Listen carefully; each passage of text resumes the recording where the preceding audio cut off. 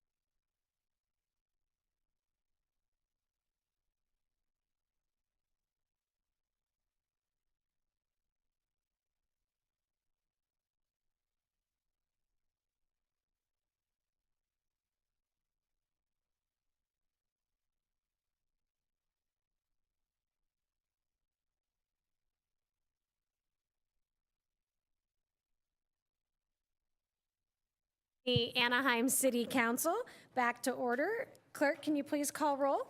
Thank you, Mayor. Councilmember Diaz. Present. Councilmember Leon. Present. Councilmember Rugaba. Here. Councilmember Meeks. Here. Councilmember Fessel.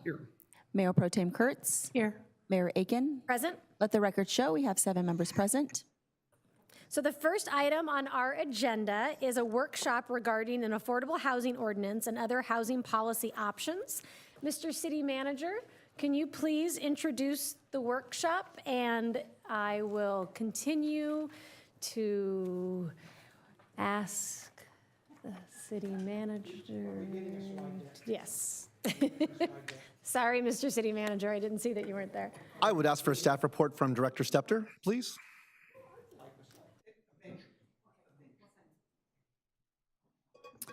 Good afternoon, and thank you for the opportunity to present on strategies to advance affordable housing in Anaheim. Today's workshop builds upon the ongoing efforts that this council has already undertaken to address the housing needs in our city. With me tonight is Andy Nogel, Deputy Director for Housing and Community Development, Kevin Clausen, Community Investment Manager for Housing and Community Development, and Ted White, our Deputy City Manager and Director of Building and Planning. As background, the current affordable housing strategy for Anaheim is built on a foundation that seeks to address 3 critical needs: subsidies for our most vulnerable population, stability to help Anaheim households remain in place, and supply to meet current and future demand necessary to support the economic growth and viability of our city. This 3-prong approach is the basis for a well-balanced strategy. Very quickly reviewing what the city already does for subsidies, Anaheim hosts a very successful Section 8 program administered by the Housing Authority that provides over 6,300 vouchers. These vouchers are used to access units in the open market and also support the authority's project-based developments. The city offers other forms of subsidies in the form of short-term rental assistance and down payment assistance programs. On the stability leg, the city continues to provide eviction prevention assistance, most funds available through COVID relief programs. We created the Senior Safety Net program, and we're enhancing partnerships with a variety of local partners to ensure robust tenant education programming for renters. Item 16 tonight on the agenda offers an opportunity to discuss this item in more detail.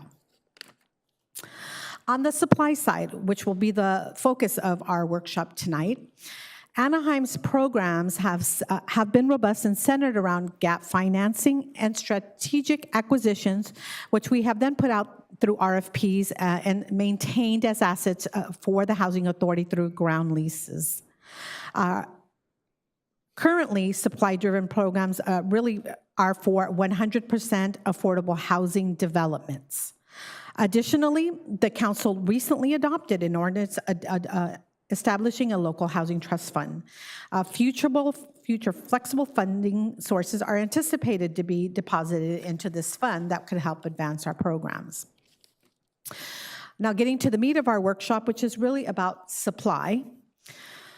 Policy options that are available to the council to advance supply from the financing side of supply include tax increment financing and an affordable housing development fee. The most successful tax increment financing vehicle, which is no longer with us, was the redevelopment agency. Tax increment programs are tools that recapture increases in property taxes that then can be used to advance local needs. Currently, these financing tools that are available for affordable housing are a bit complicated in that they require partnerships. Taxing agencies can voluntarily participate, but they're not required to. It's heavily reliant on market dynamics, and this is really for long-term financing. Due to the complexities of this type of an option, the staff is committed to continuing to research this and bring this forth as opportunities present themselves. An affordable housing development fee is another policy strategy used in many locations. As a matter of fact, such a strategy is already contemplated in the sixth cycle housing element for Anaheim. It's policy strategy number 1, which basically says that the city will apply an affordable housing development fee to all sites identified on Table B. Just as background, Table B in our housing element identifies all the candidate sites that we believe will serve to meet our RENA obligations. So as currently written, an impact fee would apply to sites that are listed on Appendix B and require a general plan amendment. Again, that's already proposed in our housing element. The purpose of such a fee is to offset the impact of new development on the need for future affordable housing. There's usually a calculation that's involved. The fee is often based on the gap between what lower income households can afford to pay and the cost of developing new housing units. This is a fee-based program. There's no production requirement. Should the council, as an option, want to take a closer look at this as an option for financing of future affordable housing, as is indicated, it's already present in our housing element. There is an opportunity to expand upon what's in our housing element by potentially requiring all properties that require a general plan amendment above and beyond the sites listed on Table B to be included in the impact fee collection program. Or you could further expand that to include all residentially zoned developments where development is proposed for 40 or more units. An example of a city here in Orange County that has this type of an impact fee is Placentia. The chart above itemizes how they apply their fee. Still focusing on supply, we want to now focus on a production program. Distinguished from a financing vehicle, the goal of a production program is to actually result in units. Currently, the Anaheim programs that are in place for this purpose include a series of zoning code streamlining initiatives, such as our motel conversion ordinance, and the state's density bonus program, which requires, when you go above and beyond the underlined densities, that you produce on site. Policy options that the council could consider for the purposes of a production program, and we've already started the conversation, are an inclusionary zoning requirement and potentially exceeding what the state density bonus requirements. In all candor, that one would require a lot more analysis on the part of staff. We've just listed it for the sake of being responsive to the request to add, to discuss potential tools. In an inclusionary zoning, the purpose is really to create more economically diverse and inclusive communities through a set-aside program. In high-demand markets, it can be a useful strategy to prevent displacement of tenants as units would be included in new housing. This is achieved by requiring a certain percentage of housing for low to moderate income families to be integrated into market rate developments. Under this scenario, you must also review and include alternative options known as commonly as in lieu options. Should the council wish to discuss this further, and I know we talked about this at a previous, I think about 2 meetings ago, key decision points for an inclusionary housing are really what product type does your inclusionary zoning apply to? How large does the product type need to be in order for the inclusionary zoning application? What percentage of required affordable units will you be asking for? And again, the in lieu eligibility, who can pay at what rate, and other options such as land donations and potentially off-site developments. Here is a comparison of 3 cities in Orange County that actually have inclusionary zoning policies. We took a look at the most recently adopted Costa Mesa policy and La Habra, which is in the middle, and then Santa Ana, which has a longer history of having inclusionary zoning. As you can see, these policies vary widely because they are locally driven. For Costa Mesa, their policy applies exclusively to the rental product, and their policy is triggered when a builder is building 50 units or more, and they landed on a $10 per square feet as their in lieu fee. In La Habra, they apply their program to both rental and home ownership, and their policy is triggered when a developer is building 10 units or more. Then you can see that there are differences there as well as to how much affordability they are asking for on their rental product, 6% at very low and 9% at moderate. Similarly, Santa Ana is also different, also applies to rental and homeownerships, has a lower threshold for when their policy is applicable at 5 units. They apply it to both rental and homeownership, and they have a sliding scale, which, if there are further questions, we can go into more detail about. At one of our last meetings, we were asked to hypothetically discuss what an ordinance of this type may look like for Anaheim. With an understanding that Anaheim is unique, we took a look at all 3 of the other cities' inclusionary zonings, and for illustration purposes, put together this chart. In this illustration, small projects defined as 40 units or less are excluded from the policy. In general, in our research, staff found that developments of smaller scale are more cost burden when you have these types of policies. This framework also recommends a smaller percentage requirement for sale products, 5% across the board.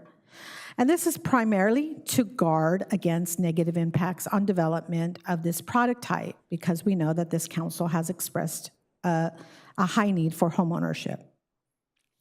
For large-scale developments, rental developments at 100% or greater, this sample or hypothetical policy suggests a higher in lieu fee for only rental product. The reason that this is included in this hypothetical policy is really because the goal of a production policy is to actually create units in an integrated model. The affordabilities in this sample address the income levels where the need for our housing supply is greater. That means our lower income categories, which are the low, for the purposes of this discussion, 80% of AMI or below, and the very low at 50% of AMI. In our hypothetical model, the in lieu we use for this illustration purpose only is $10, and that is taken from an average of what we saw highs and lows in other policies, and also trying once again, to be mindful of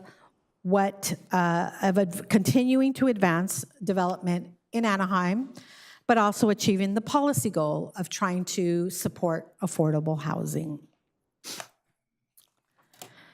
Other ideas for consideration above and beyond the impact fee and the inclusionary Z, which are staff-driven, are perhaps a council policy that would say that for affordable housing developments that are financed by the Housing Authority, and generally speaking, 100% affordable housing developments, the Housing Authority would not be charged for street abandonment. That conversation started a couple weeks ago around when we were talking about abandonment at Zion Street. Continuing along that vein, we could expand to a much larger street abandonment program that would take a portion of the sale of private streets in private development, a portion of that, and have that deposited into the trust fund. We also looked at other jurisdictions that have innovative programs, and we found the Sacramento model, which provides for no fees for any 100% affordable housing development.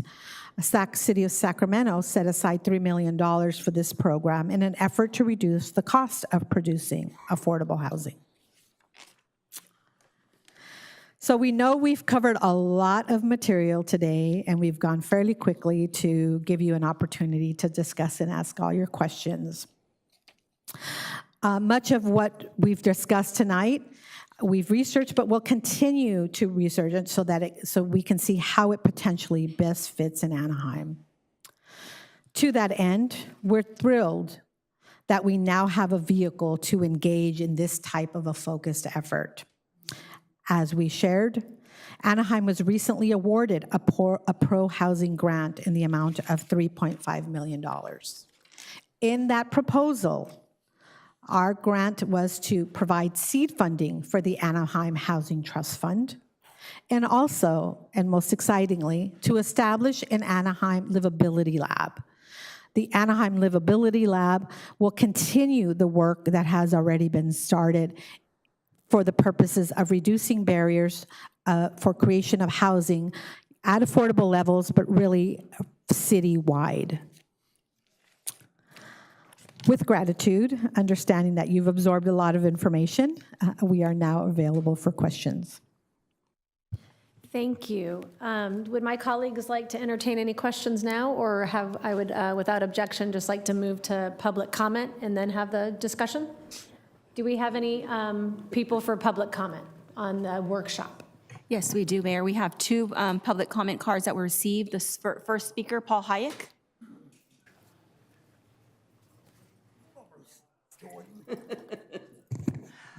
This is Paul Hike. As of October 1, I'm becoming a new resident. I'm moving out of a studio that's only 251 square foot down at the Towers in Costa Mesa. And it's all seniors. And when I moved in there, they didn't even show me the unit before I signed my paperwork. They didn't show me till after I'd signed all the paperwork. And that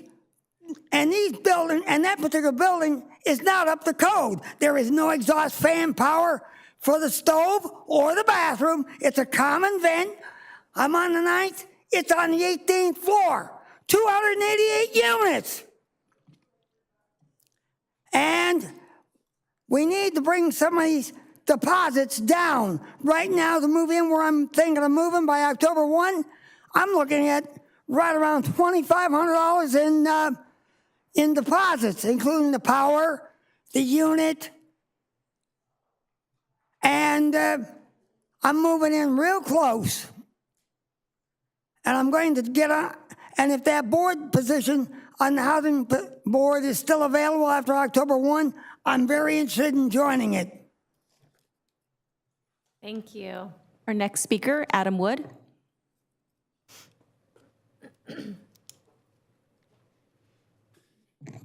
Evening, Mayor, Council, and staff. Adam with the Building Industry Association. Thanks for the opportunity to comment again.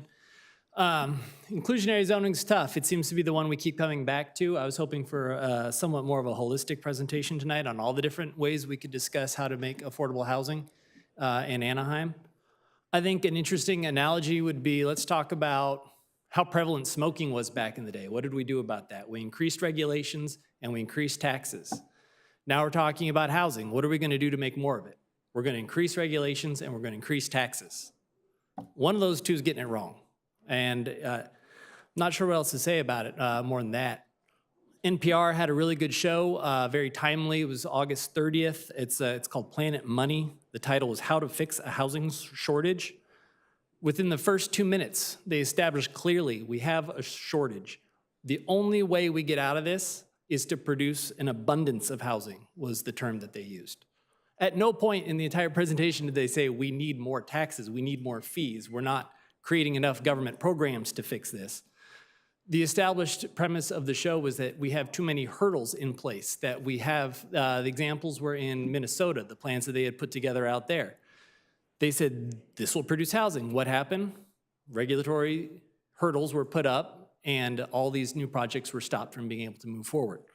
There's a way to go about this. Inclusionary, there's no doubt that it stops projects from going forward. It is another burden, another hurdle to get over. It is a huge detriment to for-sale product. It's much harder to make that pencil, and again, discourages exactly the things that we're hoping to achieve most, which is ownership within the city. Another thing we talked about, too, it was mentioned in the presentation, the on-site requirement versus the in-lieu fee. There's no question that the in-lieu fee does a better job if you go down this road.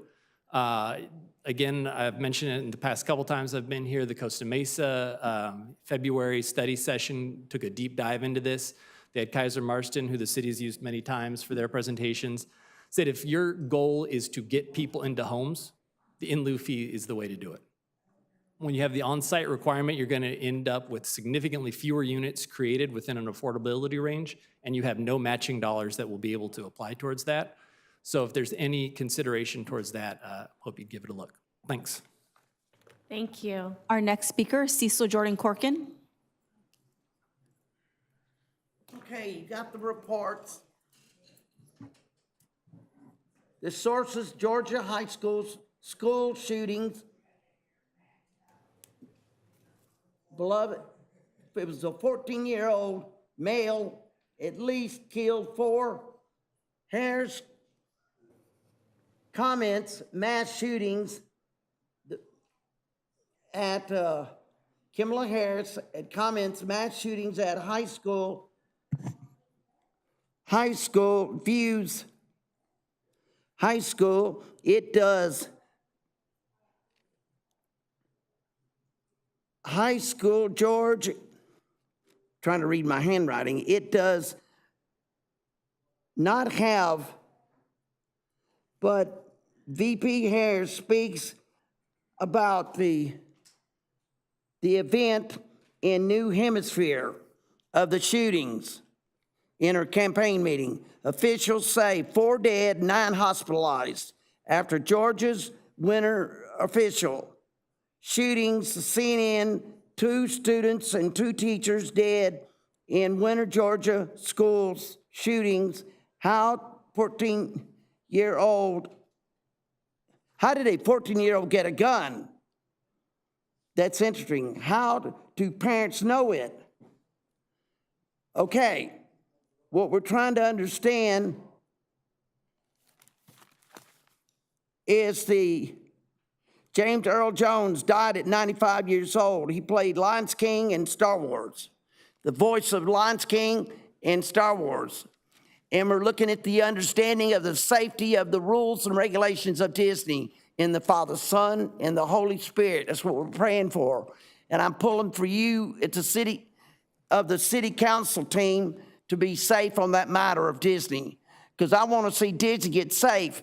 And I found the listings of the Satanist church, and I got the listings of that I wrote down. But I want you to realize where we're coming from on the sex trafficking and the pedophiles. And you got to look into that.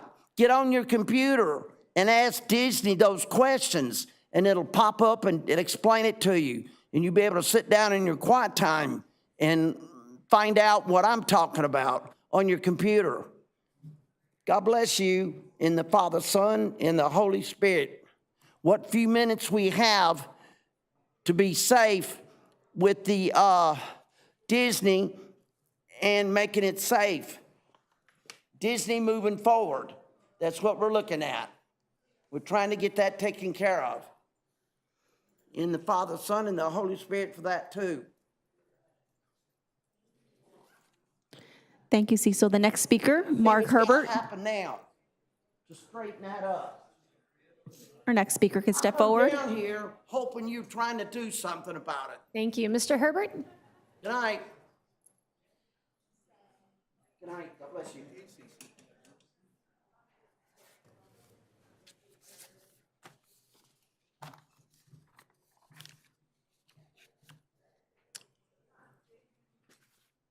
I'll reverse my comments from the public one. But I'd like to thank the council, since we're talking about housing, that I finally got the appraisal for the Midway project. And here's some thoughts upon the appraisal. The appraisal is almost 3 years old. Why are the developers, and Disney is like one of them, able to use an out-of-date appraisal or lock in a price over a number of years? The comps were not included. How can the public fact check an estimated value? The value of the appraisal ranges from $2.1 million to $2.3 million, yet the city sold it for $1.6 million. That's about a $500,000 difference. And yet you go to the staff report on housing from 2 meetings ago, and included in the package was an agenda report from 2018 where the council and mayor said we were in a housing crisis. That's 2018. Fast forward to 2023, and this council permitted 178 affordable units. Let's go on here. Why is the demolition costs of the streets not covered by the buyer on the Midway project? The members should have looked at this appraisal and asked whether it was appropriate to cut $500,000 off the sale price. How was it in the public's interest not to look into that? To put it into context, in the last housing report, and it's being submitted to the state right now, the housing element, it was acknowledged there's a shortage of 9,100 affordable units. Since we were only able to permit 178 last year, the fact that the council wasn't more cognizant of the importance of the $500,000 cut in the price they sold those right-of-ways for in the Midway project, that's one affordable unit. That's nothing to laugh about looking at the city's production over the last few years.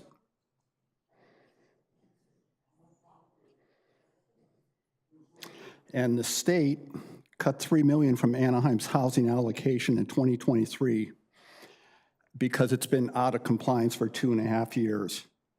With the historically tight funding for housing becoming even tighter, Anaheim should be looking to keep costs down throughout City Hall. How is tasking a lawyer from the city's attorney's office Mr. Herbert, I'm sorry, your time is up. handing me the appraisal than a city clerk? And Mayor and City Council, that concludes our in-person comments, and noting for the record, we didn't receive any electronic comments on the workshop.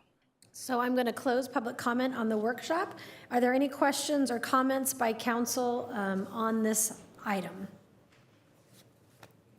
Please ring in. Start with Councilmember Meeks. Thank you. First, I had a question. On the housing element, you indicated that the fee would offset the impact of new development. What is it offsetting? What's the impact of new development that we're offsetting? An impact fee is intended to offset the need for future affordable housing. There's under the, So if I build housing, I have a need for future affordable housing? it's market rate, because market rate. I'm adding housing. I'm Because struggling with the because correlation. those households go to restaurants, they go to our Starbucks, they go to our Home Depots, and so in theory, more population at market rate creates a demand for people of lower income to also participate in the area. So that's that's the theory behind That's impact. okay. That's a little bit of a stretch to me, because I think building housing helps us solve the problem, not causes impacts. But I mean, I have some comments on this whole thing. You know, I am not in favor of these unfunded government mandates that make things more expensive. I think that they do impact people's ability to build, which I think helps us solve the problem, doesn't create the problem as the theory you just described. So I would like to achieve it by, you know, growing on the things that we're already doing right. And I've said this before, but I'm going to try to just give a few examples of things that I would like us to pursue as a part of our affordable housing policy, a broad policy, not just inclusionary housing. You know, with the Housing Trust Fund, great example. I'm very proud of the work that we've done to create that. We have a significant amount of money coming from Disneyland Forward to get that started. And then we're working on an ongoing revenue stream that would serve the resort workers. But I think there's also opportunities to reach out to other organizations, maybe labor unions or something that might want to have a stream of revenue for us to provide housing services to their members. You know, there's ways to reach out to some of those people that want to help their members, workers, whatever those are. I also think we need to do some sort of fundraising outreach to large businesses and conventions that come into town that want to do something philanthropic and make donations to our Housing Trust Fund and make sure that they know that that's available and that it's being used for great things in Anaheim. And then I think it helps us look for grant funds as being a leader and having our own Housing Trust Fund. So look for those opportunities there. I'd also like to take action to find ways to reduce the cost of building units, and whether it's rental units, affordable units, not increase the cost by charging some in lieu fee. I have said this before, and I'm going to ask for this to come back. I would like to revisit our affordable housing standards. And I'm not talking the quality necessarily, but the size. Housing units have shrunk over the years. And that is what's, helping make some of them less expensive. But our affordable housing standards haven't changed in decades. And can we help more people with smaller units? Because if they are getting an affordable unit of one size and their next step up to get out of subsidized housing is a much smaller unit for more money, that's not really incentivizing them to move out of a subsidy. So I would like to look at that, and I'd like to bring that back to City Council with some recommendations. I'd like to push the state to also accelerate solutions on the insurance crisis. I mean, this isn't a crisis just about homes in wildfire areas. People are losing their insurance all over. The rates are increasing significantly all over the state. That is affecting home prices and the ability for people to build homes in California. So what can we do to push our state legislators to address that crisis? Because at some point, when nobody can get insurance, you're not going to have any units built. So let's try to get ahead of that. We're not really ahead of it. It's already a problem. Already a crisis.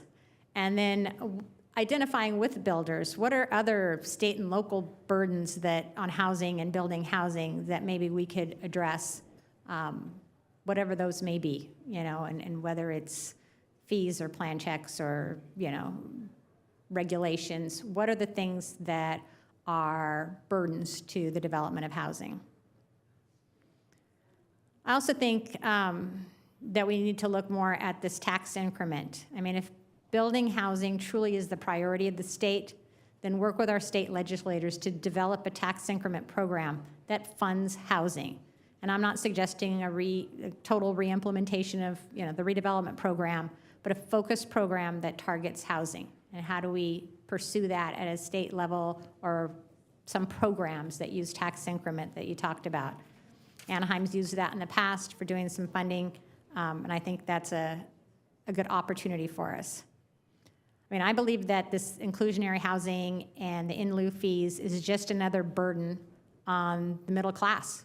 And they're struggling just like everybody else. Housing prices are high for everybody, and the middle class isn't getting housing assistance. They are having to pay their full fair market value, and these fees just increase that market value for those middle class families.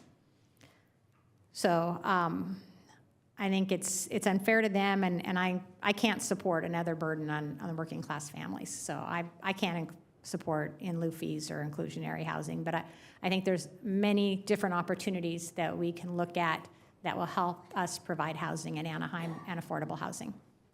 Those are my comments. Thank you. Mayor Pro Tem Kurtz? Okay, I have a couple of questions to start off with. That page that had the housing element information, you said that our housing element today, the one that I guess is not still approved, but we've submitted, has language that says that we're going to have some type of fee. Can you help me look at that one again? I think it's the next page after this one. So yes, our draft housing element policy, and this goes back to the previous council. So this has been communicated to current council, but this policy, the direction for this policy does date back to the previous council.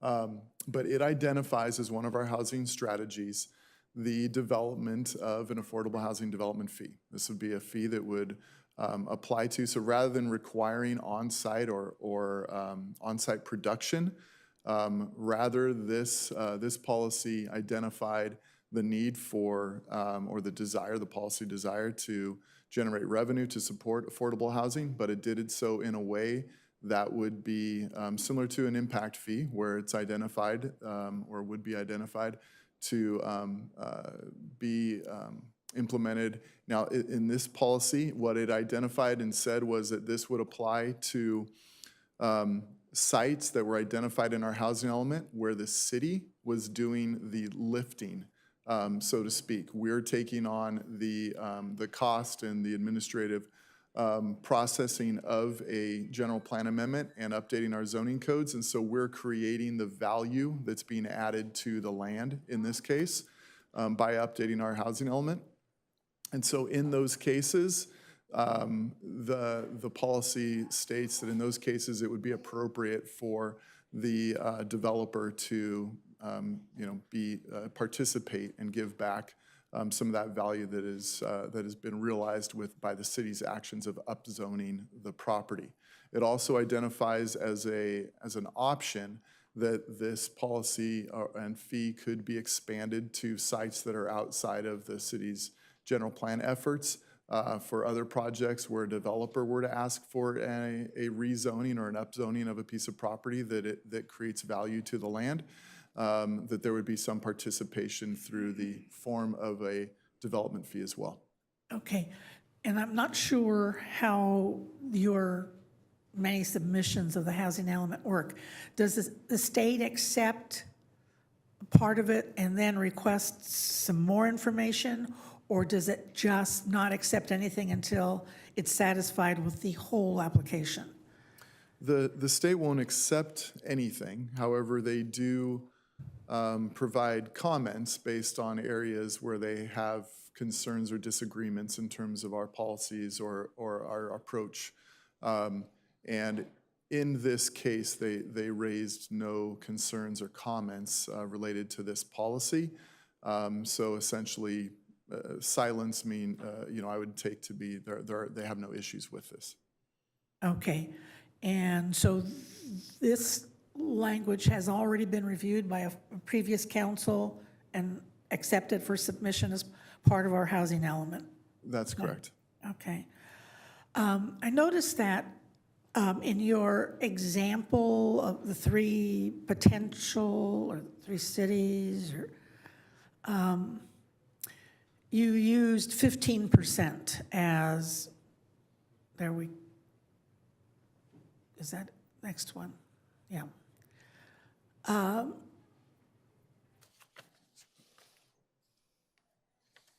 You use 15%. Did you consider any other percents? I'm looking for specifically the. In our hypothetical? Yes. Certainly. This is strictly hypothetical. As we looked at inclusionary zonings in multiple cities, it is really a policy discretion. You can do, we did see a number of ordinances that start at 10%. That's not that uncommon. I think here, there were a few that went a little lower than that, particularly when it came to homeownership. There were many that were actually at 5%, and that being the least restrictive, which is why we defaulted on the homeownership to the 5%. But yes, there's no set in stone rule that says that it needs to be 15. It's 15% is safe harbor from a bunch of state laws. Let's say if you're going to adopt different ordinances, 15% is safe harbor, but there's nothing that prevents you from going lower than that. Okay. I haven't seen anybody, I don't believe, that goes too much above that. Okay, but you have seen several that have gone lower? Yes, yeah. Okay. In those cities that you looked at that have implemented some type of inclusionary zoning programs, have you been able to evaluate whether building has decreased, stayed the same, increased, any of those numbers? Thank you for the question. However, I would suggest that it really would be an impossible exercise to be able to determine whether it was impacted or not, because we can't prove the negative.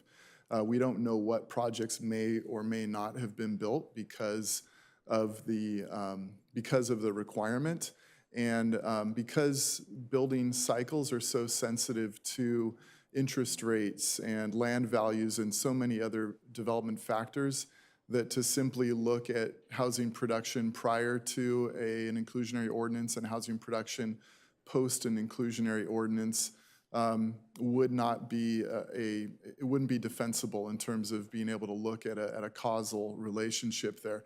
For example, Anaheim's housing production is significantly down in the last few years without any change to inclusionary or otherwise, simply based on the economic trends, the higher interest rates and slowing of the economy, construction prices and inflation, et cetera. So it is not possible to look at that and draw any conclusions from those numbers. So you couldn't compare what's going on in Anaheim today, since we don't have any of these ordinances, to a city that does, and see whether. So you may get a letter, I know we've seen them from advocates, let's say the Kennedy Commission, that will tell you that Santa Ana has built 1,900, and they attributed that to having money from their inclusionary fee. But to Ted's point, there's so many other conditions that may have attributed to that. But you would probably, if you've gotten a comment, you may see that from the Kennedy Commissions. That's generally their public comment feedback. Okay. This is all I have for now. Thank you. Councilmember Rubalcaba and then Councilmember Diaz. Thank you. Thank you for coming back with the recommendations that you did. So I like the three pillars that you shared: the subsidy, stability, and supply. I'm assuming that the inclusionary falls in the supply part. So can you go over some of the options that we have for stability? Because I think one of the big issues for me on the affordable housing front and just on housing is ensuring that we're not creating a bigger problem. So how are we preventing homelessness? So one of our biggest tools, every cloud has a silver lining. We got about $45 million during the COVID era for eviction prevention. We used that very robustly in the last several years to address that. We've done significant eviction prevention. We also used, then had a second phase where we did utility assistance, because there was a number of people who had elected to pay their rent but had not taken care of their utility bill. So I think the last numbers that I saw on that was somewhere upwards of $2 or $3 million million in utility assistance. That money will continue to be available to us beyond up until 2025. So we have already started the discussion of what replaces it. Again, at the end, we pitched our pro-housing lab, and we think that's a place for a lot of, where a lot of the future policies will really be studied and evaluated. The other thing that we've done specifically for seniors is stood up a senior safety net program that is unique to Anaheim. When we researched this, we didn't find anything that was a like-to-like comparison. That's a combination of case management, some short-term rental assistance, and then for those that need more, we funnel them into a longer short-term rental assistance program, which could be up to 24 months. And for those seniors that we know that it's limited income and it isn't going to resolve, we've built a pathway into our Section 8 program. And then lastly, and it's the area that we're starting to really build a lot more, is this tenant education program. As we indicated tonight, item 16 will go much more deeply into discussion of what these new state laws are and the need for education. And so we've already funded a fair housing contract. That's historically been for the last 30, 40 years. We have relationships with legal aid, but there's certainly room for strengthening those, as well as our apartment associations. Yeah, and we have an agenda item, I think, to review some of those that Mayor Pro Tem and myself have asked for you to bring forward. So to kind of build more off of this, and I do have to say I appreciate this program because people within my district, thanks to you and your team, have actually benefited from this, and that's Maria, who actually lived on Bush Street and now is in senior housing. So I do see the value of those programs. Can you explain how in lieu fees are calculated? There's generally a study that looks at the differential between the cost of a market rate and the cost to produce an affordable housing unit, and it comes up with a number, and and generally that number is high. We've not seen jurisdictions that go all the way to asking for that differential. For example, in Costa Mesa, when we saw their in lieu fee, we know that the study came back with $19.50 a square foot, and I think what they adopted was 10. But it is a methodology that's known and accepted, that is studied. So if it's $10 a square foot, then that would be, how would that be? So I'm trying to figure out how much money would be generated from an in lieu fee if somebody opted out of building affordable units, but that would be based on the development size, the square footage of the units, and then $10 is applied to that. So it really would vary by production type. And if an in lieu fee applied, would that take away any of our parking?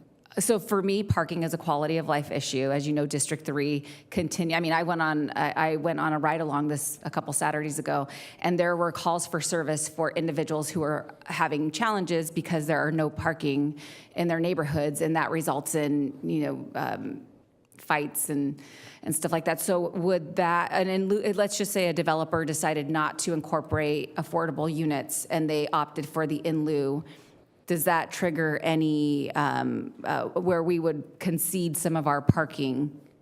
It would not strictly under an inclusionary housing zoning ordinance. There is a close relationship with the inclusionary housing and density bonus, particularly for multifamily, which I think maybe do you want to take that? Yeah. Sometimes a developer will evaluate what's the differential between paying the in lieu fee and using, how much difference is there to just request a density bonus, and sometimes those economics will result in the developer say, well, I'll just take the density bonus because I want the concessions, but parking reductions and other types of concessions live on the density bonus side of things. And so let's just say we have, let's just say most developers choose an in lieu fee. What do we do with those in lieu fee dollars? Where do they go? They would go into, we would recommend the trust fund to support the programs that will ultimately come back to council in terms of the buckets that we will spend that on. I believe there is some production requirements. We are still working with our council just to see how flexible that money is, but the in lieu would be used towards housing purposes. Because one of the things you mentioned in your comments was inclusionary prevents displacement. Can you explain further how that actually happens? Because for me, inclusionary is, in lieu is definitely part of an inclusionary zoning ordinance. But I don't see how it prevents displacement, even if you incorporate affordable housing. I'm assuming that you're talking about if you're a low-income neighborhood and they're building moderate housing, and And it builds a place for you, yes. So I don't think it doesn't prevent it. It provides an opportunity for low-income families to also potentially be included as part of that improvements in the area, because it does provide units that a rent in what's being built at a price point that they may be able to afford, rather than having to leave. So it is considered a displacement strategy, particular for places that are seeing a rapid growth. Let's take, for example, city of Inglewood around the SoFi Stadium, where that, because, they've done a lot of economic driving activities, used to be predominantly African-American, lower income neighborhoods. Inclusionary would be a strategy, could be a strategy in a place like that, where historical populations of low income that live there may be able to have an option to stay. to prevent gentrification. Yes. So can you put up the slide that has the 3 options for inclusionary, I think for Costa Mesa, for Santa Ana, and for, is it Irvine? Or La Habra.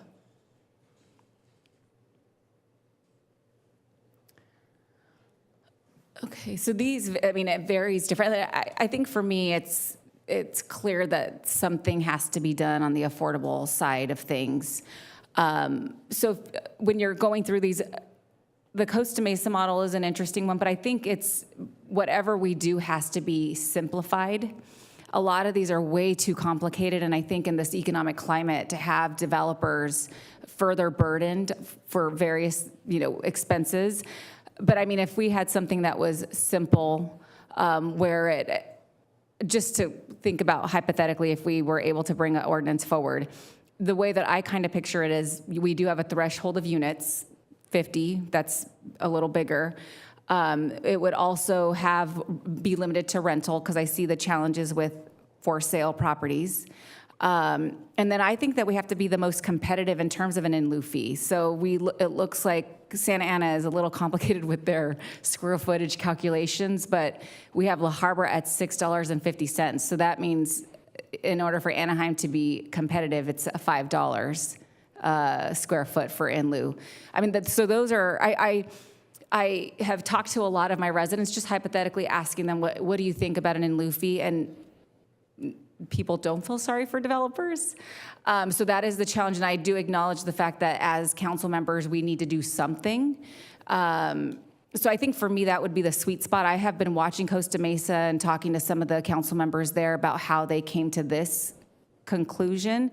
So I think if we were gonna look at something, that's what I would like to see, is something that was limited to multifamily, larger developments, but I also wanna protect our parking requirements, and then have some clear understanding of how that includes, or the in lieu fees are being spent to produce housing. I'm concerned that it'll only be given to Section 8, when really the objective should be to empower individuals to either purchase new homes or create a new affordable housing projects, but not just giving it to affordable housing developers, if that makes sense. So I think the policy needs to be very clear on how the in lieu fees are being spent. And then I'll come back to my other, I want to circle back on some of the no-cause evictions, since that also is, I could just say it now.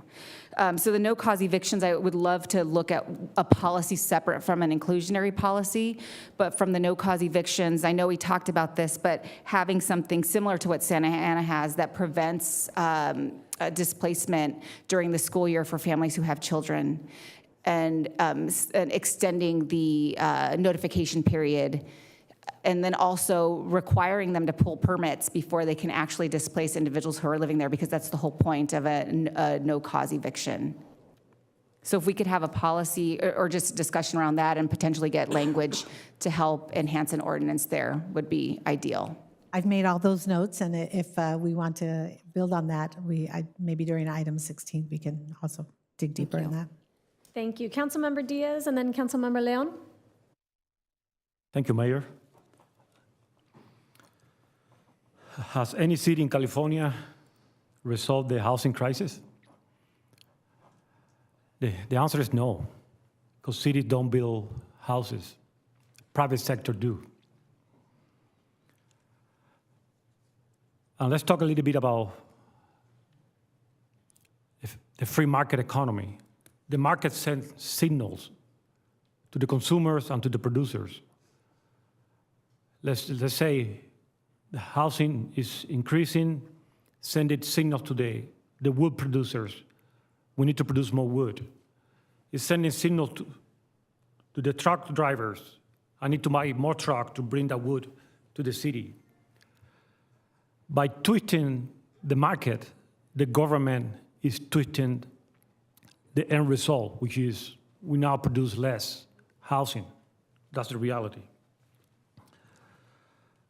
The most successful, by far, the most successful program that produced real low-income housing in California, I'm completely transformed whole neighborhood, was the redevelopment agency. And Governor Brown killed that to bring those revenues to the state. By doing that, what he did was not just kill a real producer of low-income housing, but also transfer the responsibility now from the state to the cities in low-income housing. But again, the cities don't manufacture housing. It's the private sector.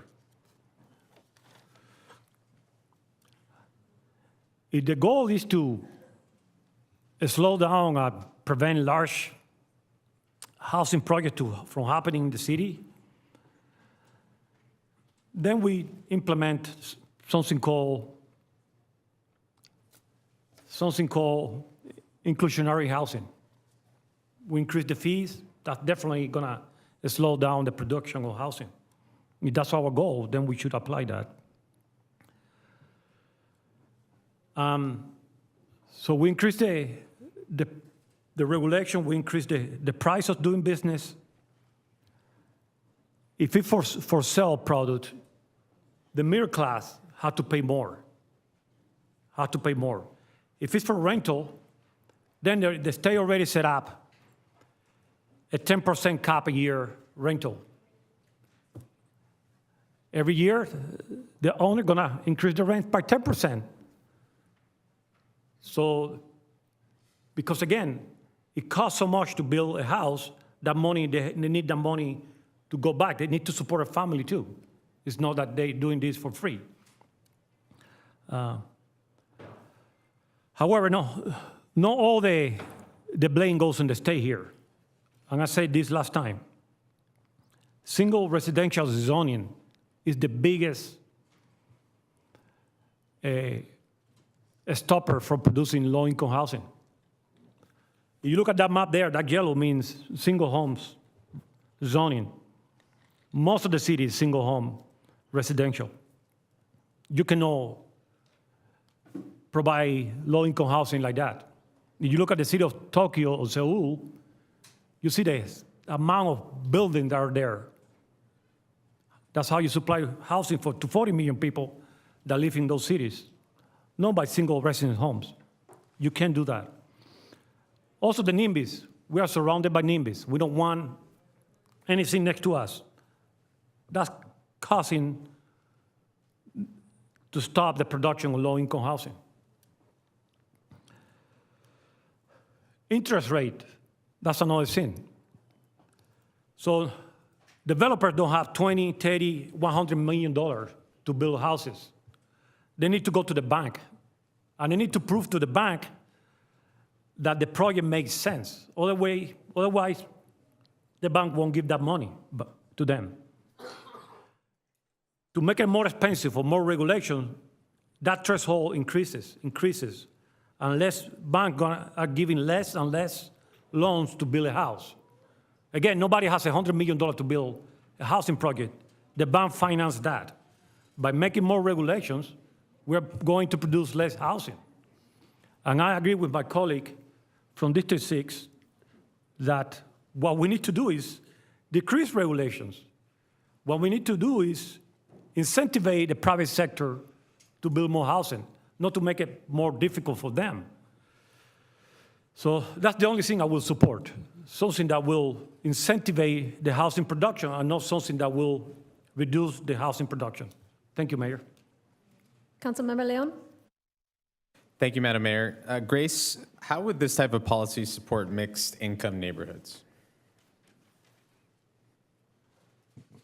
The goal of an inclusionary housing policy is to integrate units within within a mixed development, market rate, side by side with a lower income unit or lower income household. But admittedly, the in lieu fee is a feature that is provided to opt out of doing that. But the premise of an inclusionary is that it would create an opportunity for market rate and lower income to live side by side. What the Housing Authority currently creates is 100% affordable housing development. It's our charge. We go after multiple layering for that. So if this worked as it's proposed, that would be an expansion of what we do in blended market rate communities. Thank you. How do in lieu fees help municipalities better plan for and target affordable housing investments? Well, it is a source of financing. It is another revenue source, and I think to Councilman Diaz's point, since redevelopment was abolished, we've struggled to find other revenue sources. So it does provide another means by which we can carry forward the ability to help incentivize affordable housing development. In terms of predictable, that's a little less clear because it is dependent on a pipeline and who's coming forward and what's being built. And to Ted's point, there's always the analysis of it, is this financially feasible? So it creates a revenue, but a little less predictable as to, is every year we're going to get 10 and it's going to generate X number. I think that's going to vary based on market conditions. And then are you able to share what impact some of these policies have had on the financial feasibility of large-scale developments in cities that have adopted this kind of policy?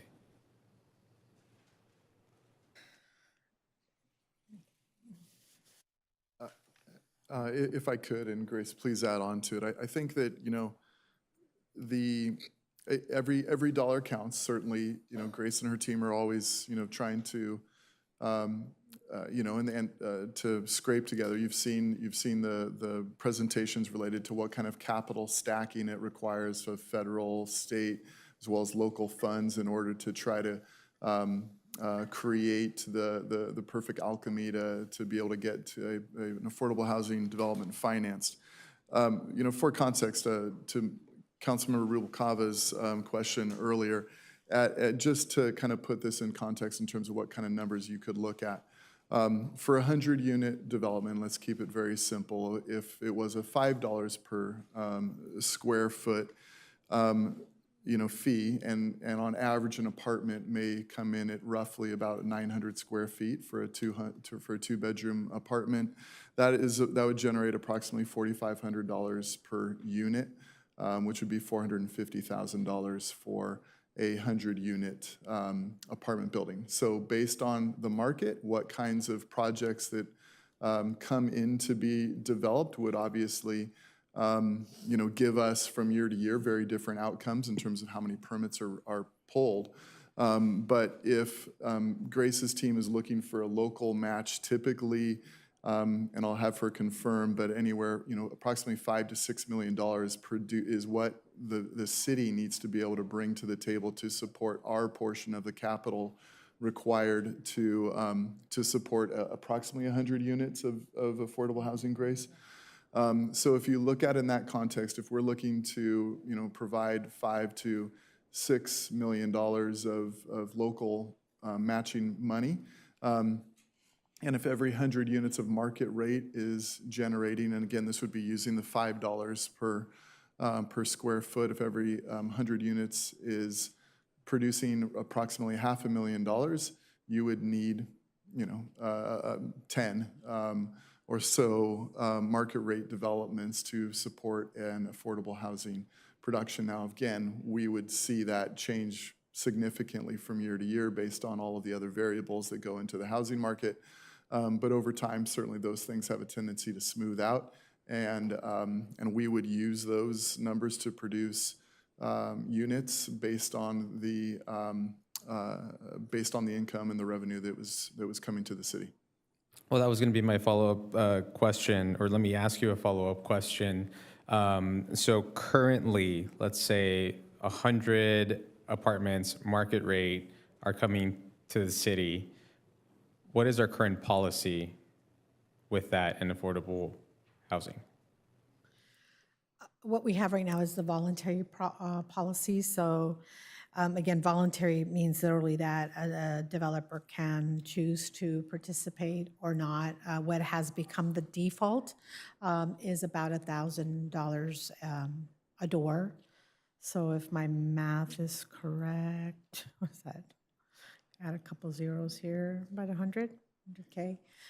There's several that choose not to, but every developer that does come through does have, generally speaking, does come to speak to our team. We, in some cases, when they need density bonus, we actually get units. But in terms of the financing piece of it, right now it's the voluntary program. And I asked this question last time, but Andy, I'm going to ask you the question again. Because it's a voluntary policy, are you ever in a position where you're meeting with the developer and the developer is asking you, city staff, how much money do I need to contribute to get my project passed? We cannot answer that question, as we do not have an ordinance or a mechanism that would allow us to ask that question.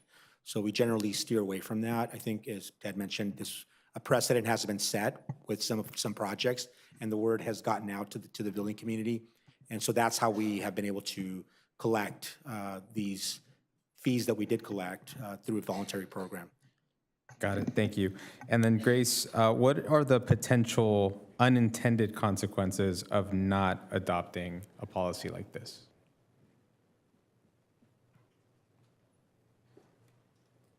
We don't have one right now, so I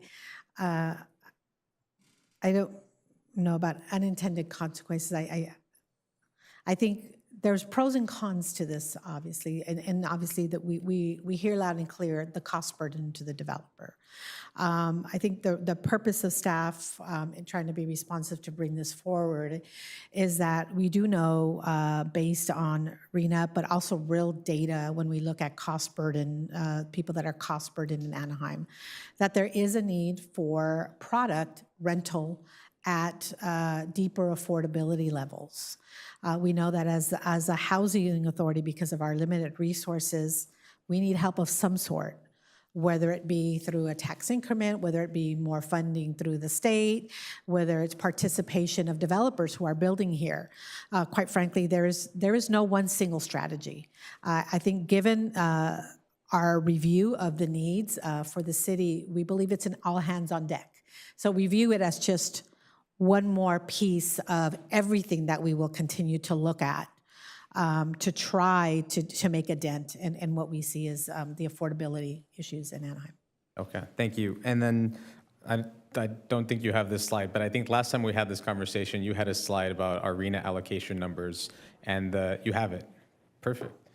And so I remember that for the last period, oh, perfect. I was going to have the ballpark numbers from what I remembered. So just, I wanted to highlight this again. So the fifth cycle, for example, 2013 to 2021, allocated units for very low income and low income were about 2,100, as in 2,100 units that we were expected to build, correct?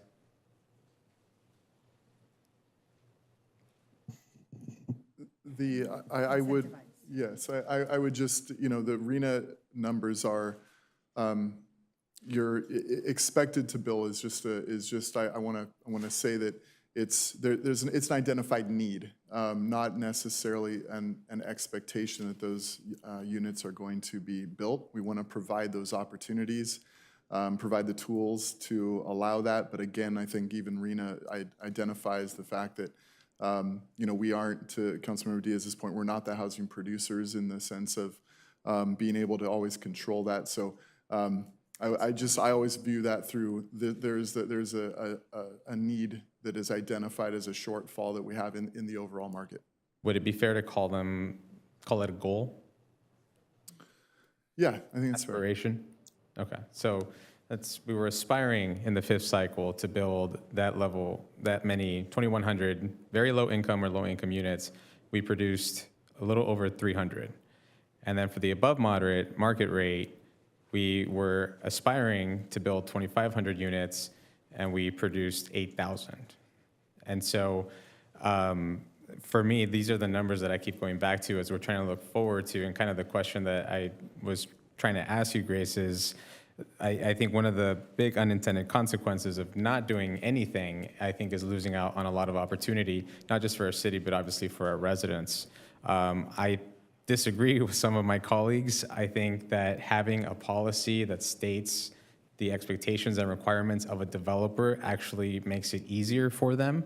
I think them being able to contribute financially to a project while we can continue to incentivize market rate housing developments helps us meet our affordable housing targets. I think that instead of delaying projects or pushing developers away, I think in lieu fees and this kind of approach of a policy provides an option that speeds up the approval process because developers know exactly what it is that they're getting into. They know that they're likely to proceed with projects that they know they can pay a fee instead of having to go back and forth, and am I going to have to go through a process where my project is going to change significantly. The fees collected can be strategically invested in neighborhoods. I think the fees that collected, you mentioned, Ted, obviously would go into a housing trust, which can then be used for different things that would help our residents, not just necessarily go out and build a new affordable housing project.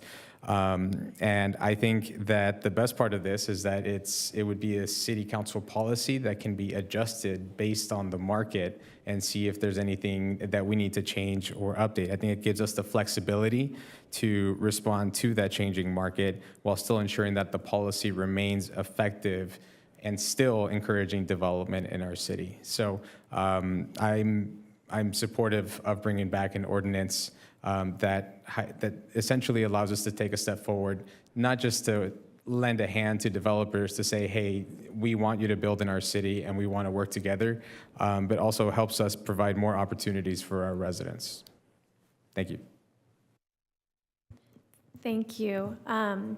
I wanted to just kind of address what the purpose of the workshop is. I mean, we aren't allowed at this point during a workshop to make motions, second them, but what I was hoping is to get some consensus from my colleagues about if we bring back an inclusionary housing ordinance, what's some of the direction that we can give staff to help us craft something, because we want it, if we bring it back, to obviously be successful.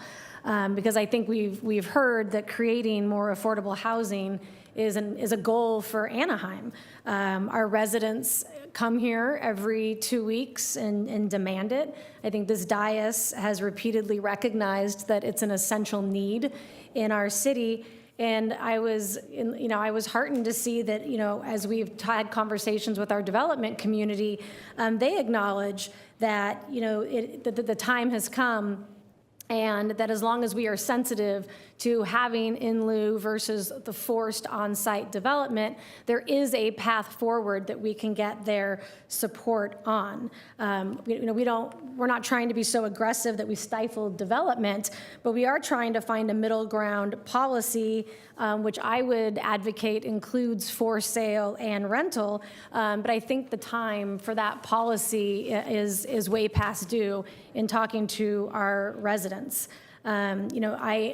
To my council member's point, I mean, I do agree, obviously, if we craft a policy, we want it all to go into the housing trust. That helps us address the other two legs on that stool, including stability, and in addition to production. And when we look at, what is the in lieu fee that we potentially want to look at, we want to make sure that it is below market rate. And I think some of the ranges that we've come up with in around the $10 range seem to be, we know it's going to be less than it actually costs, but it gives us that ability to apply for grants, to try to get matching funds, to try to be creative with those funds.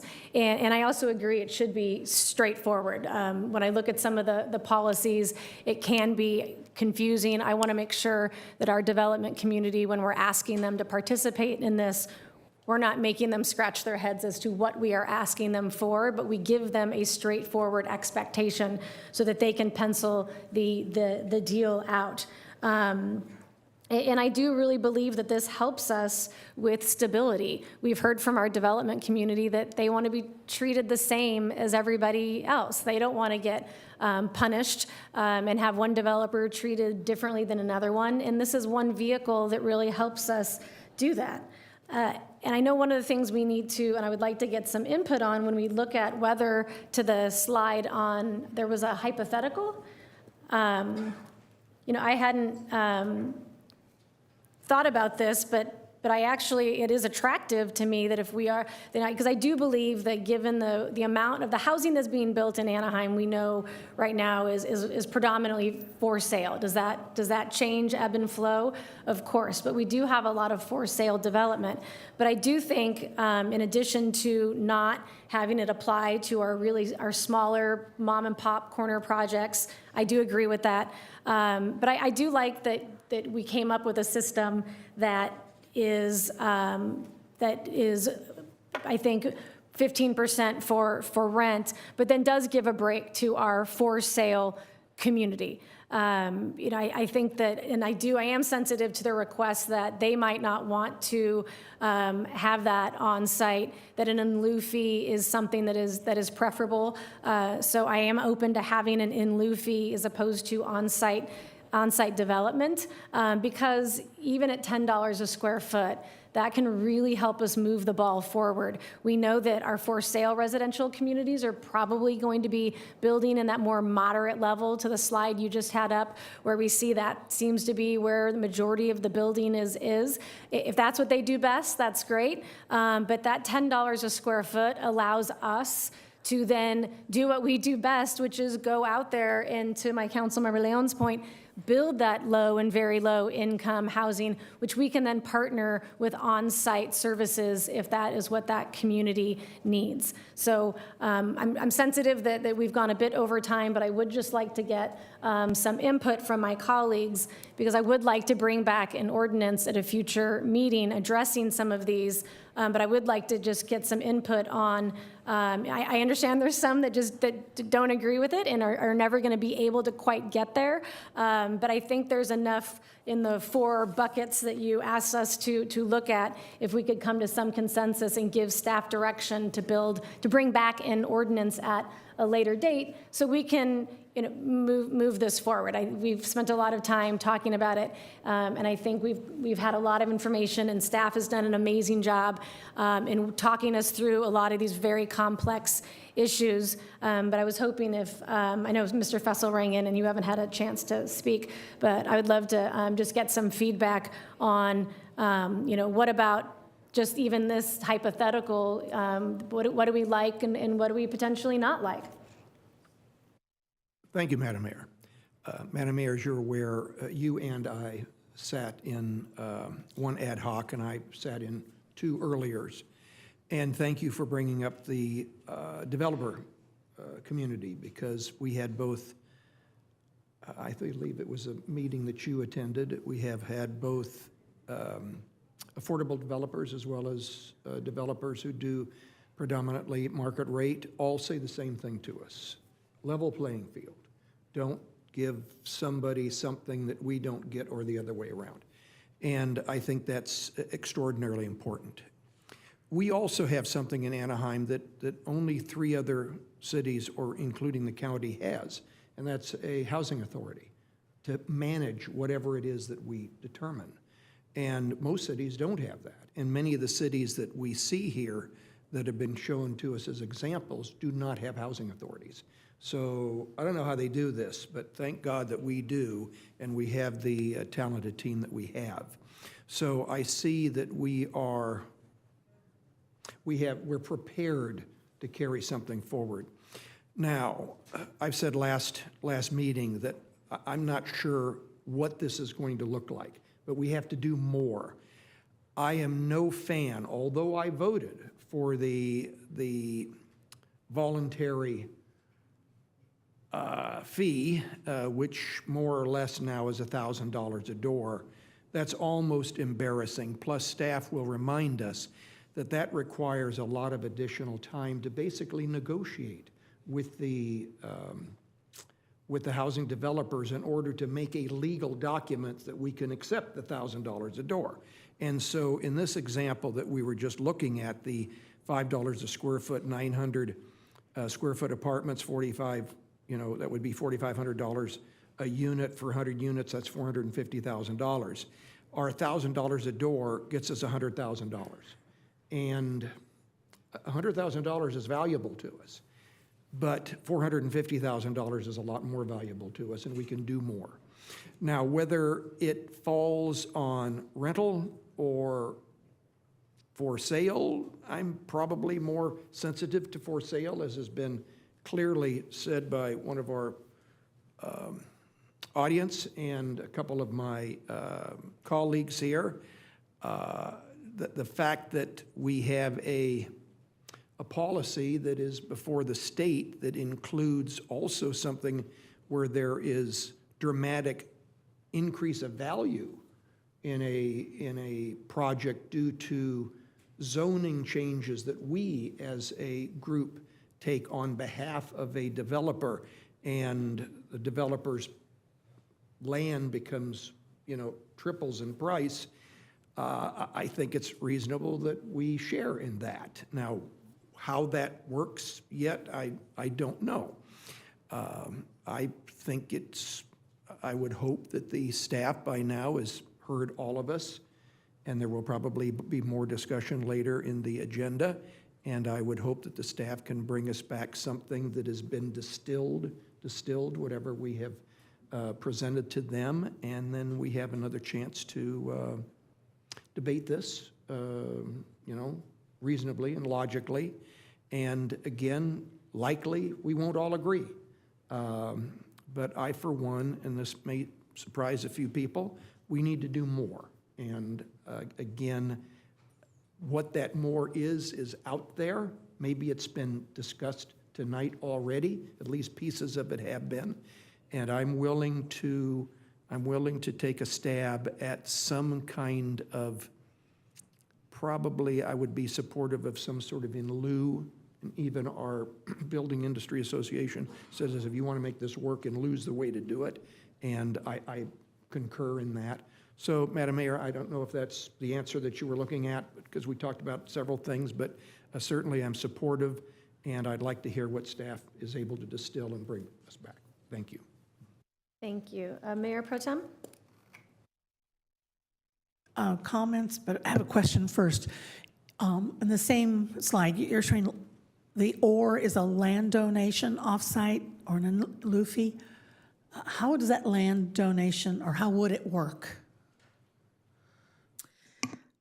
That's certainly one that we'll continue to look at, because we would want something reasonably comparable. I mean, we were joking, I was like, I don't want to take an easement on the end of a freeway for something that's a 100-unit building that, where I would get real units.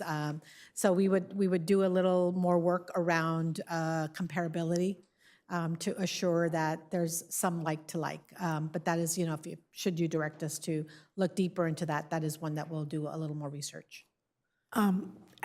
It sounds interesting to me. I don't know if there's interest on the council to take a deeper look into that one. And I don't know if land is so valuable that a developer wouldn't want to let go of any I guess land. it would probably be less likely, but it could happen. I mean, it could. Definitely do like the in lieu fee, not just the units. Personally, I still have a question about the for sale versus the for rent, just one or both.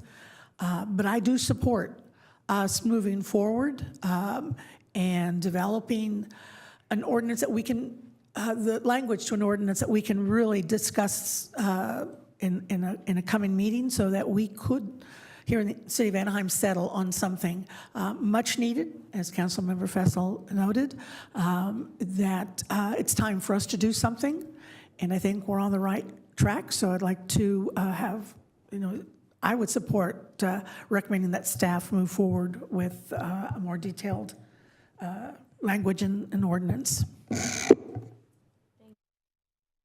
Thank you. Councilmember Rubalcaba? Thank you. As I previously said, I definitely would like to see language in an ordinance come back, but I do have some concerns about the complexity of this chart. Ideally, I think it should be something that's, one. So to segment it from 40 to 100 and then 100 plus seems a little cumbersome and probably unnecessary. So I think if we had something that was even 40 or 50 units and above, I'm concerned about the land donation offsite, and I'm going to give you an example. So I've been briefed on the SALT project, and they want to give us a piece of land, for example, that I think is like, keep your land because it will cost us more money to maintain it. I think that we need to be more mindful of that land valuation, and we see how meetings can get disrupted because of land swaps. So I think if we keep it simple, we don't have inclusionary in Anaheim right now. If we adopted an inclusionary policy, that would be a big deal in and of itself. I would recommend being more competitive. La Habra is at $6.50, so I think we should be either $6.50 or less, even $5. I also think it's interesting that how the 101, it's $15. Usually it'd be less. So I think that's just way too expensive. And then also on the for sale. So the reason I think that we should avoid the for sale is, and I know that people will not agree with me because they think that at least in lieu fee, but I'm concerned about the covenants on a for sale property that would be tied to that for affordable. So that does concern me a little bit. So if you want to expand on how that might impact it, and I'll give you an example. So I know I've said this several times. My husband and I, our first property was through the redevelopment agency, and we bought it with the first-time home buyer program. And there is the 3% deferred, interest on it, which motivates you as a buyer to either refinance so that you can pay that second off sooner than later. I just think that should be the path because we all know that home purchase is the pathway out of poverty. And if we're going to limit affordable housing, people who purchase an affordable housing, there's no way for them to later sell it and make some value off of it and continue to increase their family's net worth. So for that reason, I think that we should avoid the inclusionary in lieu of for sale properties. And then also, I think for a developer, if you have to then wait to get somebody who is in an affordable potential buyer to qualify for a loan, that can delay the process in terms of sale and further make the development even more expensive. And I think we don't want to hinder development, but we do need to do something to create more affordable policies. And then just on the in lieu, I think we need to be very intentional on how we're going to, the policy will disclaim how we're going to spend those in lieu dollars. I think that needs to be clear because if the goal is to create affordable housing, we need to be clear on how that is going to lead to additional units to meet RENA numbers. I was actually part of the housing element group that came up with the policies for this last cycle. So I think that we need to make sure that, and I also know how SCAG kind of threw us those numbers. I don't agree with the number of units that we were given. I think that there are other Inland Empire cities that probably should have got more than we did. But I do acknowledge the fact that those are aspirational, and we don't want to hinder development. So does that make sense in terms of? Yes, we've taken copious notes.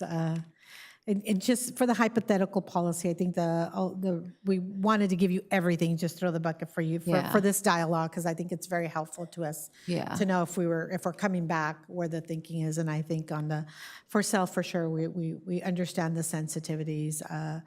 We, just for the sake of information, we do know that currently the product that's being built is the for sale. And so, but Which is good, right? It's a snapshot in time for Well, today, yeah. And I think for sale development is good, especially in my district, for example, where 30% of our the residents in District 3 are homeowners and 70% are renters.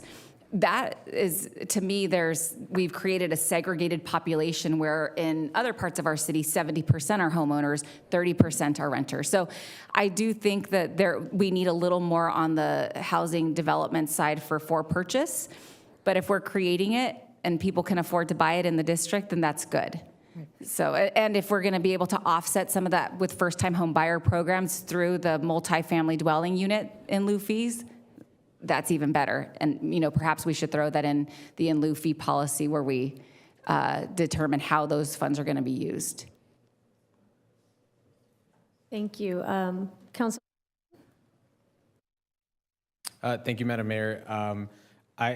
I will defer to my colleagues in terms of what the potential ordinance would have in terms of details. I'm not sure if, want to be mindful of time, and it's probably going to be a larger conversation. I personally was going to ask if you could bring this back in an ordinance and and then with some additional numbers or some data in terms of what's worked for other cities or not.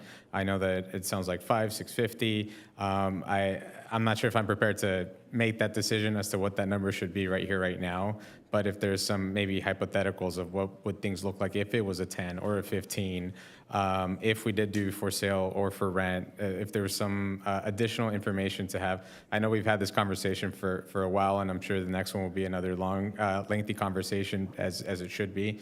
But if you could come back with maybe some more information or some of those options that we can then have a lengthier discussion on what would really fit best, at least for this first iteration, if we so chose to pass it, of what's going to help out our residents and help us meet our goals more. So, thank you. Thank you. So thank you, everybody, for weighing in. I mean, I think that, do you feel like you have enough? I know, Grace, I will at the end of the meeting just agendize bringing back an ordinance on inclusionary zoning with some of the dialogue that we've heard today. So you and I can continue working, and then I know Councilmember Fessel, and if you wouldn't mind, if I can call on you for input as we kind of move forward, and just to make sure I don't forget anything. And obviously, Mayor Pro Tem has been very, very helpful in guiding me. So I think that as we move forward, I think we have enough to bring back an ordinance, and then maybe we can just present it in a way where we're not quite certain, whether it's $5, $7, $10, we can just kind of have that highlighted and have that discussion, as well as some of the other, whether for sale or rental, we can put that in there, and then hopefully consult with the city attorney that if make it enough, or if we take it out, would it require another first reading, or would we need it to do a second reading? So I can follow up with you about that.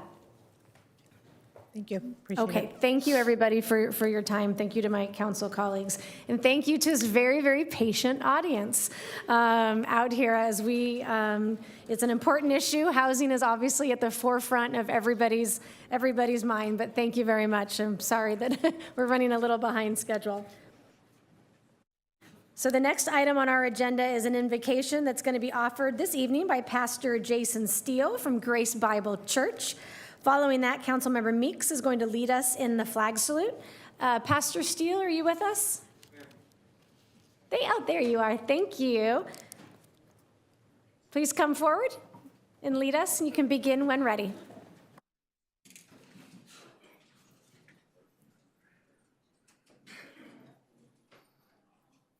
Good evening, everyone. Please join me in prayer. Heavenly Father God, let me say thank you on behalf of all who are gathered here today. Thank you for your grace and your many abundant blessings. Thank you for life itself, for the measure of health. We need it. Thank you so much for it. For the sustenance, for our friendships. Thank you for the ability to be involved in useful work and for the honor and bearing appropriate responsibilities. We're grateful as well for the freedom to embrace you or the freedom to reject you. Thank you for loving us even so, from your boundless and gracious nature. In the scriptures, you have said that citizens ought to obey governing authorities, since you have established those very authorities to promote peace, order, and justice. Therefore, I pray for our mayor, for the various levels of city officials, and in particular for the Assembly Council. I'm asking that you graciously grant them wisdom and discernment to govern, and especially in this conflicting interests and issues of our times, a sense of welfare and true needs of our people, a keen thirst for justice and righteous, confidence in what is good and fitting, and the ability to work together in harmony even when there is honest disagreement. Finally, I'd ask personal peace in their lives and joy in their task. I pray for the agenda set before them today. Please give assurance of what would please you and what would benefit those who live and work in and around our beloved city of Anaheim. In your most precious Son's name, Jesus, amen. Thank you. Tomorrow is Patriots' Day, a day when we honor the memory of those we lost on September 11th, 2001. It's been over 2 decades, but the bravery, resilience, and unity shown on that day remains etched in our hearts. We remember the first responders who ran towards danger, the ordinary citizens who became heroes that day, and the families whose lives were changed forever. The American flag stands for more than just our country. It represents our values of freedom, courage, and unity. In the face of tragedy, our nation came together, showing the world that no matter the adversity, we will be strong. As we pledge allegiance tonight, let us reflect on the strength and spirit that bind us as Americans and commit to living in a way that honors the sacrifices made by so many that day. Ready? Begin. I pledge allegiance to the flag of the United States of America and to the republic for which it stands, one nation under God, indivisible, with liberty and justice for all.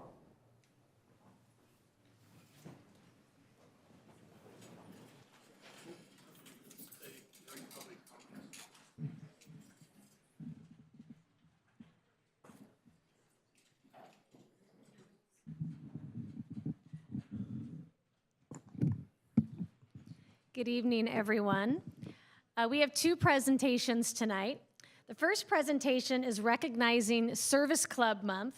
The Kiwanis Club, Anaheim Rotary Club, Anaheim Hills Rotary Club, Lions Club, Anaheim Beautiful, Assistance League, Ebell Club, Anaheim Veterans of Foreign Wars, El Bacal Shriners Group, and American Legion Post 72.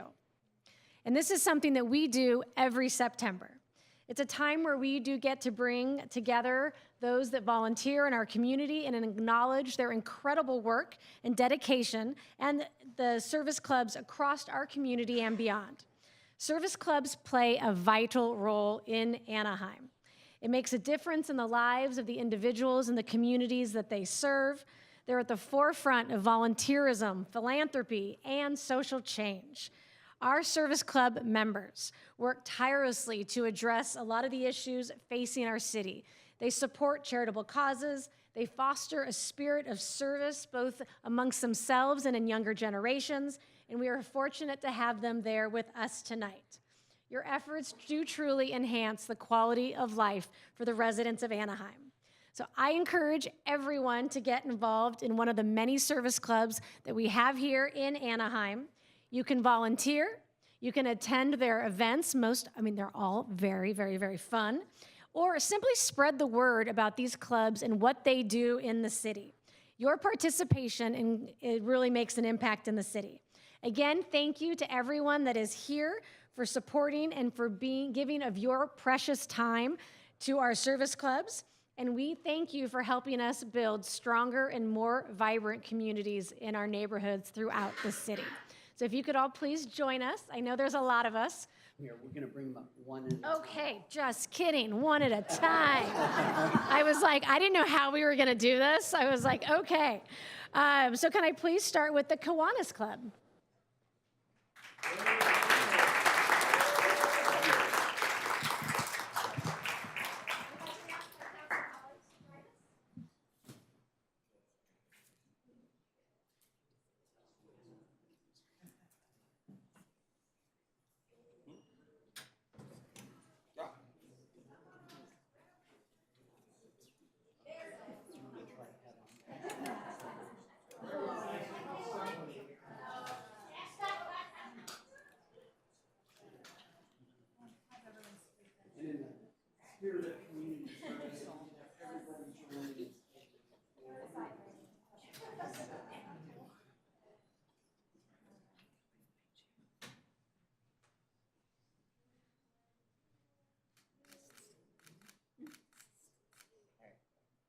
Thank you. Okay,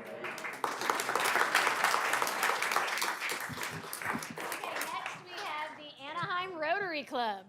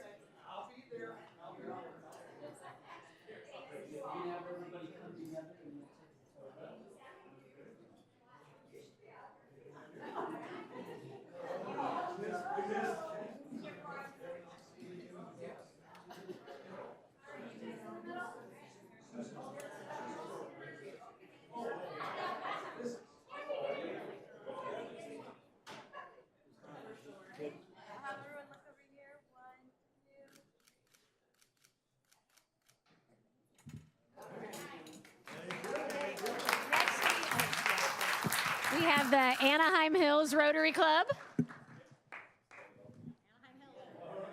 Oh, come on, Anaheim Hill. Yeah, that's what I'm talking about.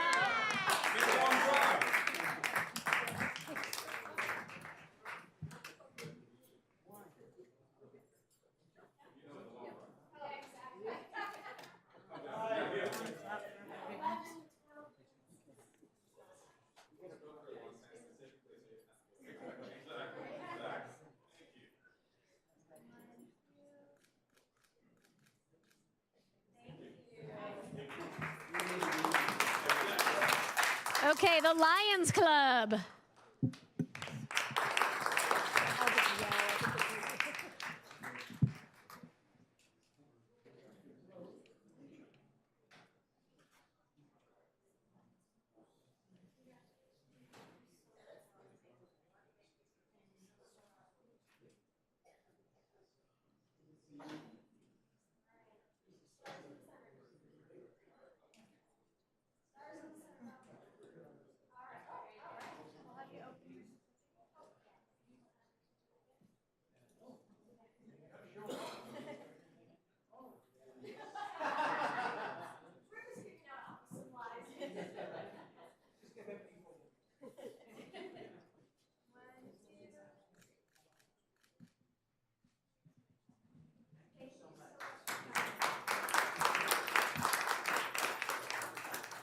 I'd like to now call up Anaheim Beautiful.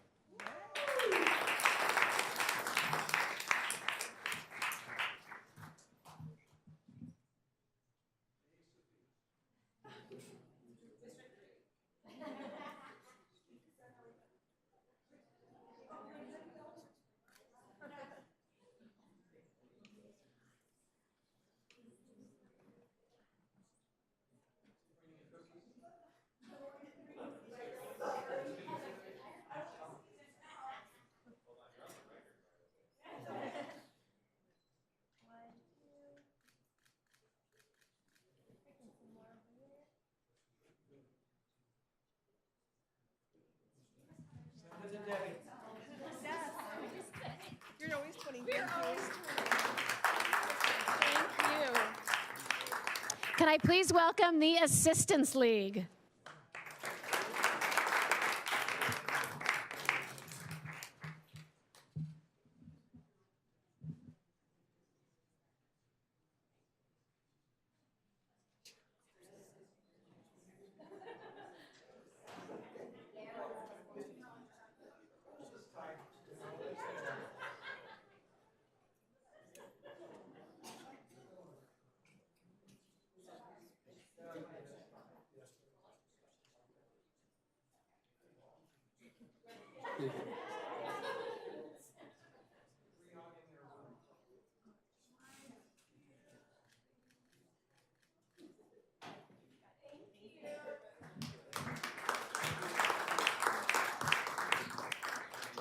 The E-Bell Club.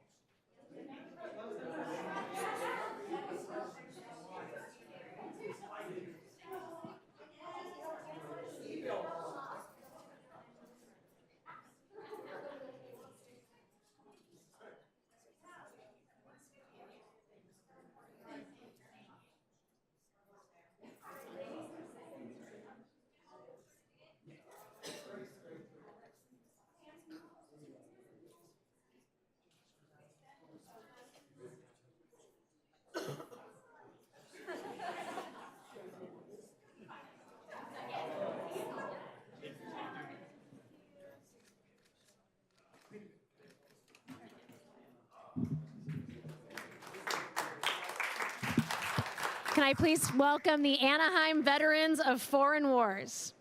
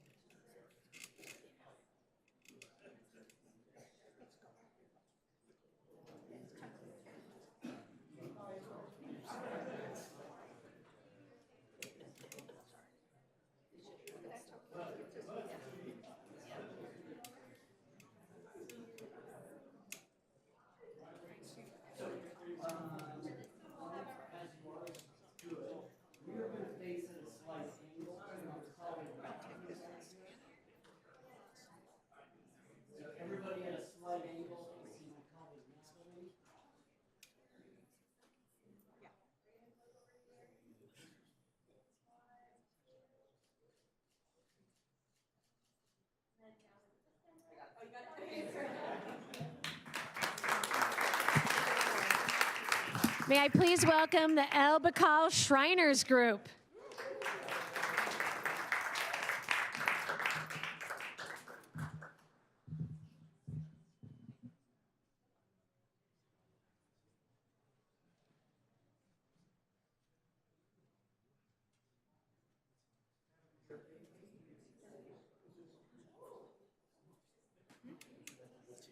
Those hats.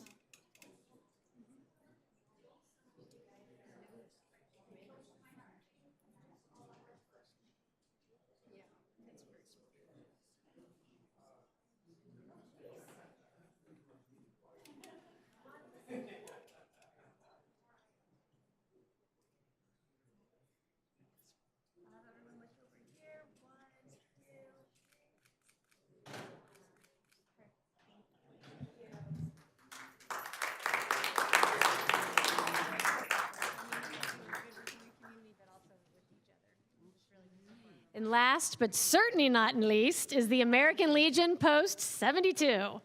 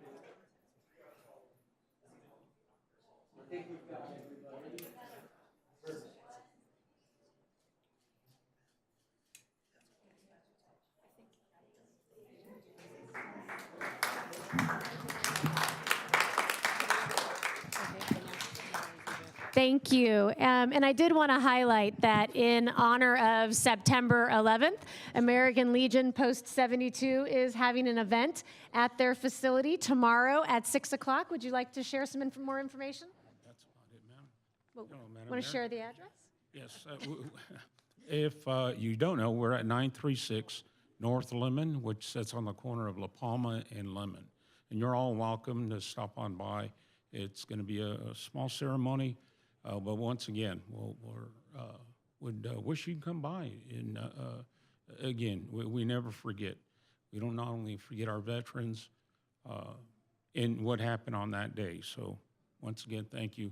God bless you, and God bless America. Thank you.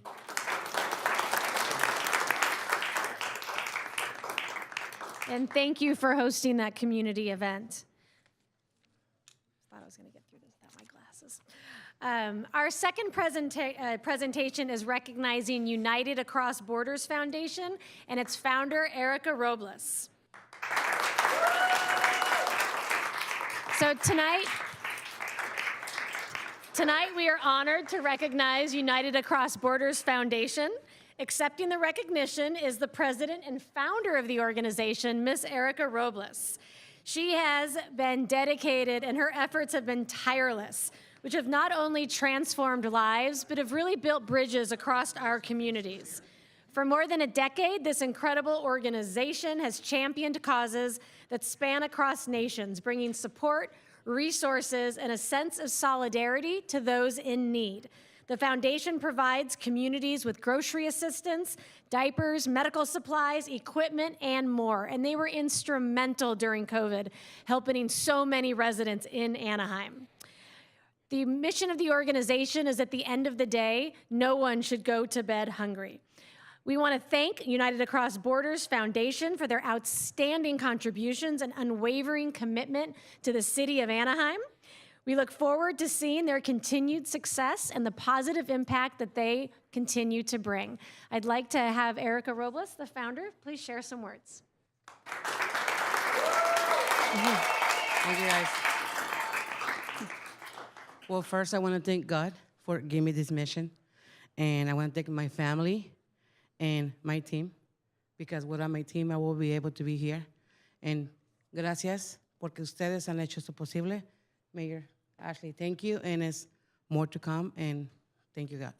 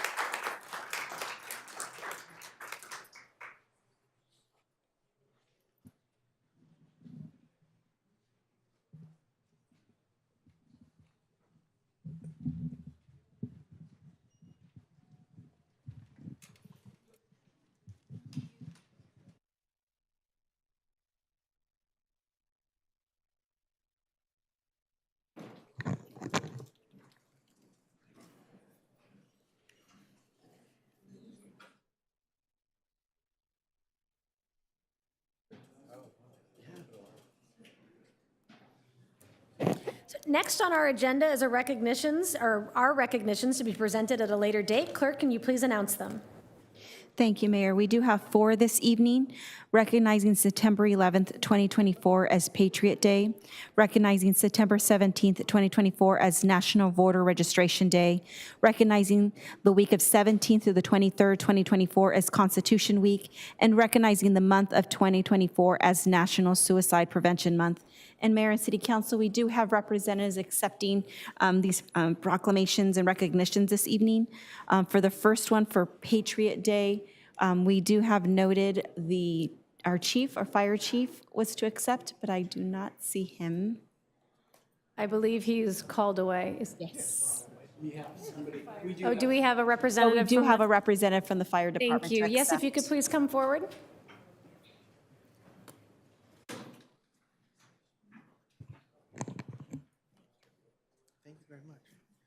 Thank you so much on behalf of Fire Chief Russell, we appreciate this very much. Thank you. And please know that I know I speak on behalf of the council, our thoughts and prayers are with all of you that are out there fighting all of those fires. Please all come home safe, and we're going to keep you and your families in our prayers. Yes, ma'am. Thank you so much for the support. It's been very busy for our members of Anaheim Fire and Rescue, and they're out there doing great work tonight and again tomorrow. And we remain fully staffed here in town, so we've got town covered as well. Thank you so much.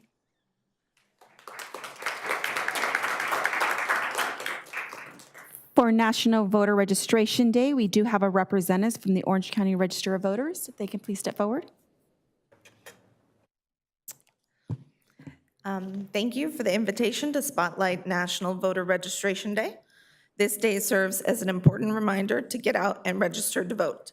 We would like to take this time to encourage anyone who is eligible to register to vote to go out and do so today.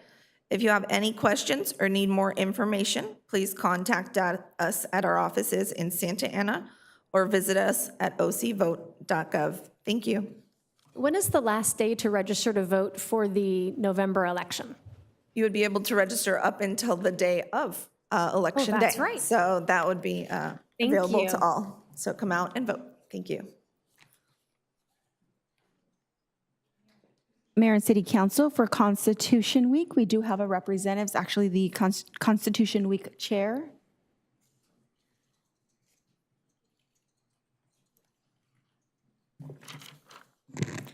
Thank you, Mayor and council members, for proclaiming September 17 to 23rd as Constitution Week in the city of Anaheim.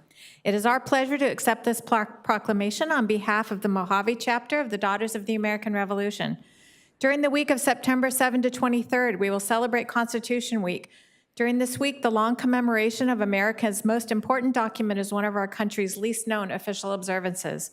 Our Constitution is a testament to the determination of Americans to maintain their liberties and freedom and to ensure those unalienable rights to every American.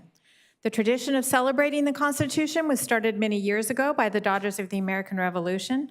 The aims of the celebration are to emphasize citizens' responsibility for protecting and defending the Constitution, reminding the people that the Constitution is the basis of Americans' great heritage and the foundation of our way of life, and to encourage the study of the historical events which led to the framing of the Constitution in September of 1787. Thank you again for proclaiming the week of September 17 to 23rd as Constitution Week in the city of Anaheim. Thank you.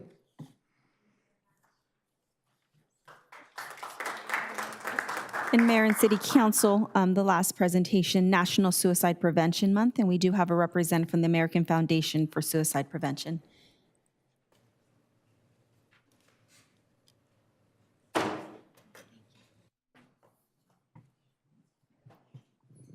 Thank you, Mayor and council members.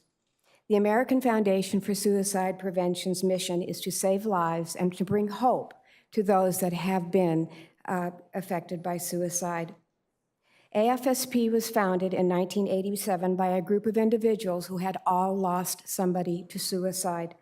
And their aim was to find out why people were killing themselves.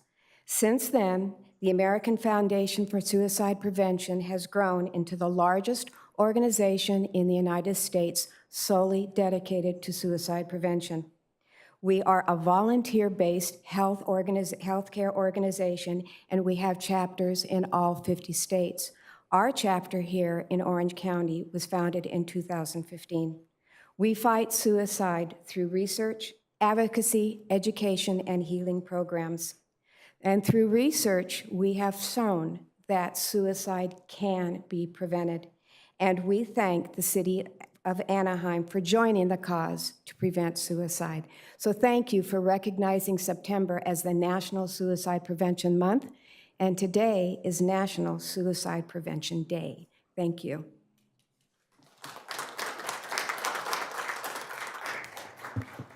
Thank you. Oh, yes, please, council member. In light of what the function that we're going to have tomorrow from our those who fought for us, and in light of Patriot Day, I'd like just to remind everybody here that 9/11, the effects of 9/11 touched Anaheim directly. The pilot on Flight 77 was an Anaheim High School graduate. Chick Burlingame, class of 1967, attended with my wife Susan. And Susan remembers him quite clearly. And so while we look at this tragedy sometimes from very distant perspective, it very much did indeed touch our own city of Anaheim. And again, sometimes we don't know how things nationally affect us at home, but here something did. And I just, Madam Mayor, thank you for allowing me just to remind ourselves that we lost a son to this. Thank you. Thank you so much for those kind comments. Madam Clerk, are there any additions or deletions to tonight's agenda? Mayor, there are none. Can you please outline the public comment procedures and call forward the first several speakers addressing the agenda? Thank you, Mayor. There will be 2 public comment periods with speakers having 1 opportunity to address the City Council. This first public comment period is 90 minutes or until all agenda item speakers have been heard. Any time remaining of the 90 minutes will be provided to speakers who wish to speak on any non-agenda related items, but within the council's jurisdiction. The second public comment period will be opened by the mayor if any non-agenda item speakers were not heard during this first public comment period, and will be open at the end of council business. The time limit for public comment is 3 minutes per speaker. Those wishing to address the City Council must complete a speaker card, which is available at the back of the council chambers. The name and contact information requested on the speaker card is optional. Any unidentified speakers will be called to speak by a speaker card number. At this time, I'd also like to announce that Spanish interpreting services are provided at each and every City Council meeting. Simultaneous Spanish interpretation is provided through the use of headsets, and consecutive interpretation is available to anyone who would like to address the City Council. For translation services in other languages, we ask the residents and community to please contact the City Clerk's office at least 48 hours prior to the scheduled meeting. At this time, I'd like to introduce our interpreter who will make the same announcement in Spanish. Buenas tardes, good evening everybody. Buenas tardes. La interpretación simultánea al español se ofrece por medio del uso de audífonos y la interpretación consecutiva de español al inglés. También está disponible para cualquier que desea dirigirse al ayuntamiento. Para servicios de interpretación en otros idiomas, comuníquese con la oficina de la ciudad o City Clerk cuando menos 48 horas antes de la junta programada. Gracias. Thank you. At this time, on behalf of the City Council, we would like to remind the public that Anaheim remains committed to freedom of speech, and we ask that speakers address the City Council with civility and refrain from making personal, threatening, abusive, slanderous, or profane remarks towards any member of the council, staff, or general public. We appreciate you reflecting this spirit when you speak. The time now is 6:06, with the 90-minute public comment set to conclude at 7:36, or until all agenda item speakers have been heard. We ask for speakers to please line up at the podium once they see their name appear on the projection screen behind me. And Mayor and City Council, we do just have 1 speaker on an agenda item number 16, and that's Victor.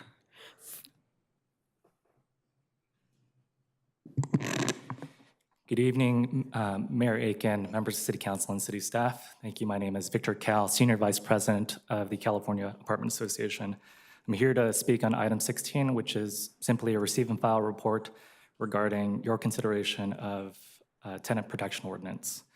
I understand the city is grappling, like many cities, not just in the state of California, but across the nation as it relates to a housing shortage, which has caused great strain on families as it relates to housing affordability.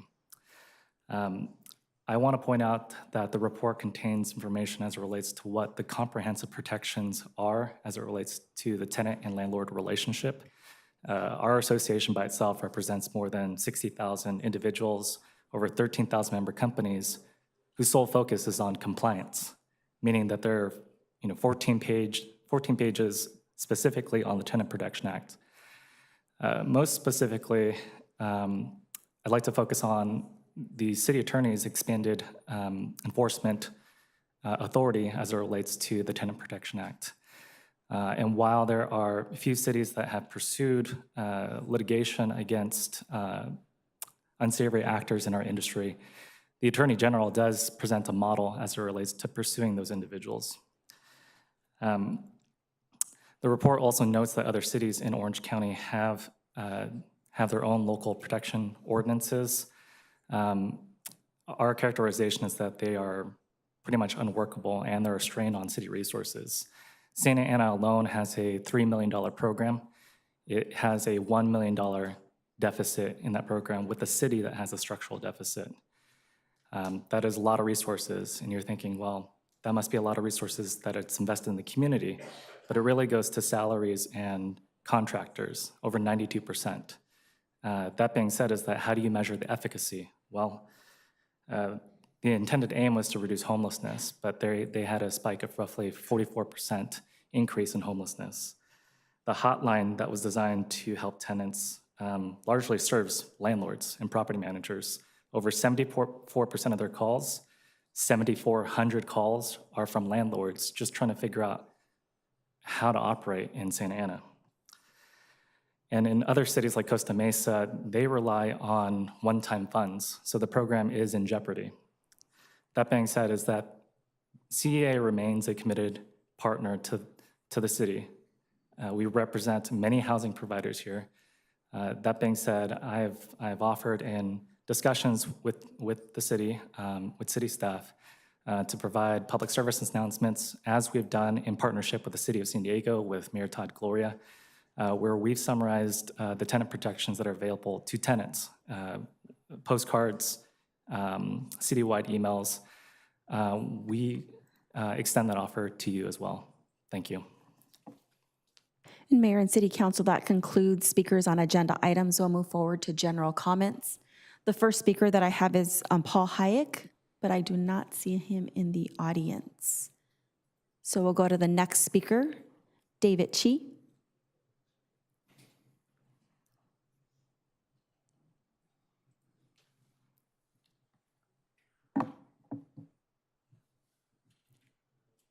Good evening, Mayor Aiken, all council members, and the city staff. Sir, if you can bring the microphone, just thank you. My name is David Chi, and I represent a nonprofit religious organization that was established in 1993 and currently operate the temple called Kaudai Center, Kaudai Temple of Anaheim. And I'm here to ask for the city's help with a court case number INV 2024-00134 for the address at 808 West Vermont in Anaheim. I would like to give a quick background information about Kaudai. Kaudai is a religion that was started in 1924 in Vietnam. And this coming November will be a 100th anniversary of Kaudai. And the Kaudai faith taught us that we are all from God. And if we practice love and justice and compassion, then we'll have peace and heaven on earth. So one way for us to do that is to take care of each other. It's just like the teaching of Jesus, love thy neighbor. So that's what we've been doing. The Kaudai Center help others to be well physically, mentally, and spiritually. We advocate for religious tolerance and inclusivity. We have had many seminars over the years to work with people, friends of different religions, such as Christians, Buddhists, Muslims, Sikhs, and other religions, and we share Bible teachings, and we attended interfaith gathering to study religious Bible to understand each other better and have more tolerance. We taught kids how to exercise, to meditate for good mental health. We offer help to the local neighborhood kids, homework help so that they can do better in school and they can have brighter future. Monthly,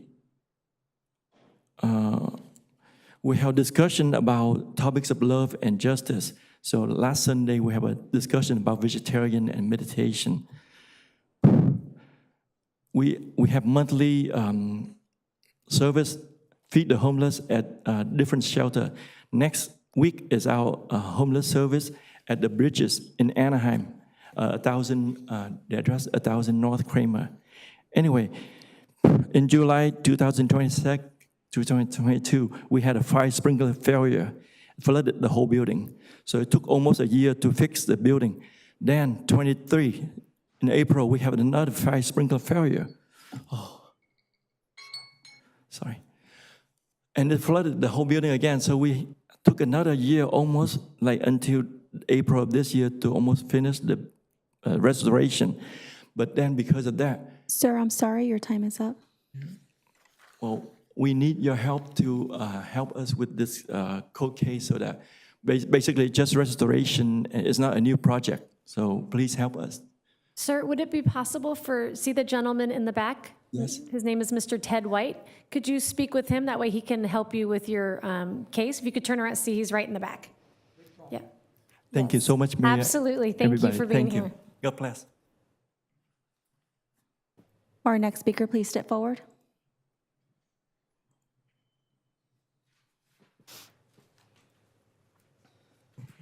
Good evening. My name is Dan Scanlon. I am a resident of Anaheim, have been for 45 years, and am very proud of that. I'm very proud to tell people where I live.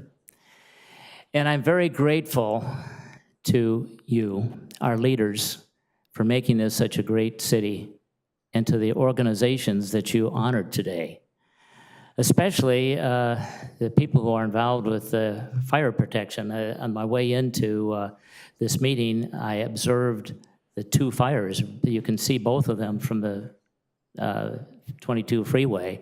It's incredible, the amount of smoke and damage that's occurring right now, and I thank you for honoring these people.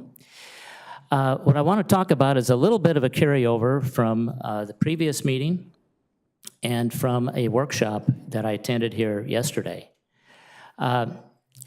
We recognize, as residents of Anaheim, that Anaheim must produce more housing. We support that, and we agree with it. But we do ask that you consider some of the dangers that would occur from too much growth too fast. It's kind of like, you know, we all need a drink of water to live, but if we try to drink from a fire hose, it could kill us.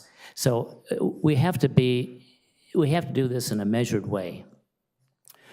As an example, you probably are all aware of a developer that's wanting to put 500 units onto one road, which is Santa Ana Canyon. That is the only road that is accessible to thousands of people in the event of an evacuation. And to put another probably 2,000 people onto that road in the cases of an evacuation could kill people. And so we think that, yeah, the developer could certainly develop housing there, but not that much. I mean, it's too much in a concentrated way. So one of the things that came up yesterday in the workshop was, well, we won't cause that much of a problem for evacuations, even though we know it's impossible to evacuate that number of people in addition to the other people. Is it? Well, we won't cause a problem because we're going to have the people harbor in place. They won't evacuate. We'll just hunker down and, you know. Sir, I'm sorry, your time is up. When you look at all of the smoke that is coming from the existing fires, there's no way you're going to survive this smoke. Thank you, sir. I want you to just consider those things. We thank you you. very much, and we appreciate what you're doing. Thank you very much. All right. Thanks for coming. Will the next speaker step forward?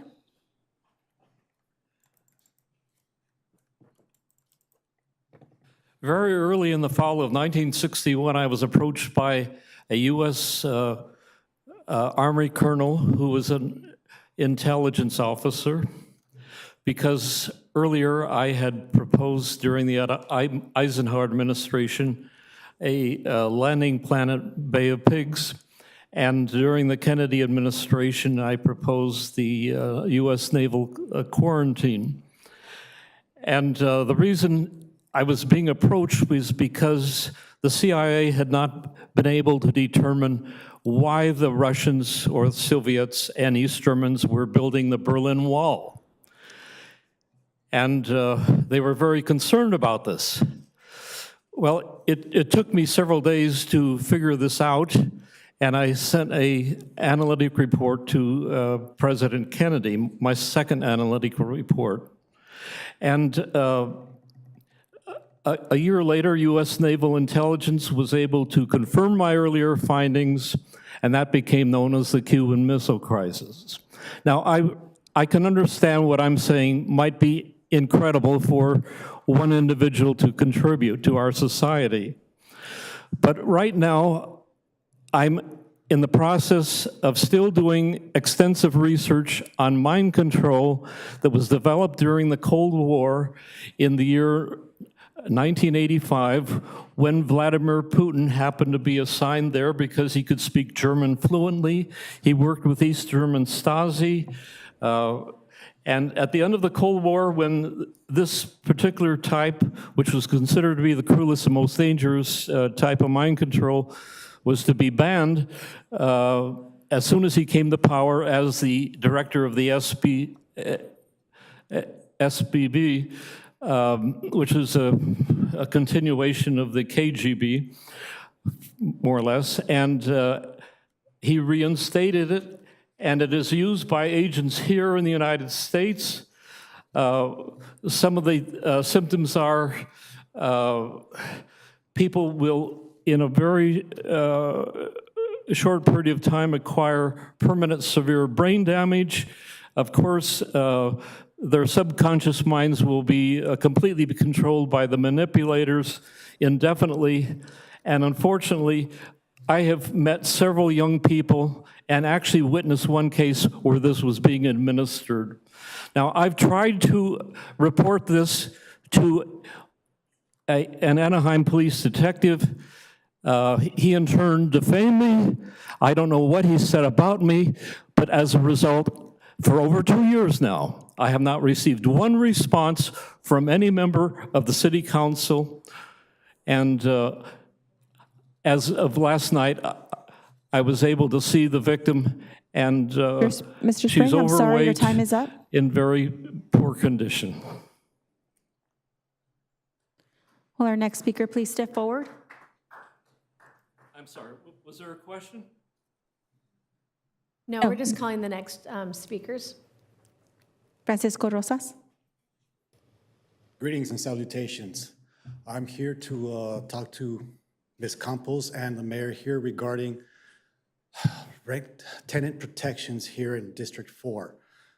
As all of you have may know, because the petition has come to each one of you in the past regarding the developments, current developments of old apartments being renovated and the tenants being evicted, being told that they can come back to a freshly new renovated apartment, and they end up being evicted because they put in someone else at a higher rent.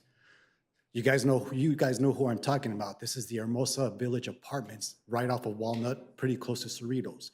I know you guys have gotten a memo about the abusive tenants, the abusive landlords that are there, because I've spoken to quite a few residents that still live there that have come to you guys asking for help, but all you guys did was forward them the 800 number to call, and all they get is voicemail, no response, no nothing.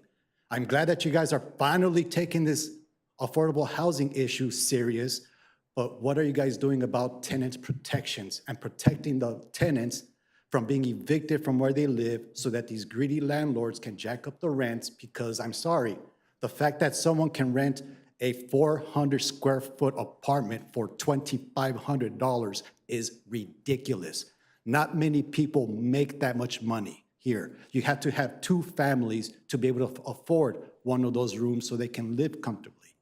What protections are you two and the rest of the council going to do about enforcing tenant protections and keep people from being evicted and causing this 44% spike in homelessness in our city. We have a city that has enough resources that there shouldn't be a homelessness issue. There shouldn't be a lack of affordable housing. This should be a thriving city. But the only city that thrives is a block of Harbor and Catella. If the rest of Anaheim looked like that corner, we wouldn't have an issue. But because none of you here enforce local laws, no one here does anything to do something about affordable housing.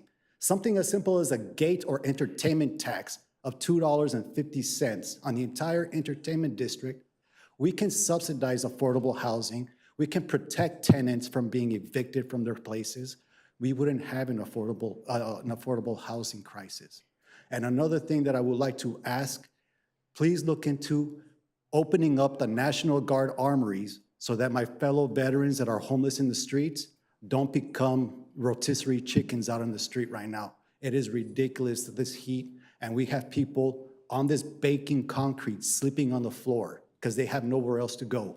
Because if they sleep on the bench, they get arrested. Sir, I'm They go sorry, sleep your in the time park, is- they your get time is up. arrested. So please, this is an urgent issue. Please look into this. Thank you. Our next speaker, Brian Kay.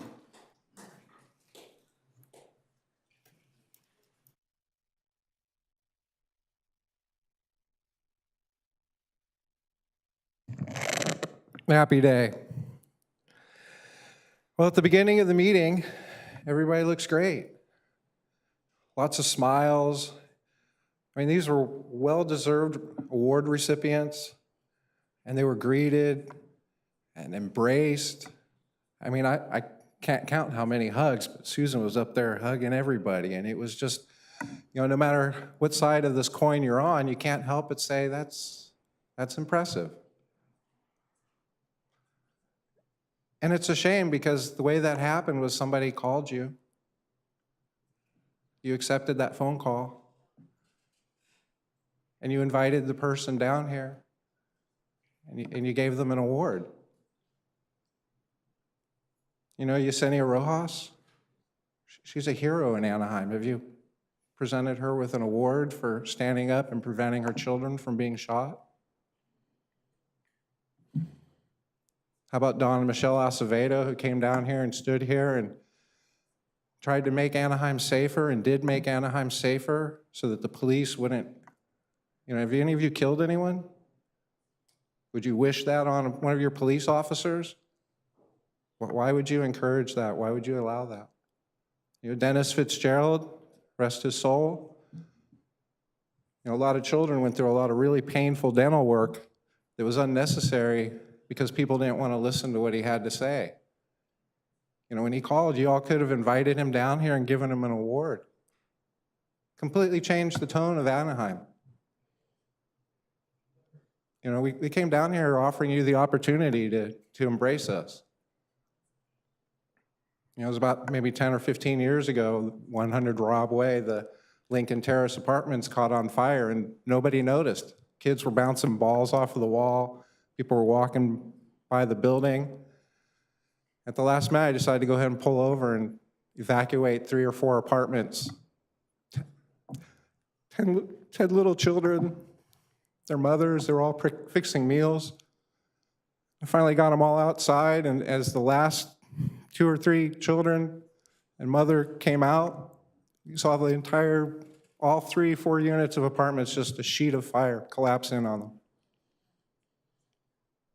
And there's an opportunity for you to say something nice to me.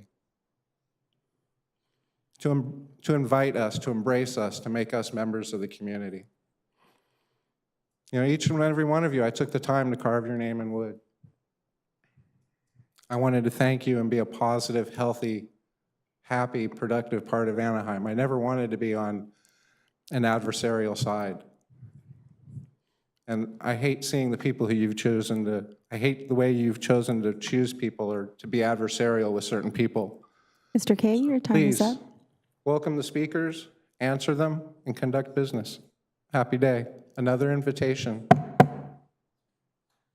We have the next speaker, please step forward.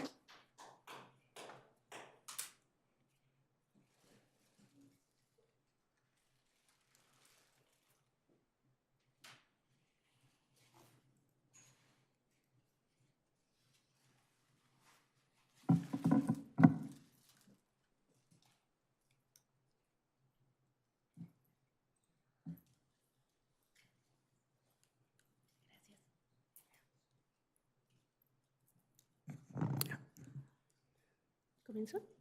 Sí. Hola, hola, buenas tardes, alcaldesa, concejales y demás miembros. Mi nombre es Amy Arellano, resido en Anaheim desde hace más de 17 años. Soy del Distrito 3 y de la East Balsam. También estoy conectada con el Distrito 5 a través de mi escuela y la comunidad con el señor Fassel. Y estoy aquí ahorita para hablar de la limpieza de nuestro vecindario. Desde julio hemos estado reportando la necesidad de recoger objetos luminosos a través de la aplicación My Anaheim. Aunque se nos indicaba que ya se había hecho, en realidad no se había cumplido. Hablé con Jorge y compartí esta preocupación y finalmente la semana pasada se recogió la mayor parte, aunque quedaron 3 objetos. Agradezco la ayuda y esto fue después de haber asistido a la reunión de la semana pasada, aunque lamentablemente no sabía que era en inglés aquí con la concejal Rubalcaba. Solamente le pido que en las reuniones futuras nos especifique en qué idiomas se llevarán a cabo, aunque puede usar mi traductor de mi teléfono, otras personas no tuvieron esa oportunidad, así que se perdieron información muy importante. Le pido a la concejal Rubalcaba que al organizar estas reuniones nos los especifique, es muy importante para nosotros. Y para que podamos participar adecuadamente y nos sientamos que pertenecemos y que somos parte también, y para que solucionemos nuestros problemas. Les agradezco su apoyo y su atención. Muchas gracias.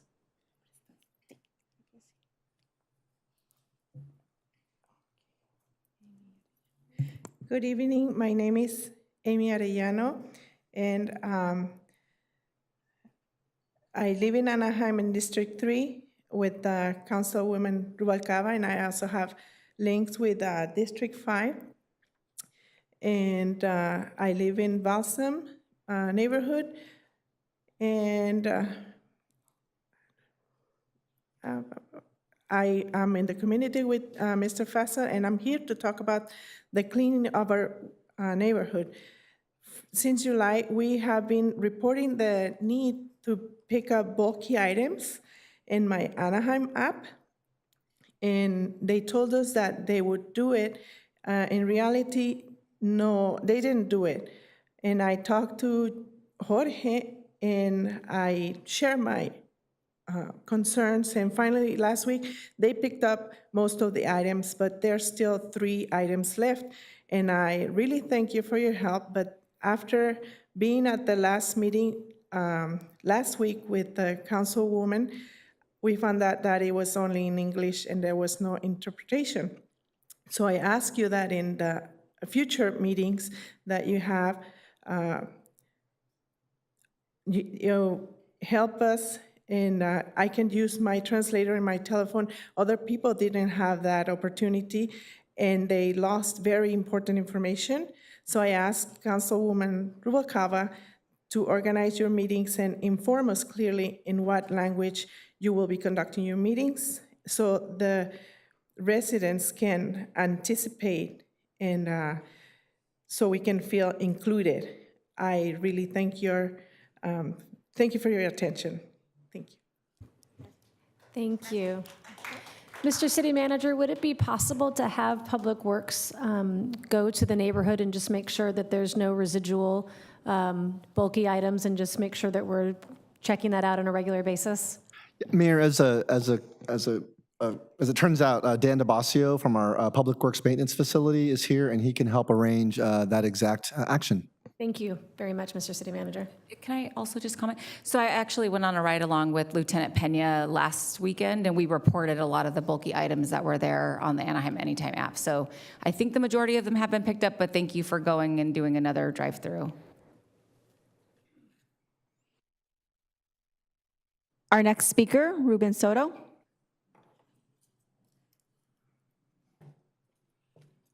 How y'all doing? This is a verse from Romans 13, 1-7. Submission to governing authorities. Let everyone be a subject to governing authorities, for there is no authority except that which God has established. The authorities that exist have been established by God. Consequently, whoever rebels against the authority is rebelling against God, has instituted, and those who do so will bring judgment on themselves. What all your cops and family law did to me is bringing judgment on themselves. They did me wrong. Okay? For rulers hold no terror for those who do right, but those who do wrong, do you want to be free from fear of the one in authority? Then do what is right, and you will be commended.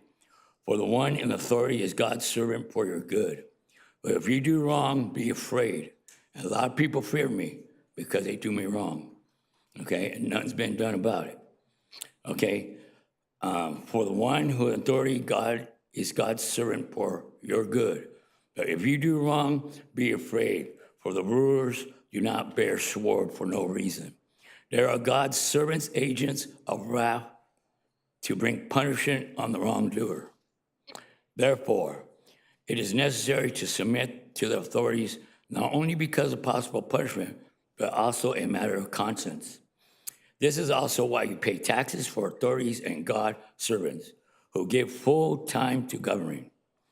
Give to everyone what you owe them. If you owe taxes, pay taxes. If revenue, then revenue. If respect, then respect. If honor, then honor. And there's over 100 verses in the Bible that says about drinking and drugging. I'm clean and sober. When I went to these churches, I was clean and sober. And what they did to me was wrong. Family law took everything away, my daughter away. But you know what? That's all on you. Everybody in the courthouse over there, they all fear me. Now the ladies, they like me because I fight for your rights. Because you men are teaching them the Bible wrong. You're part man. With a man's rib, you were created. Okay? So now I get attacked. I had to buy these because I can't carry a weapon. They say I'm mentally ill. Well, it's because of all what you do to me. I have to wear these to protect myself because they send a lot of assholes after, excuse my language, so I call them to attack me. I don't back down. I live in my car, but your cops, everybody's doing this shit to me. I don't like it. You know? That's all I got to say. Thank you. The next speaker I'm going to call, I see if he's still, I don't see him in the audience, Paul Hayek. So we'll go to the next speaker, Mayor and City Council, Mark Herbert.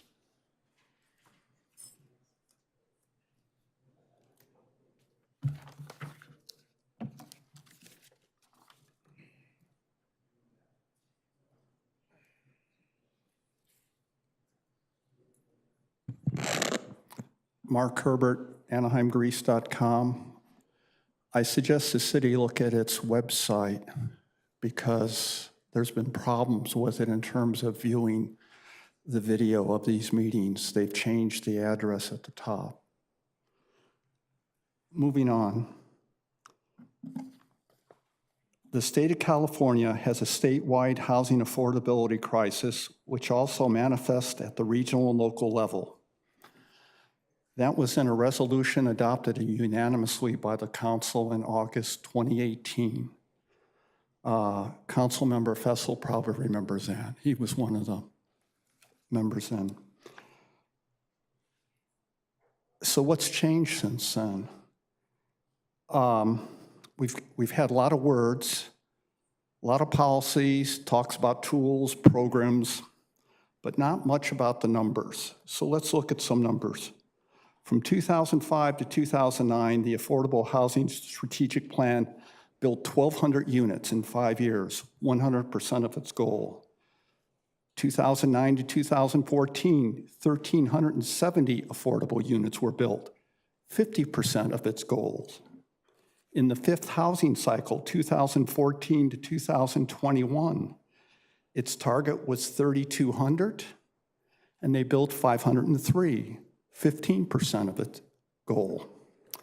And in the sixth housing cycle, we're in the third year now, it has a target of 91 affordable units, and they've built 498.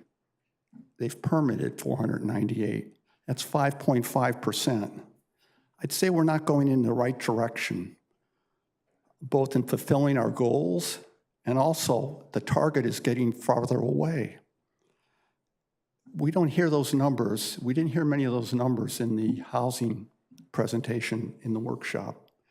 The other numbers we don't hear about is the funding. We hear words about programs, tools, matching funds, trust funds, policies.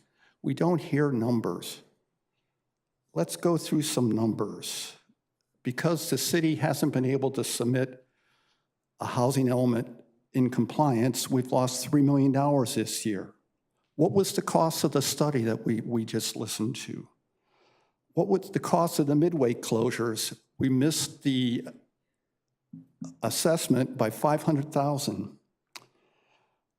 And matching funds, we just don't hear about anymore ever since Disney quit talking about them during their presentation.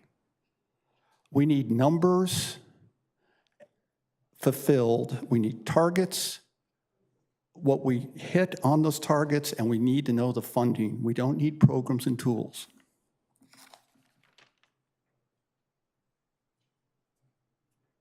And Mayor and City Council, that concludes our public comments in persons. Noting for the record, we did receive 6 general comments electronically. Those were distributed to council as well as posted on the city's website. Thank you. We will now close the public comment portion of this meeting and move to council communications. Do any council members have items to share? Start with Mayor Pro Tem Kurtz and then Councilmember Leon. Thank you, Madam Mayor. First of all, I'd like to request that we adjourn in the memory of William O'Connell Sr., who I just learned a little bit ago passed away this past weekend. I will comment more on his contributions to our city in our next meeting, because I'm not prepared to do that today, but I do want to acknowledge that he's a great member of our community and will be sorely missed. We can go on to slides. I don't know what I have up here. Rather than talk about what's going on, I want to talk a little bit about our city employees that are working out in the heat in Anaheim. I know in my driveway yesterday it was 113 degrees. And we've got crews that are working outside in that heat. This is Public Utilities restoring service to customers whose lights went out in District 4. I want to thank our general manager for going out on Sunday night at 10 o'clock or so, just to make sure that they were able to charge their phones so that they can call out for an emergency if they needed to. This is the kind of employee that we have in Anaheim. Next one. Our fire and rescue. I want to thank them for their efforts. These firefighters, these Anaheim firefighters, are deployed to the Canyon Fire, I forget what it's called, but Airport Fire, thank you. They're there helping our community. The rest of the firefighters are in our stations because our stations are fully manned, and I want to thank them from the bottom of my heart for what they contribute to our city. I also want to thank their families, because while the firefighters are gone, their families are without that parent. And so the sacrifice is indeed deep. Again, thank you for your bravery. Thank you for this service. I really am proud to say that I live in Anaheim when we have employees like this. I think I have one more. May have 2 more. Public Works. Just an idea. We got Public Works is out there in the 115, 113 degree heat, trying to do the things that need to be done in the city outside in the heat. There's another picture. There's another photo, I think. I love it. Rising to the heat, always there. Anaheim Public Works. Want to thank them. Want to thank our code enforcement officers who are out there also park rangers, any of our employees that, while we've been hunkered, at least I have, been hunkered down, trying to stay in an air-conditioned place, these folks are out. And just want to thank them from the bottom of my heart. They are out there helping our residents, making sure our city is safe, it's working, lights are on, water's moving, parks are clean and safe, and police officers keeping us safe in this heat. So again, thank you to all our employees. Thank you. Councilmember Leon and then Councilmember Fussell. Thank you, Madam Mayor. I want to echo Mayor Pro Tem on thanking our Anaheim firefighters who are helping to support in Trabuco Canyon. I think 36 Anaheim Fire Department personnel are out there assisting our neighbors, so we really appreciate all of their efforts. And as you said, Mayor, we hope for a safe and prompt return back to the city. I think in addition, OC Animal Care, for anyone that's watching or knows folks in that area, OC Animal Care is also open to house dogs, cats, and small pets for OC Animal Care Service Area residents that are under mandatory evacuation orders. The shelter is located at 1630 Victory Road in Tustin. You can find additional information at ocsheriff.gov/airportfire. Thank you to our Anaheim Public Utilities team for popping up at one of our District 2 neighborhoods near Nutwood to provide free security lights for their home. I think APU gave out 40 security lights in total, which we really appreciate them being out in the heat and helping our neighbors. They've also been working on additional lighting on certain sections of the railroad near this neighborhood. And then this weekend, for those of you that live there, an FYI that there will be a city contractor that's going to be removing trees and shrubs within that future site of Nutwood Park to help out that area. Thank you again to all of the city departments that continue to work on this and other areas in District 2. I want to congratulate all of the graduates of the Emprendedores program. I attended the graduation along with a couple of my colleagues as well. The program is a partnership between the Asociación de Emprendedores and our Economic Development Department, offering Spanish-speaking entrepreneurs vital business tools and information to start their businesses, hopefully here in Anaheim. Congratulations again to all of the graduates, and we wish you success in your endeavors. I was proud to attend the ribbon cutting for the new Jan and Ross Billings Innovation Center at my alma mater, Magnolia High School. This incredible new facility houses state-of-the-art classrooms, computer labs, a recording studio, as well as some offices, all designed to empower students with the tools that they need for success. The future is truly bright, and the opportunities are endless for all the Sentinels of today and tomorrow. So a huge congratulations to Principal Chow, the entire Magnolia High School team, and the district for their ongoing efforts in revitalizing our campus. Just a few upcoming events to invite folks to. We're excited for the unveiling of the Little Arabia freeway signs next Thursday, September 19th at 10 a.m. on Brookhurst. We will be unveiling a life-size replica of the signs that will be installed along the 5 and the 91 freeways. Very proud to have worked on this, and I'm looking forward to seeing you all there. I want to invite folks to invite our active older adults to our second annual Active Older Adult Appreciation event this year. We will be at St. Justin Martyr Church indoors at their parish hall off of 2450 West Ball Road. 2050 West Ball Road. Sorry, I'm sending you all to Magnolia. I'm still excited about the Innovation Center. 2050 West Ball Road on Saturday, September 28th from 9 a.m. to 12 p.m.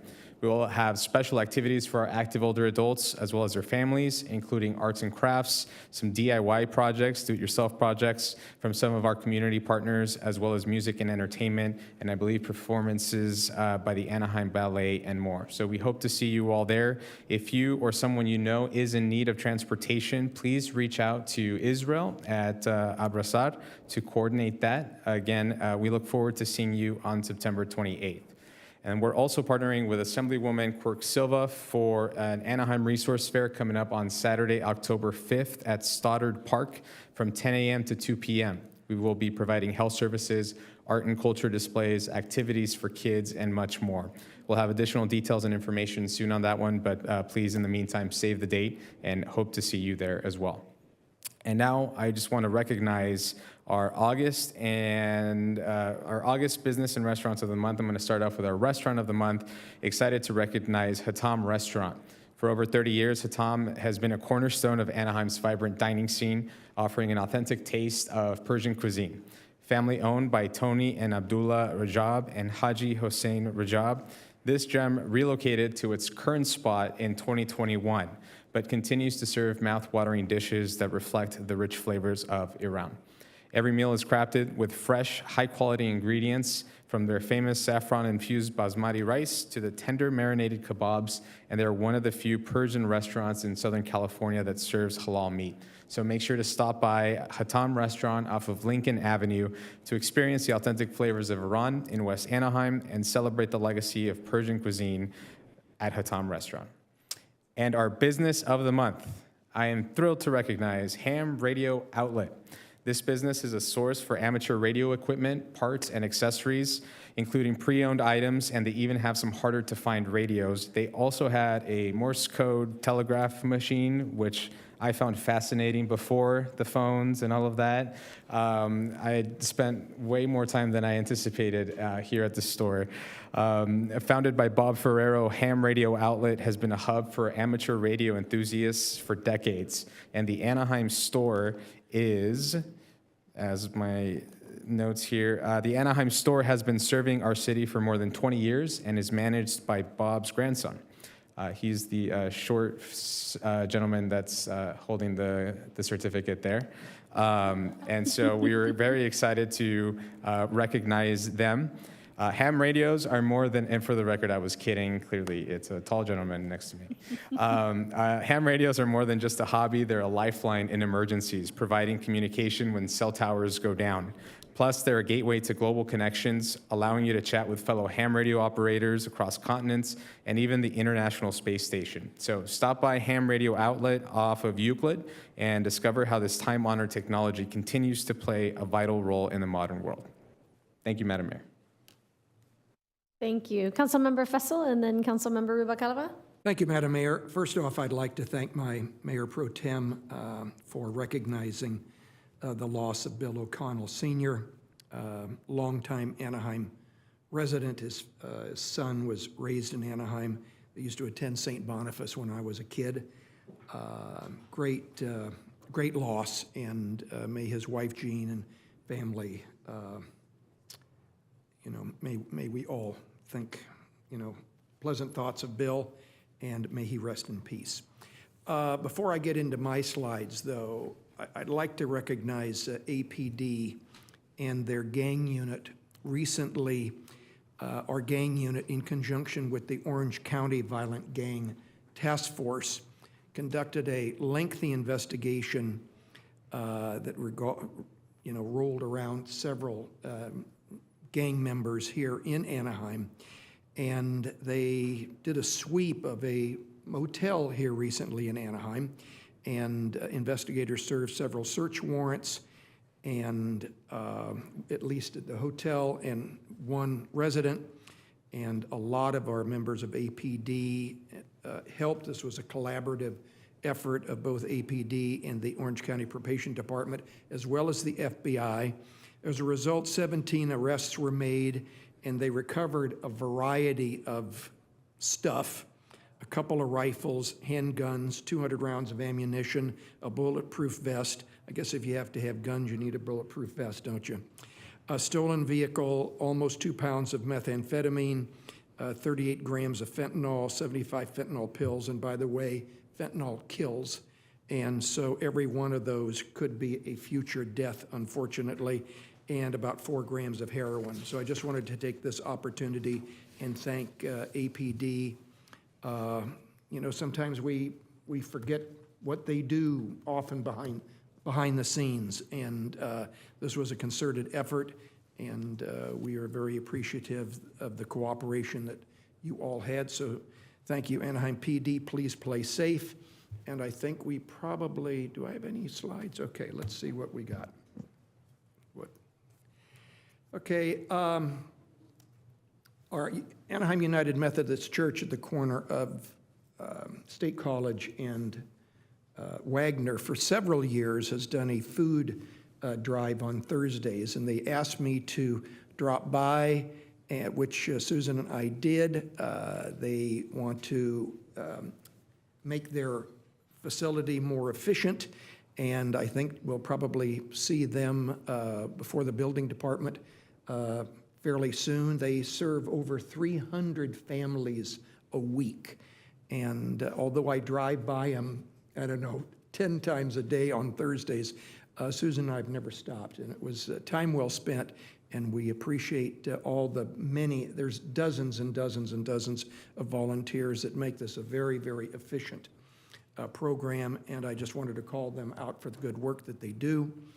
And then we ended up, where'd we go? One more? Okay. Oh, Creative Identity. I think we all know of Creative Identity. They're located over in the old Union Pacific Depot at the end of, over here at the end of, what? Center Street and Atchison, as a matter of fact. They're a therapeutic music and expressive arts program for adults with intellectual and developmental disabilities. And there I am with Dr. Smith.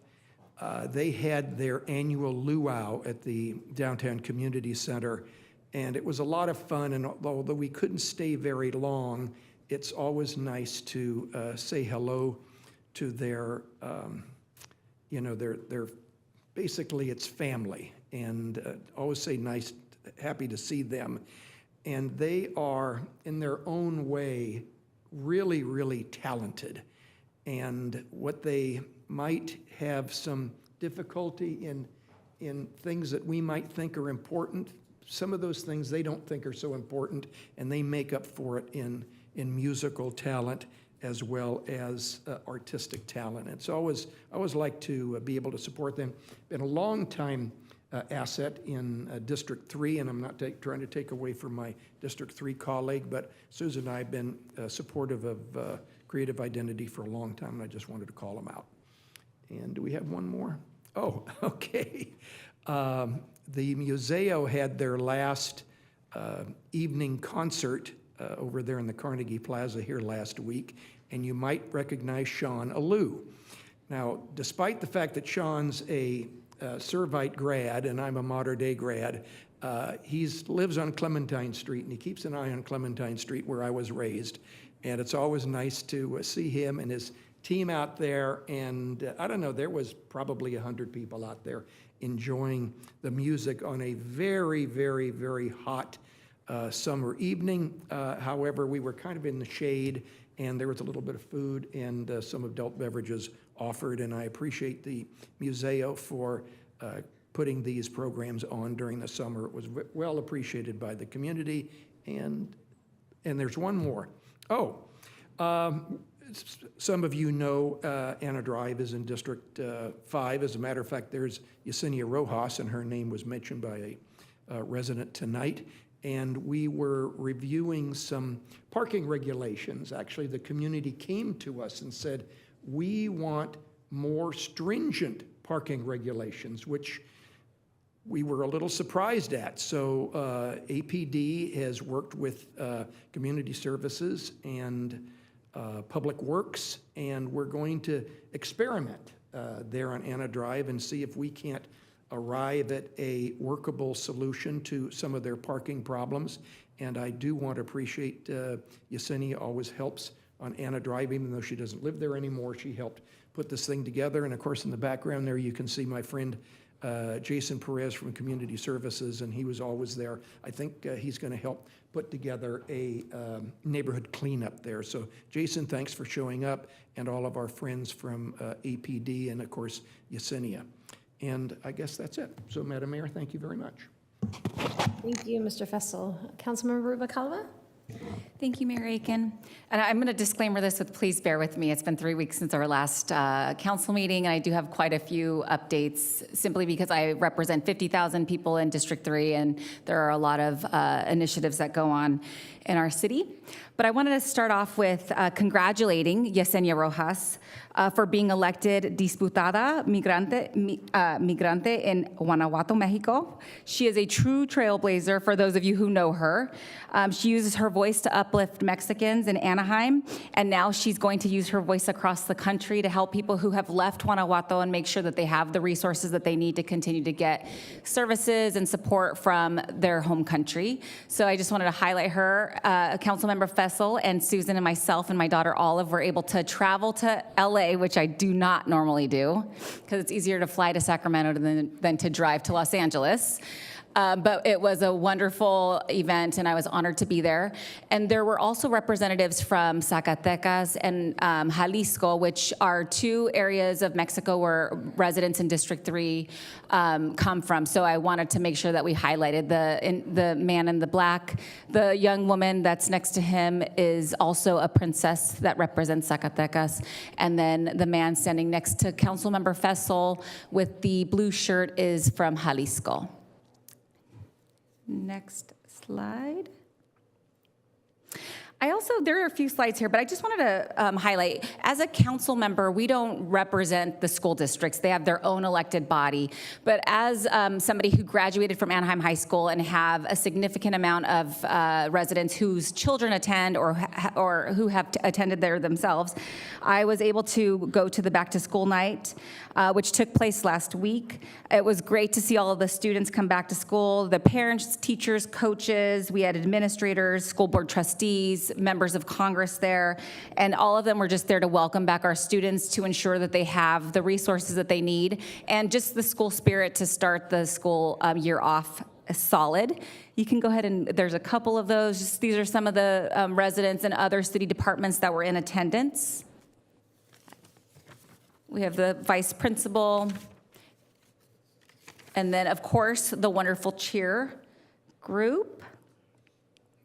Next slide. I'm actually really excited about this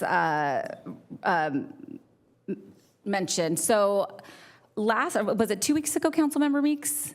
So a couple of weeks ago, Councilmember Meeks and myself had the opportunity to take our city attorney, Rob Fabella, on a ride-along with Anaheim PD's Homeless Assessment Liaison Officers, which also is known as HALO. We visited several encampments in District 3 and across our city. The goal was to see firsthand the growing issues impacting our parks, sidewalks, railways, and other public areas so that we can identify solutions to continue tackling this growing public safety problem. Lieutenant Yepes and Sergeant Pardo shared detail on the work they are doing in the community, which includes 2 outreach teams to address housing, substance abuse, and mental illness in our city. They are also working with Union Pacific to clean up and conduct enforcement on railroads, deploying Anaheim litter removal teams on our state properties and freeways. They are collaborating with other city departments, including but not limited to Public Works, code enforcement, and then contractors such as Lion Security to quickly tag and dispose of abandoned property. Although we still have a lot of work to do, I just wanted to highlight this because there is a significant amount of investment and effort going into the growing encampment issues that are not only plaguing District 3, but various districts across the city. So I want to thank our city attorney for taking the time. It was a couple of hours that we were able to go around District 3, and I believe we went to District 4 and 5 as well. So it was time well spent, and it did give us an opportunity to come up with some solutions that we hopefully will hear at a later meeting. I also just wanted to recognize, so recently, I'm not sure for those of you who are aware, but La Palma Park is in District 3, and it is the second oldest park in our city. It has a history of having a lot of encampments, homeless individuals, and just challenges, which have led to our dog park in that area. But I also just want to recognize the work that's been done. So a couple of weeks ago, our HALO team and other city departments, including Anaheim Fire and Rescue, collectively conducted directive enforcement and outreach services near La Palma Park, where there has been an increase of drug use and sales in the past month. And if you have been in this area. We've had students whose phones have been taken. There are visible sales of drugs taking place. So our Anaheim Police Department has been working really feverishly to make sure that we're addressing these issues. This issue has impacted negatively Vibrant Minds, which is a charter school in the area, and created challenges at La Palma Park and public safety concerns for residents in the surrounding areas. During this cleanup that took place, I believe it was 2 Saturdays ago, officers detained 17 individuals on the sidewalk next to the school. And you can go ahead and show the additional slides, Madam Clerk. 7 subjects were arrested, including 1 for felony sales of narcotics. 5 people were provided detox and housing services. One individual who was an 8-month pregnant female was transported to a hospital for care and housing. The items left behind were cleared by Lion Security, and the area will be cleaned by Public Works. The team then responded to other areas of our city, and since then, as many of our Anaheim Police Department know and members of our community, we can arrest individuals, but they are easily, because of some state laws that are in place, they are released pretty quickly, and they are back at La Palma Park. However, our community police team have been cleaning the park up and making sure that they're going there frequently so that we can continue to enhance our community. Next slide. And this is a real shout out to public utilities, because Duke Cooley doesn't get enough shout outs, but I just want to recognize the fact that we do a significant amount of outreach in my district in particular. This is Pauline Street. We hosted a community meeting and neighborhood safety walk a couple of months ago in this area. As part of the walk, we heard from one of the residents that there were dark spots at their residence, which is their apartment complex. Since she is a tenant, we had her coordinate with her property manager, and we were able to get dusk to dawn security lights that have now been installed in the area. The photos in this image here show the improvements to the property. Additionally, during the walk, she mentioned that the alley behind her unit was also very dark. Public Utilities, not me, installed lights facing the alley east of Pauline. And I just want to mention to Dooku, it's really under his leadership, because he actually attended this walk and was there probably later than anybody else, because he does take his role very seriously. He's one of the people that comes from a place of yes and always looks for a solution consistently. So I wanted to make sure that we did highlight this work. And the resident has mentioned that it has created a significant amount of additional safety measures in the community. As you know, Pauline Street has a growing gang, or has an ongoing gang issue and growing as of recently. So thank you, Dooku. Dooku is everywhere. And my husband does work for Public Utilities, so I'll give him a shout out too. And then I did have somebody mention our district meeting, and unfortunately, we did fail to have translation services there. However, we will consider to have that in our budget for the next meeting. But I just want to highlight the fact that we were able to host a District 3 meeting, and I want to thank all of the different departments that came out. But we did have residents from across District 3, and I'm just going to recognize the different communities, because my district, the heart of the city, is really has a diverse population of not only new developments, but older existing. So we had residents from Anaheim Shores, Emerald Point, the Colony Park, Sage Park area, Rosebush Vine, and other areas in our city. At this meeting, we were able to talk about the cleanups that we're doing in the different areas. Public Works also spoke about tree trimming and the ongoing investment that we have in the infrastructure in District 3, which includes, in the Pauline Rosebush Vine area, it actually includes street paving. We are redoing sidewalks. There's a significant amount of investment that I'm really proud. I was not here when that was approved, but I'm proud that it's happening now in District 3. So I wanted to recognize all of the departments that were there and the residents who attended. So I think I mentioned earlier that I went on a ride along with Lieutenant Pena. It was Labor Day weekend. I have to say, it did make me want to become a police officer. It was one of the most exciting things I've done on a Saturday night in a long time. And I'm just going to highlight a couple of the things that we were able to do. So started the day by attending a pre-patrol briefing, which is where our police officers understand what's going on in the city. There are 3 different shifts that take place, and then they get their assignments and go out. We responded, Lieutenant Pena and I responded to several calls, with 2 of them resulting in 3 arrests. We responded to calls regarding domestic violence, assault with a deadly weapon, which was a car, parking disputes, double parking, car accidents, and park and neighborhood patrols. So in this picture, you'll see there is a fire station that is recognized in District 5, which is Station 5. And the reason why that's in here is because one of the accidents we responded to happened to take place right in front of the fire station, and you'll see that hydrant blew off. So that was one of the things that we got to experience. Nobody was injured severely, so everybody was okay, just a lot of property damage. And then the dumpster here, I know the resident mentioned that on Balsam, there had been a lot of bulky items. One of the things that we did, we visited every impacted area of District 3. You can go ahead and go to the next slide. We visited every impacted area of District 3, which is our lower income communities, which includes Glen Neighbors, Balsam. We also have Pauline, Bushvine, and we were driving through alleyways.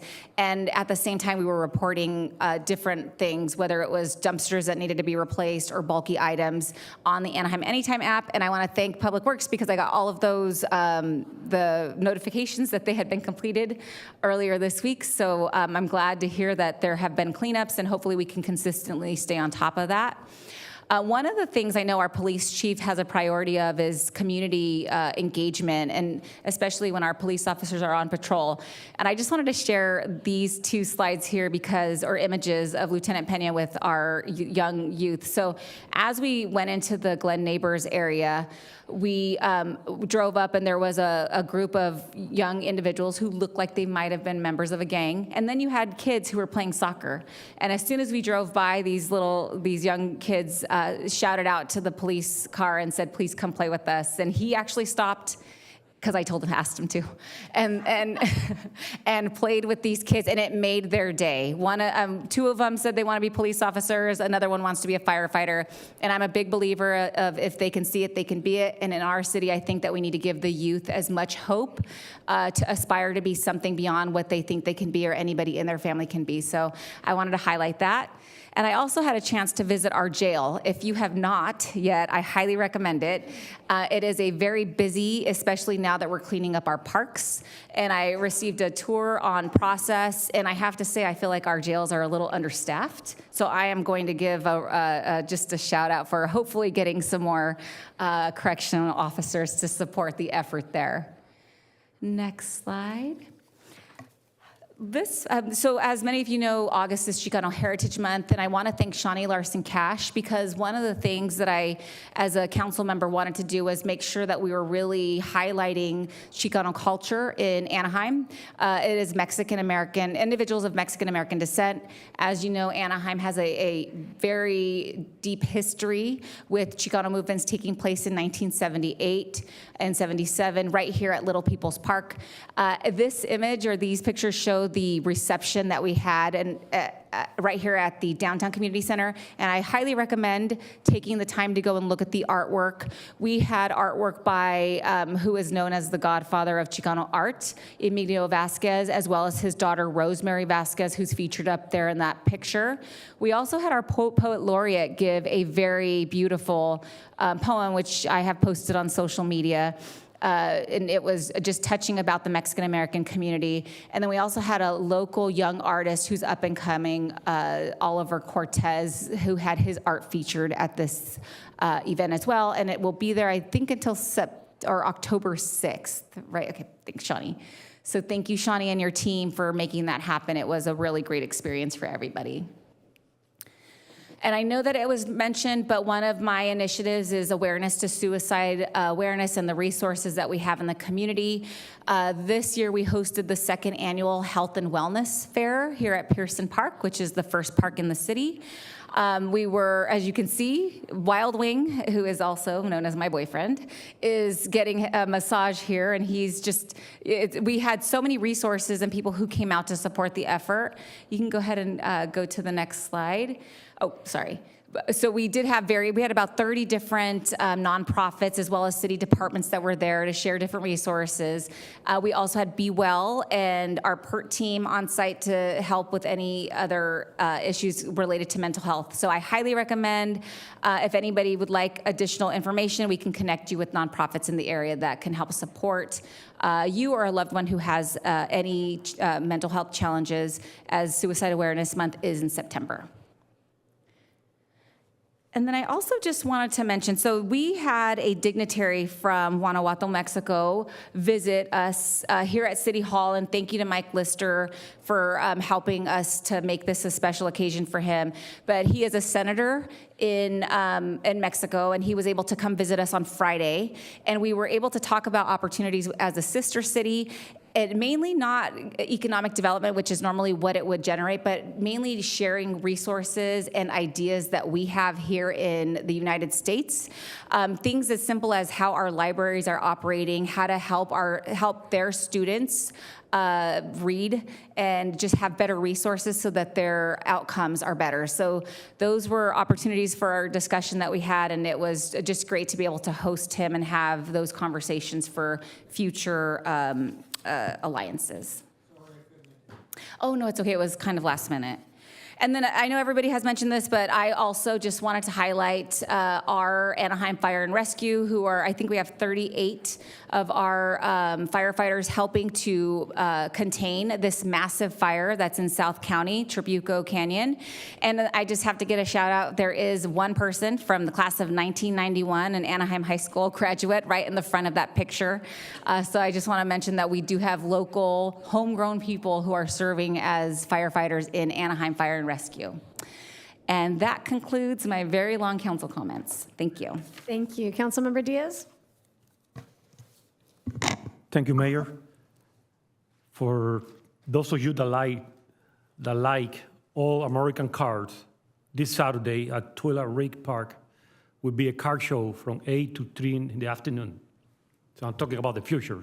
This Saturday, go there and enjoy all well-made American cars. Let's talk about Beach Boulevard a little bit.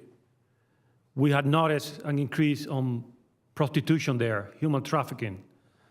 Mayor, thank you so much, because you're pushing and pushing for a better Beach Boulevard. And thanks to you, it's gonna be a strong, not short-term, but long-term address. The police will address. Well, the police and many departments will address this issue, but they're gonna go deep into the causes of this problem. So we're watching Beach Boulevard. Criminals won't have any place to hide. We're going after you. And finally, Mayor, Bill O'Connor was a good friend of mine. Bill, you will be missed. You will be missed, but you're in a better place today. Thank you, Mayor. Thank you. I think that just leaves me. So I think I just have a few slides. Also wanted to make sure everyone knows, and I want to invite everyone in our community to our Mexican Independence Day celebration that's coming to Anaheim for the very first time. This traditional El Grito celebration is this Sunday, September 15th, at the Pearson Park Amphitheater from 5:30 to 7:15 p.m. Again, this Sunday.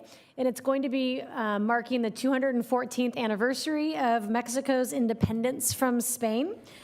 So please join us as we celebrate with a traditional bell ringing ceremony led by the Mexican consulate, who's been an amazing partner working with us to plan this event, followed by musical performances. We hope to see you all there. Next, I just wanted to point out that this weekend we held the very first Disneyland Halloween half marathon. I was, I guess, lucky to participate in both the 10K and the half marathon this weekend, so I had a fun 19.3 miles in the heat. But it's always an amazing experience to go down there and to see so many people in the running community from around the world come to celebrate all things Disney as well as all things running. But I want to really, the way that we make this happen is just a huge shout out to our traffic control officers, as well as our police officers, our firefighters for helping keep our runners on the course, keep our runners safe. We really couldn't do it without all of the help, and of course, our Public Works team for prepping the course before it happened. So thank you to all the runners, the thousands and thousands of runners that came to Anaheim, and thank you for supporting the race. It helps us pay for all of our services, our libraries, our community centers, and of course, our public safety. And an icing on the cake is that Anaheim Community Foundation was the chosen charity by Disneyland. So they were not only the recipient of a $50,000 check from Disneyland, the running community chipped in and they got a $60,000 check, which helps Anaheim kids make their lives better. I did want to highlight that as wonderful as the half marathon was, I was really sad to hear about a loss in the running community of Caleb Graves after completing the half marathon. He was an avid runner, has done multiple Disney marathons and half marathons. He's a 35-year-old lawyer and gentleman living in our neighboring Garden Grove. And I know that his family and friends are navigating a very difficult time, so I would also like to close the meeting in his honor. So moving on to the city manager's report. Mr. City Manager, do you have anything to share with us? I do. Thank you, Mayor, council, members of the public. Some details on our fire deployments. We're proud to report that Anaheim Fire and Rescue is assisting with the fires across the region. Our fire chief, Pat Russell, an industry expert in wildfires, is serving as incident commander for the airport fire here in Orange County. The chief's command staff is handling the department's operation here in Anaheim. For the airport fire, we also have an Anaheim fire strike team made up of several engines and firefighters deployed, of which we saw some pictures tonight. For the line fire in the San Bernardino Mountains, we also have an Anaheim strike team and wildfire engine deployed. Our thoughts are with our firefighters and everyone impacted by the fires. Our community can rest assured that all Anaheim Fire and Rescue stations are fully staffed and ready to respond to any incidents here at home. Assisting on fires is critical. When we face fires here in Anaheim, we will depend on the support of other agencies, both locally and across the region. Anaheim Fire and Rescue, thank you for your service and your leadership. This week, Anaheim Convention Center is hosting RE Plus 2024. RE Plus is the only clean energy event to unite decision makers and leaders in solar, energy storage, hydrogen, EV charging, and wind energy. The event will host 40,000 attendees, 1,300 exhibitors, and 370 educational seminars. And finally, earlier this evening, the city recognized Suicide Awareness Month. This month, Anaheim police personnel are wearing pins on their uniforms in support of Suicide Awareness Month. By wearing these pins, they aim to create discussion about a topic normally kept quiet in public safety. Among law enforcement professionals, there are nearly 200 suicides committed by officers, correctional staff, and dispatchers every year. By wearing these pins, they encourage officers to talk to people and each other and offer resources to prevent these types of incidents from occurring. Thank you, Mayor. Thank you very much, Mr. City Manager. We're now going to address the City Council consent calendar. Items 1 through 14 are before us. Are there any members of council who would like to remove an item for further discussion? Seeing none, may I have a motion and a second to move the consent calendar? I'll make a motion. Or second. Okay, I think a motion from Councilmember Rubicalva and a second from Mayor Pro Tem. Oh, from Councilmember Fessel? Okay. Okay, thank you. Please vote.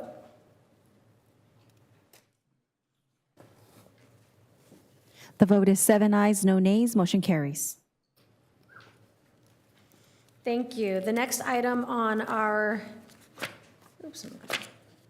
agenda is item number 15, an informational overview of the city's short-term rental program and associated regulations. Mr. City Manager, may we have a staff report? I'd ask for a staff report from Deputy City Manager White, please.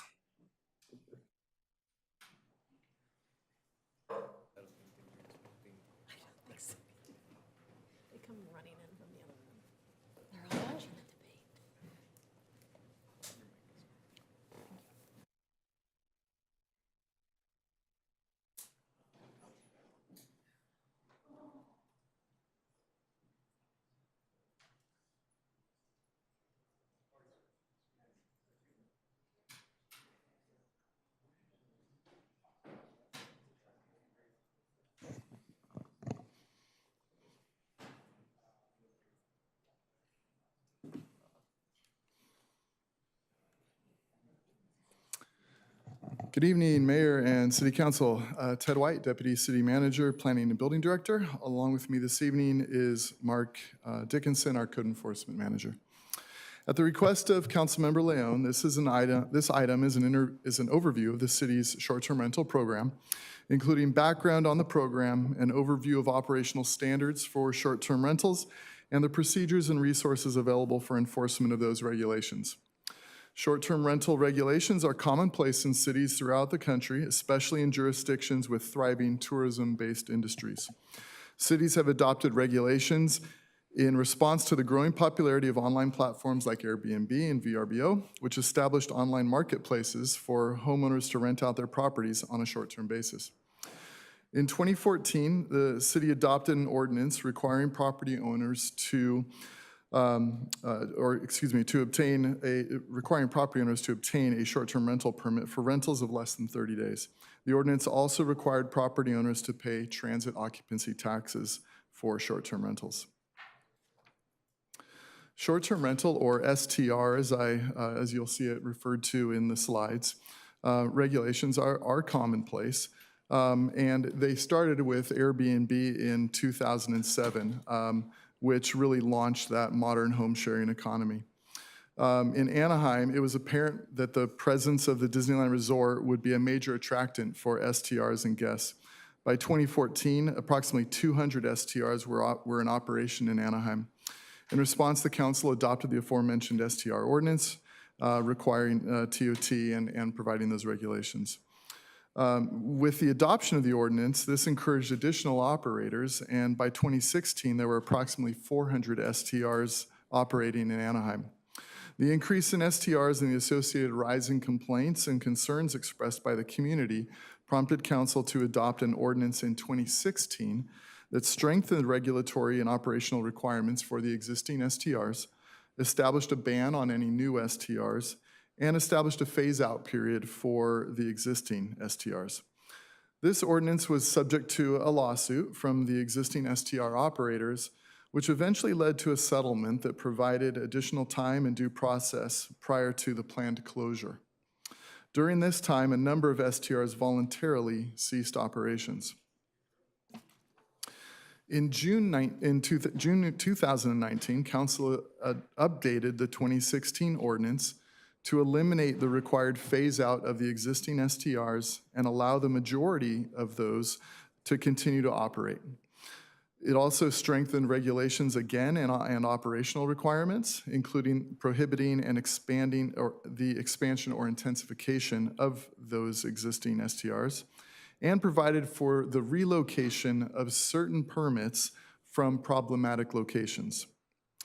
The ordinance maintained the prohibition on the establishment of any new STRs in the city, and the new regulations were really intended to strike a reasonable balance supporting the tourism industry in the city while protecting residential neighborhoods.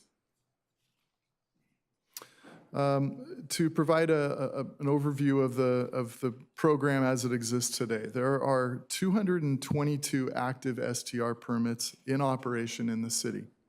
In addition, there are 19 of the permits that were required to cease operations by the 2019 ordinance that are eligible to be relocated to other properties in the city. So it's a permit that exists on paper but hasn't been applied to a property yet.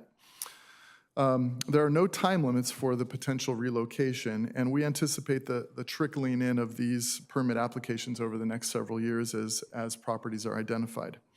This makes the total potential number of permitted STRs in the city 241, and that would be the cap. As mentioned, STR operators are required to pay 15% transit occupancy taxes based on their gross revenue of the rental, the same as other hotels and motels in the city.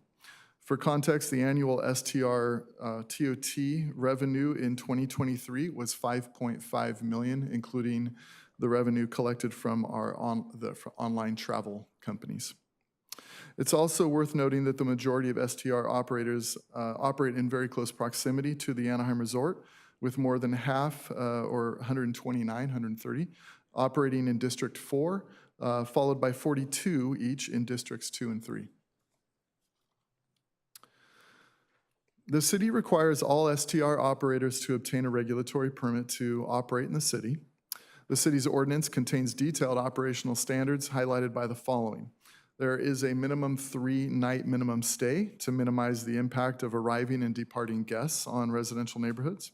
This is also significant protection because it deters the potential for promoters or party hosts to rent a property for a single night party or event. The ordinance contains maximum occupancy limitations based on the total number of bedrooms in a residence. It contains a prohibition on STRs hosting weddings or receptions, parties, commercial events, etc. Parking requirements, including at least 2 spaces on site and no more than 1 parking space off site with an allowed permit is also a requirement. And there is a requirement that the permit be renewed on an annual basis. Operational standards also include a quiet time noise restriction from 10 p.m. to 9 a.m., in which outdoor activities are significantly restricted. Operators are required to maintain a 24-hour-a-day, 7-day-per-week contact person that can respond to complaints and be on the premises within 45 minutes of contact by an enforcement officer.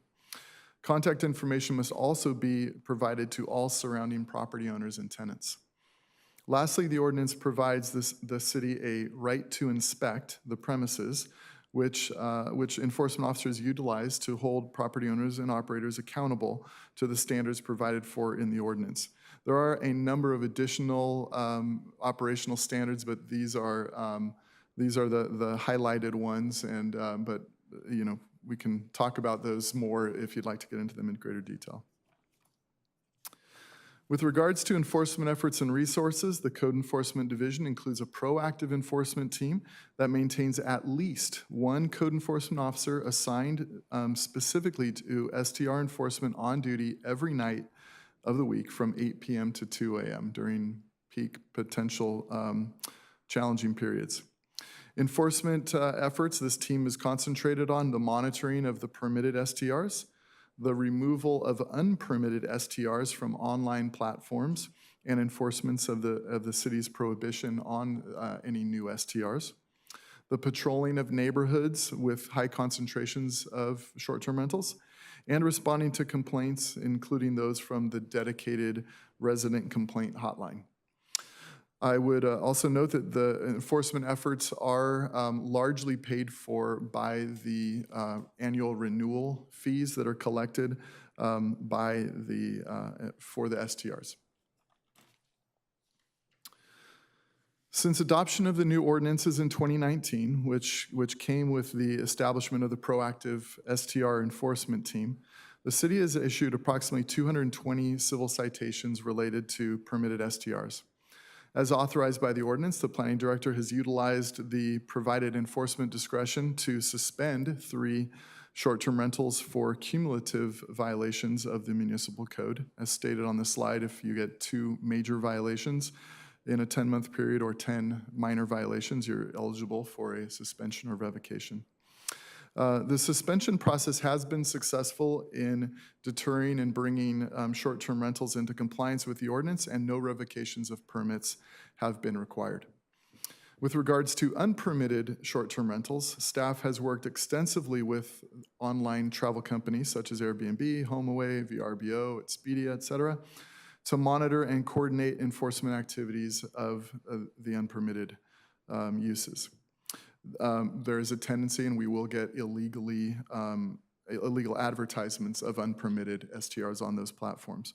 Most notably, Airbnb has been a very strong partner and provided staff with access to their platform so that we can report very easily to them and have them removed very quickly. This is an ongoing effort, and we are continuously monitoring these websites. We have issued more than 230 civil citations for unpermitted sites, and in addition, we've utilized creative enforcement tools, including in rare cases the termination of utilities for repeat offenders. This summer, as part of the annual renewal process, city staff utilized the aforementioned right to inspect authority of the ordinance to conduct inspections on all 222 permitted STRs. Inspections focused on unpermitted modifications or improvements that could result in a health or safety concern, such as unpermitted structural changes, occupancy changes. That sounds more dramatic.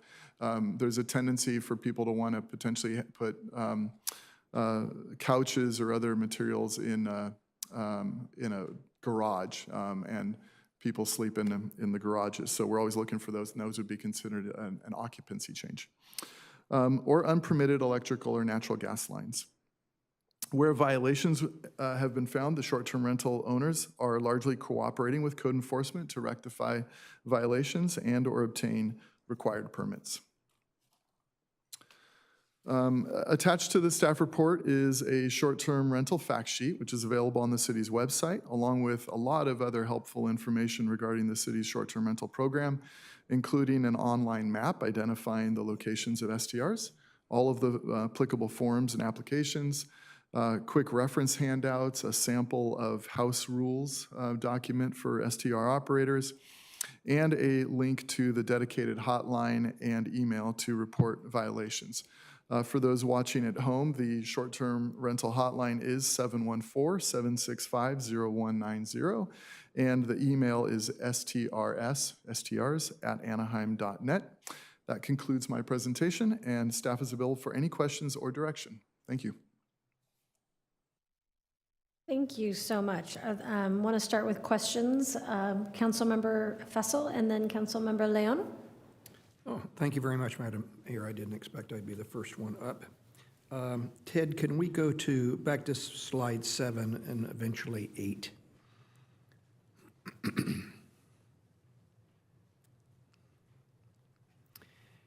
And while there are few in District 5, I continue to get reports of unpermitted ones throughout the Platinum Triangle, where the neighbors make us aware of them. And, you know, it's where lots of people move in every few days. And your second bullet point here, removal of unpermitted STRs from online platforms. But, okay, that's one piece. But how do you get them out of a neighborhood? I mean, how do you get them out of the you know, just if you take them off of the online platform, does that guarantee they go away?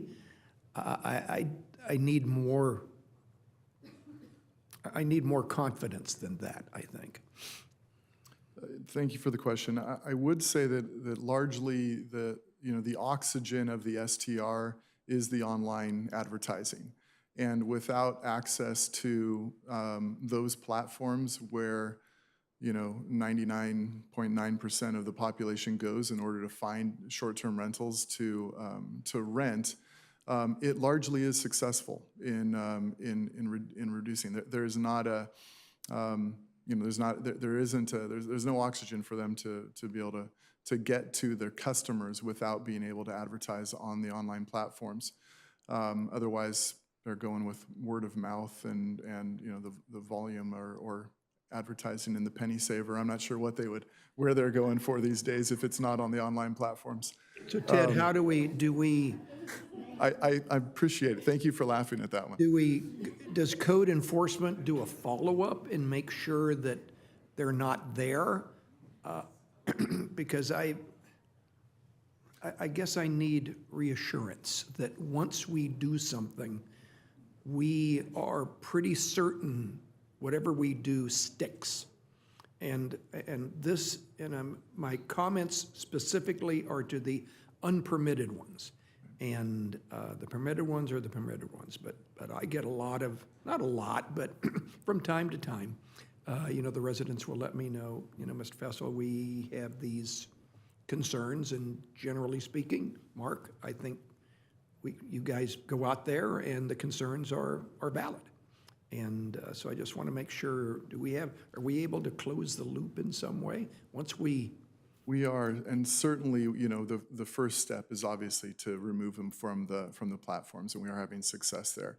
Repeat offenders, though, we will go out. We have issued, as you've said, as I noted in my presentation, over 330, or approximately 320 citations related to unpermitted groups. And so those are going beyond just removing from, like I said, 230, thank you.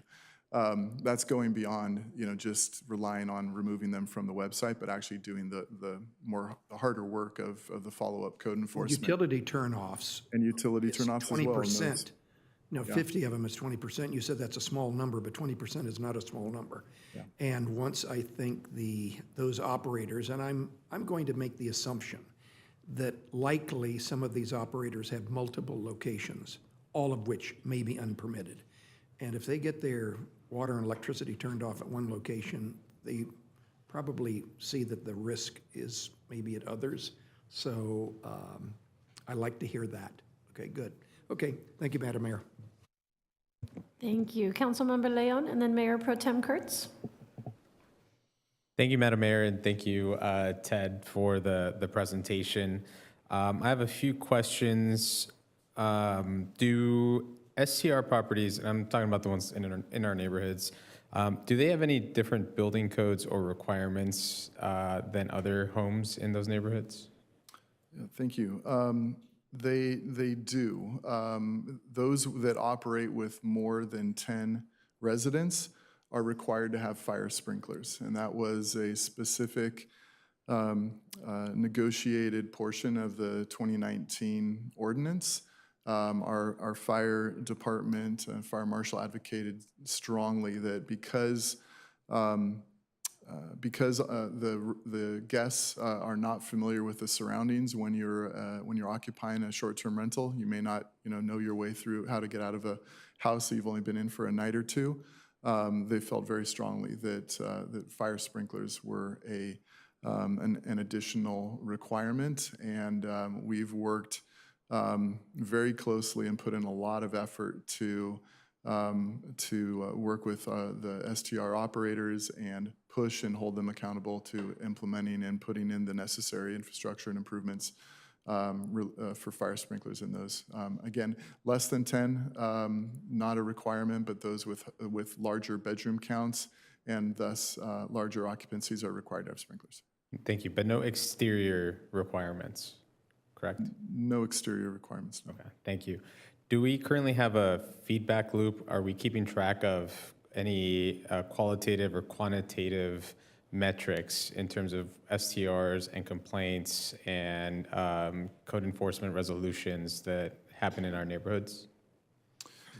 Yes, we've got numbers, and certainly based on specifics, we can drill down into numbers. I guess we've been in a pretty good space over the last few years that the number of complaints that we've received have moderated and kind of come to a fairly stabilized position. We've got a lot of operators who are now mostly experienced. We do see occasional turnover from an owner to another. Someone will sell the permit to an additional operator, and there is sometimes a learning curve there. But many of the operators that we have are now long-term kind of invested in these businesses, and they have a good understanding of what the requirements are. We've put them through the ringer on occasion, and it's in their interest to comply, and our regulations are fairly strict in terms of what they are potentially giving up if they're not to be a good operator. Certainly the types of complaints I think probably most common are not necessarily uncommon for other residential properties related to trash and parking on the streets. Certainly there's a tendency for parked cars of one or two extra cars to appear, and so we'll see that. And then certainly noise requirements, especially in rear yards. Obviously the STRs in Anaheim attract, generally speaking, a family, crowd. Multi-generation families are very common. Oftentimes we do hear complaints related to noise, even just associated with not necessarily big late night parties, but lots of kids having fun and maybe wanting to either wake up early. As I noted in the presentation, we had the quiet time hours are from 10 p.m. to 9 a.m. And so kids may have a tendency to want to go in the pool before they head off to the park for the day, and or stay up late and play in the pool. So noise is also one of the top complaints that we get. Mark, anything to add to that? Can I ask you, let me throw out a specific example or scenario. So the quiet hours are 10 p.m. to 9 a.m. If there is a property that, let's say they're in between two STRs, or they have an STR in their backyard, they're adjacent to an STR. If it's 9:05, they're jumping on a conference call, and everyone is just blaring music, and it's a party, and they're having a good time. Do they reach out to the phone line, and then what is it that we tell? Do we just tell them, hey, sorry, it's 9 a.m., they have every right to do it? Do they say, we'll stop by and see if maybe they can quiet it down just a little bit? What's the usual process there? Certainly, and I would note that the typical city noise standards also do apply even during daytime hours. So if there was loud party complaints or those types of operations during the day, those would also apply. But Mark, maybe if you'd like to add any kind of thing in terms of a typical response that we would have for that situation. Good evening, Mayor Pro Tem, council members. Yes, we would traditionally respond, given that it's so close to the response time. We would investigate it and address any issues. Defining or following the code, we would look and consult maybe with the city attorney's office just to get their input as well. But we would investigate it and respond to the complaint that we receive. Okay, so we would respond. I would say, given Ted could input, given that it's so close to the end of the quiet time, and as Ted mentioned too, the general complaint of noise needs to be investigated, so our staff would respond. Okay, but then if it's closer to like noon or 1, we don't respond. That would be for any time. If there's a noise complaint, if a complaint were provided during any time of the day, we would still respond. Would that be code enforcement, or would that be a PD issue? Traditionally, I believe the code enforcement will receive the call first, but it depends on the residents' kind of response, but it could go through the police department, but traditionally it's through code enforcement. Okay, I appreciate that. I have heard reports that there's been instances where we don't respond, so be happy to work with you on what it is that maybe there's a reason as to why we don't respond in a certain scenario, but that's just a concern that I did have.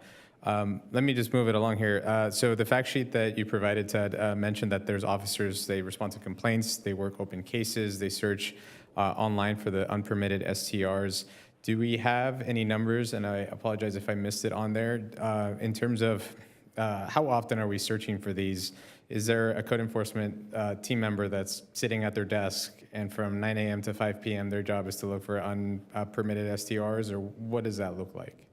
It's usually actually the team member who is on duty during the night time hours. So as I said, we've got every night of the week, 7 nights a week, we have an officer on duty from 8 p.m. to 2 a.m.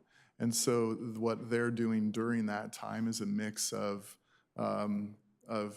patrols, as well as if they've got responding to complaints, there's always letter writing and correspondence necessary that they would be doing with property owners and operators, as well as then monitoring the online platforms. We supplement that at times with other officers who are in the office during daytime hours.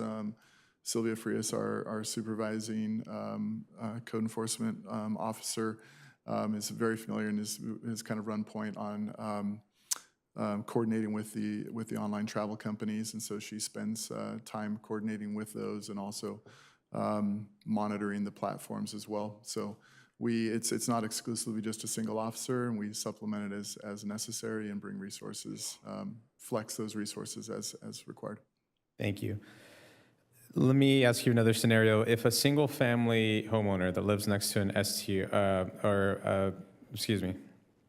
if a single-family homeowner in a neighborhood wanted to increase the privacy around their home for whatever particular reason, they wanted to build a higher wall, for example, what would that process look like for a typical house in the middle of a neighborhood? Yeah, there are no special provisions or allowances for single-family homeowners who, would be adjacent to an STR, for example. The zoning code limits the height of walls between single-family residential properties to 6 feet, a maximum of 6 feet. And so they would be subject to the same rules. If they had something under 6 feet, they could bring it up to 6 feet, of course. But any higher than that wouldn't currently be allowed by the zoning code. So they would not, just a regular neighbor, a regular house, they wouldn't be able to go to the planning department, ask for a variance, or they would have to go through a process, correct? Sorry, and thank you for clarifying. Yes, you could apply for a variance to get an additional height, so there is always a relief valve in the zoning code, but that would be a significant expense and process to go through that. Got it, thank you. And then do we have any other single-family homes that are adjacent to either commercial or railroad properties? Do they have any code differences in terms of walls? Yes, there are allowances in the zoning code for residential properties adjacent to arterial highways, adjacent to railroads or freeways, and even adjacent to commercial properties. Commercial properties, for example, are required to have an 8-foot wall between a commercial property and a residential property. So there are allowances in the zoning code that do identify differences in wall height depending on the adjacent land use. Got it, thank you. The direction that I would like to give staff in regards to this item, and I know it's an informational item, but I'd like to give you direction to update our code when we do our regular code updates to allow properties that are directly adjacent to STR properties or even the properties themselves to have the flexibility of being able to build a higher wall, whether it's a wall, a privacy screen, whatever it is that is higher than what's currently allowed, without them having to go through a lengthy and expensive permitting process. I think that would be something that a lot of our neighbors, it's not the end-all be-all and it's not the ultimate solution, but at the same time, I've gotten concerns in maybe District 4 and 5 as well of just the quality of life, nothing in District 4, just District 2. 3 and 2, actually 4, 3 and 2. Yeah. Well, regardless, it was District 2. We've gotten complaints about, well, code enforcement isn't doing anything. We're not getting the quality of life. We bought our home here, and we expect to have that quality of life. And right now, we don't have that because we have STRs around us, and it's really limiting their ability to just really live their lives and enjoy their homes. And so that's what I would like to see happen to make sure that we're updating our code just to give them that flexibility without having to go through that process. The other thing that I would also like you to consider is that we review our policies and regulations every given time, whatever given time, whether it's 3 or 4 years, based on complaints or just based on a regular review that code enforcement can do. It doesn't necessarily have to come before us unless there's some major changes that are recommended. But I want to make sure that we're enacting the appropriate mechanisms to keep those competing priorities and interests balanced. Obviously, we want the current property owners, to be able to run their STRs, but we also want our neighbors, our neighborhoods to still have that Anaheim quality of life. And I mean, this is an ever-evolving market and industry, and so I think if we're able to do that regularly, I think would be important as well. So that's my that's the direction I would like to give you. I know it's an informational item, so I'm not sure if we need to make a formal motion, but that's, I think, something that, as you're doing your code updates, that we can hopefully be able to do. Thank you. Mayor Pro Tem Kurtz and then Councilmember Fessel. So I have a few things. I'll start with the wall, since it just came up. I think I'd like a lot more discussion around it before directing staff to come up with a code variance. Because what if you're just in a neighborhood and you have noisy neighbors? No STR. A neighborhood where every other week you're calling police out because they have parties all the time. Can those neighbors get a 10-foot wall or an 8-foot wall? I mean, we start saying, well, tell you what, if I've called the police 3 times in the last 3 months, then I ought to be able to put up a 10-foot wall. So I'm a little concerned with that, but I'm open to discuss. On the complaints and going out, someplace in your report, folks, the neighbors surrounding STRs have a telephone number that they can call 24/7 that will get them a response within 45 minutes. Can you go back to that one?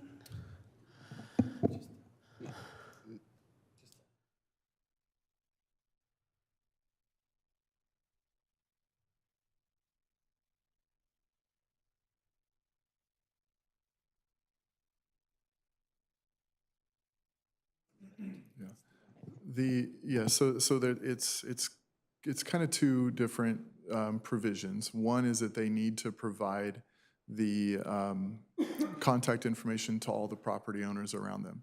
The provision in the code related to the 45-minute response time is specific to if they receive a contact from an enforcement officer of the city. So if the police department calls them, if code enforcement calls them, they need to be able to be responsive within 45 minutes. My only concern with saying that in practice, I'm not so sure that if there's a code enforcement officer that's off duty, say at 2 a.m. and there's a complaint, I'm not ready to commit to say that the code as written would require them to be there at 3:15 in the morning if that doesn't come from an enforcement officer. So they're not given the owner's number to call? They are given the owner's number. Yes, they are. They're required. Every operator is required to provide their number to the adjacent property owners. So the owner gets a call and code enforcement gets a call, or possibly? And they could do both. Some people don't feel comfortable with, calling owners directly and complaining, and so we always want to be able to provide that anonymity by providing the enforcement tools through code enforcement. okay, but they have an those neighbors, anyone surrounding an STR, has 2 numbers they can call for help. The owner and code enforcement.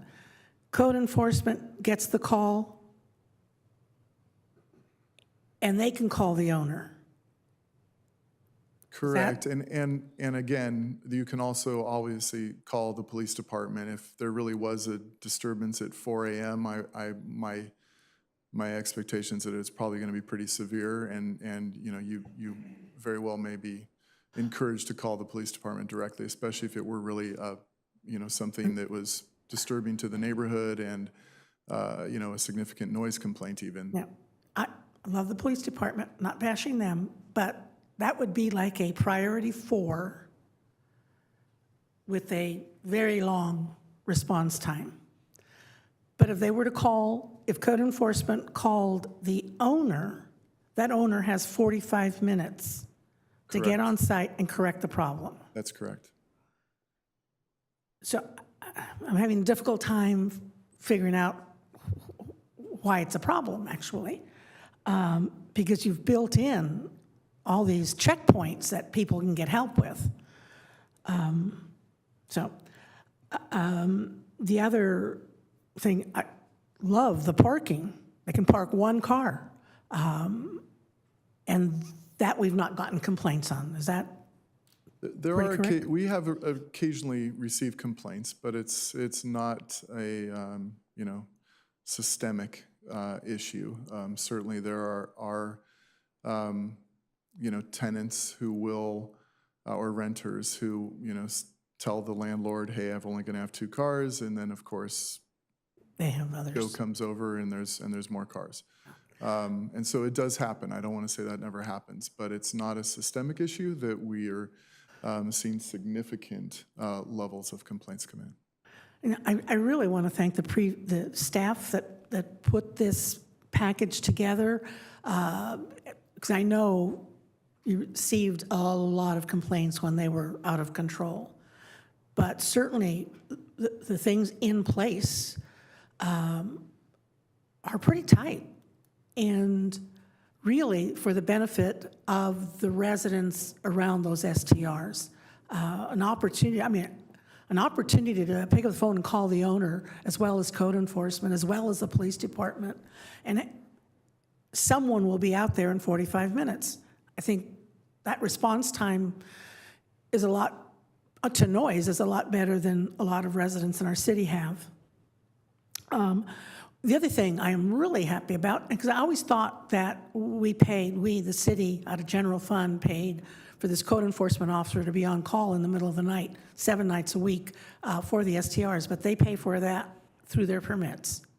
Yeah, the permit fees that were established and the annual renewal fees specifically are earmarked to pay for the time that's given to this. We generally, those 2 officers that you see are 2 part-time employees. One is working, that's how, you can have someone 7 nights a week because it's split between the two employees. And so, yes, those fees largely cover the time. And that was also part of the 2019 agreement that came about, was those fees to be significant enough that they would create enough revenue to create an ongoing funding stream for that. Whoever was responsible for pulling that agreement together, I think did a great job. It also allows we have a code enforcement officer out in Anaheim, middle of the night. So I know I've gotten a thank you from a condominium area who was calling about problems, and code enforcement was able to send that officer over to take care of a serious immediate problem. So it's helped the rest of our city also. Thank you. That's all I have. Thank you. Councilmember Fussell? Thank you, Madam Mayor. I think all of us have STR stories. Although I was the only one here between 2017 and 2019, in addition to the deputy city attorney, who's sitting right over there, who touched all of these. And while I probably personally wanted to diminish the number of them, the legal risk to the city was something beyond exorbitant. But there was a community that I remember, Sherwood Village, where there was a few streets in Sherwood Village that literally were taken over by STRs. It wasn't a community or a neighborhood anymore. There was one STR after another. And those residents would come up to us, as we remember, at least I do, almost every single meeting, and just with tears in their eyes. And so, Mark, your predecessor is out there in the audience that dealt with this at that point. Are things better now? You say they are, but are they really better now?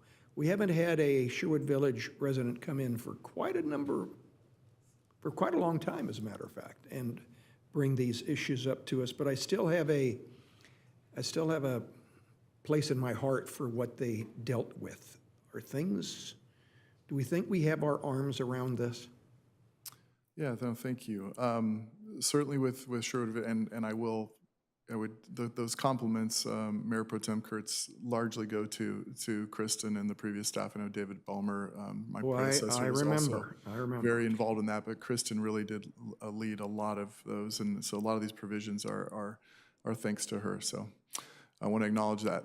Yes, certainly, I believe that things are absolutely better. In going through this presentation and having to kind of parse through all of the operational standards and reread the report and all the nuances of it, it is comprehensive. It covers a lot. It was a well-negotiated ordinance, specifically with Sherwood Village. There are no more short-term rentals operating there because the requirement was that they all needed to be abandoned or cease operation by, was it 2022 or 2021? Apologies, I don't recall, but it's been a number of years now that they've ceased operations. And I mentioned in my report that there are 19 floating permits, so to speak. That's the origin of those permits. Largely is from Sherwood Village.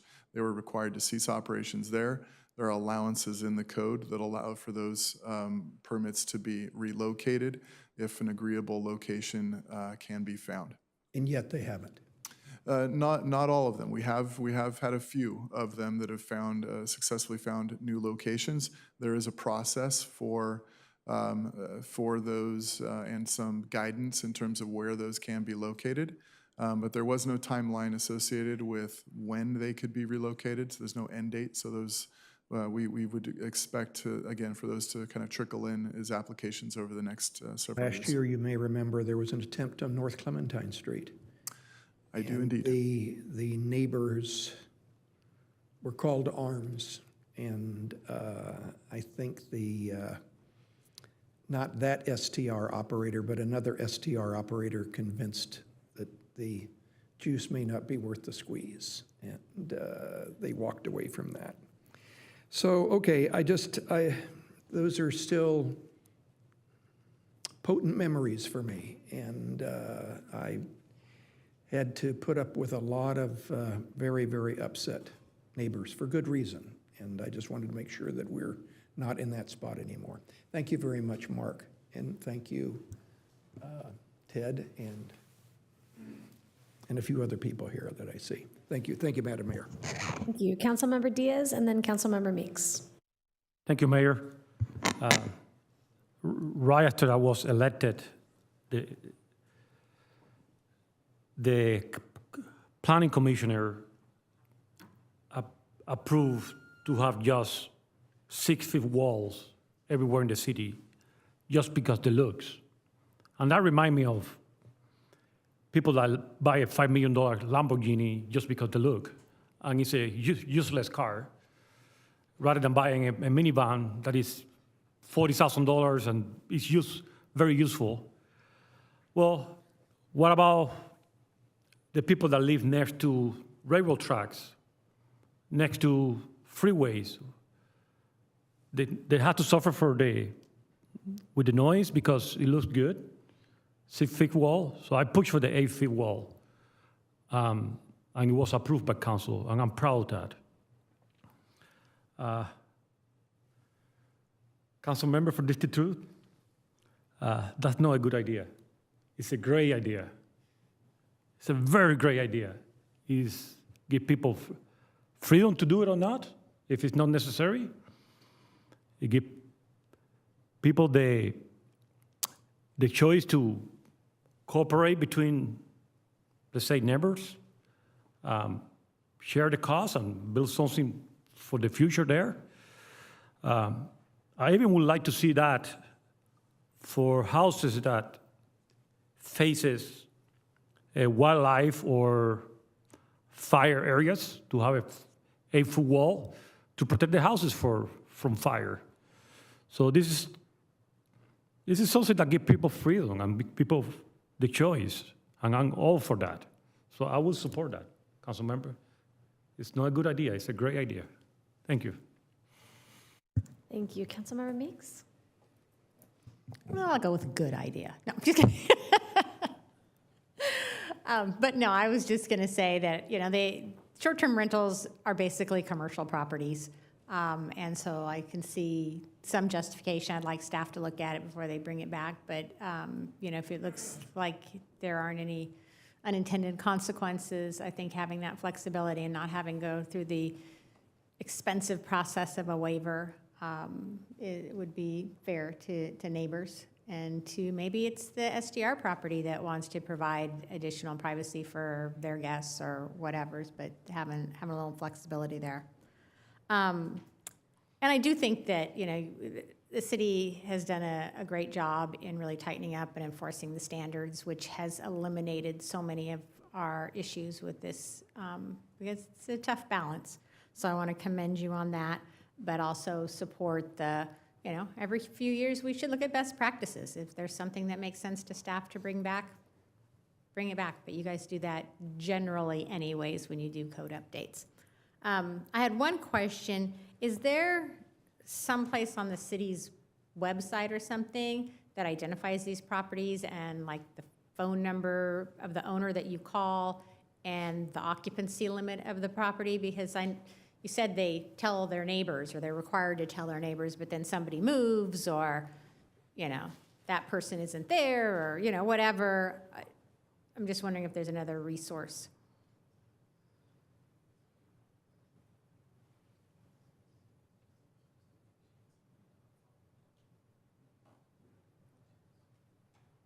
That's a great question. So that we do, as I mentioned, we do have a map, the GIS map that's on the city's website that identifies the location of all sites. But just in checking with Mark, we don't believe that it has contact information or the maximum occupancy of each. That's something that we can look into. Maximum occupancy might be helpful for the neighbors. So if you see a lot more people than that's permitted for.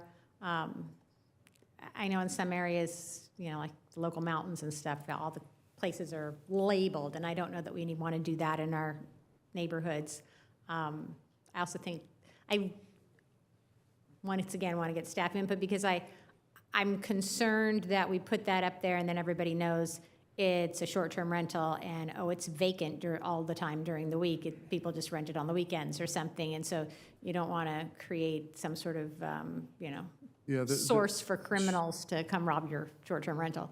Yeah, the locations are on there on our existing map. So okay, and that hasn't been a problem. Exposure has been around for a while, but usually have pretty good security. Let us look into the viability of or any concerns that we may identify in terms of posting. Yeah, occupancy and the maximum number of cars they're supposed to have. Having it on the website might be really helpful.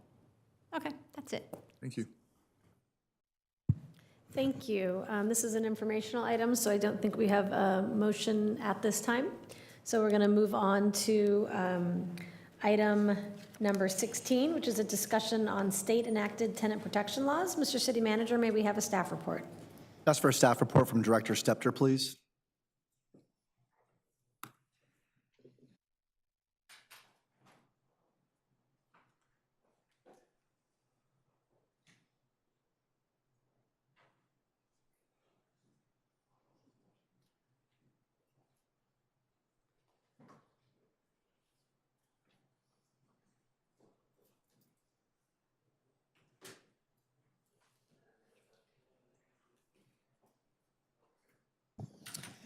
Well, hello again. It looks like you began and you end with me today. The staff report for tonight is a discussion on state-enacted tenant protection laws and a request, if you so choose, to provide direction to staff as necessary on any further actions that you may desire. We are presenting this item tonight in response to recent inquiries from Councilwoman Natalie Rubalcaba and Mayor Pro Tem Norma Kurtz. We have done some extensive research in terms of what current state law is, and as well as local ordinance, and we'll review those for you. Currently, under AB 1482, known as the California Tenant Protection Act, which really took effect in January 2020, the state now has statewide rent control. The The law aims to protect tenants from unreasonable rent increases and evictions by both limiting rent increases and requiring landlords to have just cause when they're terminating a tenancies. Under the rent cap provisions, the law limits the amount by which rent can be increased annually for eligible properties by 5% plus the local consumer CPI. For Orange County, the rate of increase that's currently allowed is 8.9%. Under the just cause eviction, the law also instituted statewide standards that require property owners of covered properties to have a specific reason to terminate a tenancy. For tenants who have continuously occupied a unit,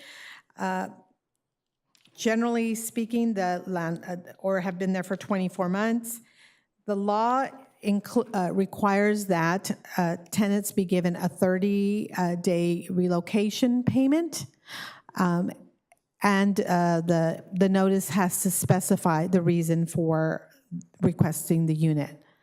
The law does provide a few exemptions. It provides examples of a few exemptions when the notification does not require as much as the notification does not apply.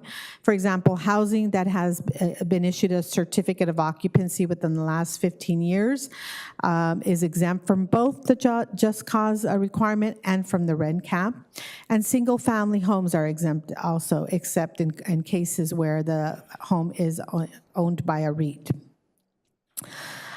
More recently, effective April 1st, 2024, there was amended protections to close a loophole which basically had to do with the type of request for units that involve substantial rehabilitation.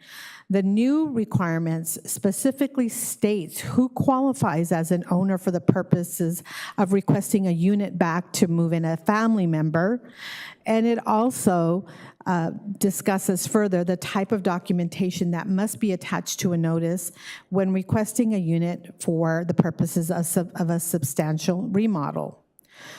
Owners who exercise the right to request a unit for under the provisions of a substantial remodel must now include specific language in the termination regarding the work to be performed and the tenant's rights to reoccupy the unit in the event that the work is not completed. The legislation also requires that the notice to tell the tenant if they're interested in reoccupying the unit following the substantial remodel, that the tenant must tell the owner and provide contact information for the owner. Lastly, the revised law adds penalties against rental property owners who violate the law to ensure compliance. These are state-enacted provisions that apply statewide. The rental caps, the ability, the tenant protections in the case that does not involve at fault, which at fault generally meaning behavioral issues, non-payment of rent. This is really when the tenant is being asked for the unit for economic reasons or personal reasons. This does represent the first time that there are statewide protections of this nature. Beyond what the state has adopted, there are a number of jurisdictions that have adopted local tenant protection ordinances. Here locally in Orange County, there's a few examples, including Buena Park, Costa Mesa, Laguna Beach, and Santa Ana. In most cases, the Orange County cities that have enacted these ordinances did so in an effort to expedite the provisions in SB 567, which is the new law that requires more extensive documentation in cases of involving substantial rehabilitation. When we called these jurisdictions, we got a number of different answers of how their tenant protection ordinances are being enforced. For example, Buena Park and Costa Mesa enacted their ordinances in July and November 2023, respectively, really, again, to accelerate that documentation requirement. In Buena Park, the local ordinance adds a $15,000 penalty if the property owner knowingly goes through with an eviction without the intent to complete the renovation work. Similarly, Laguna Beach adopted a tenant protection ordinance that took effect on April 11, 2024, and requires landlords to attach documentation when seeking permits from the city. The penalty in Laguna Beach ordinance is set at $20,000 to be enforced by the tenant through a civil action.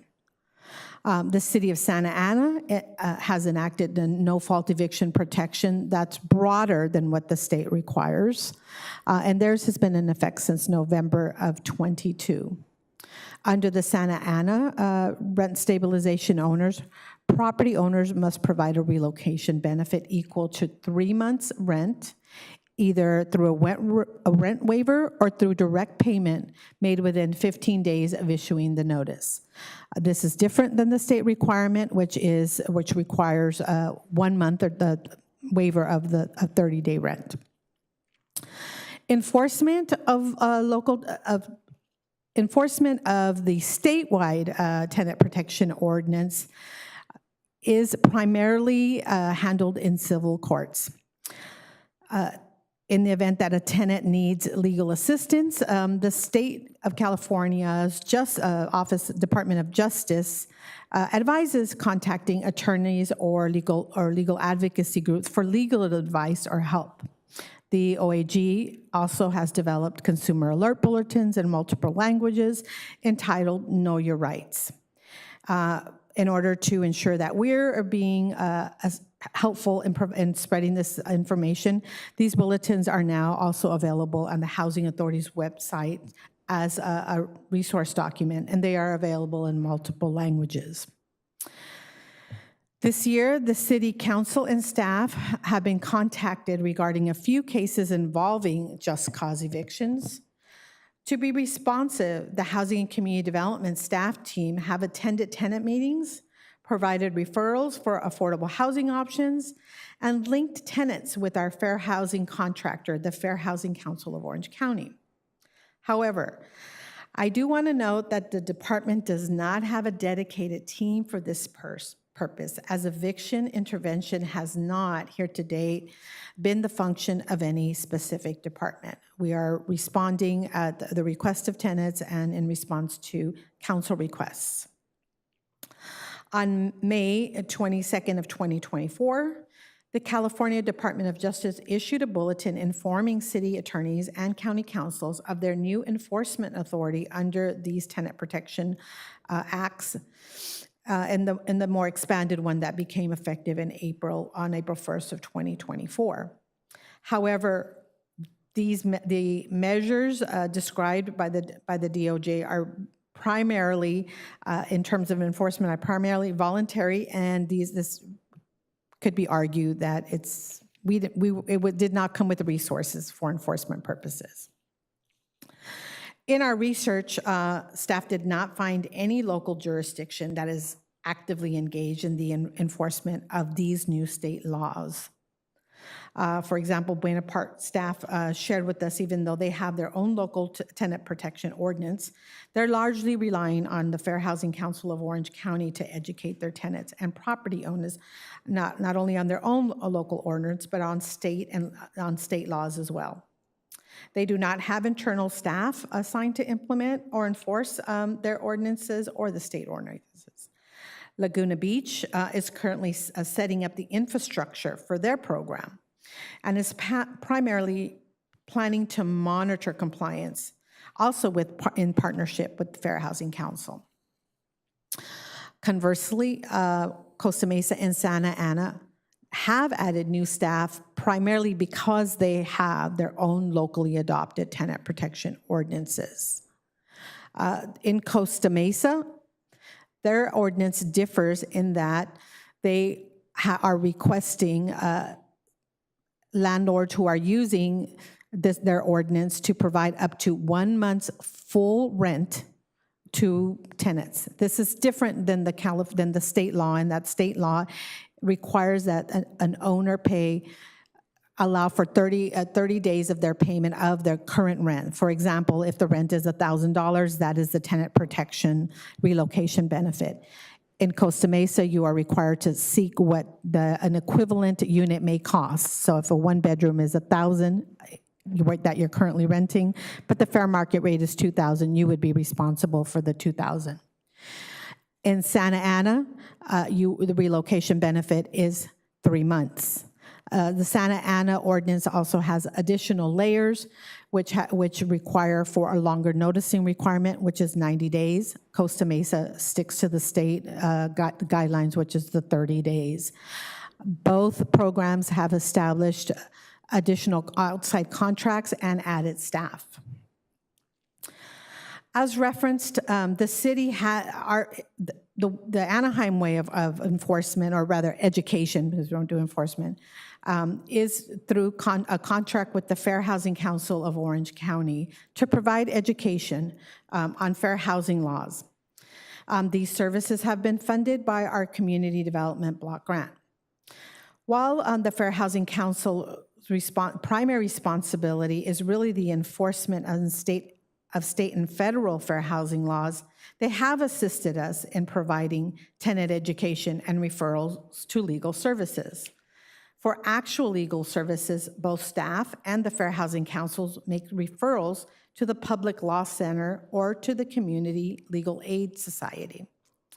In our research, we also reached out to the California Apartment Association, and they have indicated that they are a potential partner in increasing awareness of these state laws and are already working with other jurisdictions to create mailers, dedicated local tenant rights websites, and are also actively educating their landlords on new laws. From the state's perspective, there are a number of fact sheets that are being provided, and there is an 800 state resource hotline.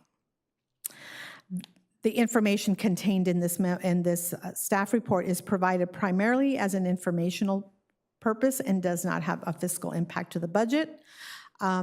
We are now open to answer questions or receive any further guidance. Thank you so much, Ms. Scepter and your team. I'm going to open it up for questions or comments, starting with Mayor Pro Tem Kurtz and then Councilmember Fussell.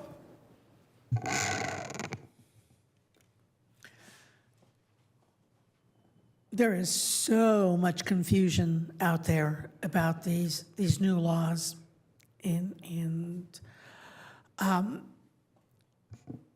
one of the things that I've talked to you and your department about is education.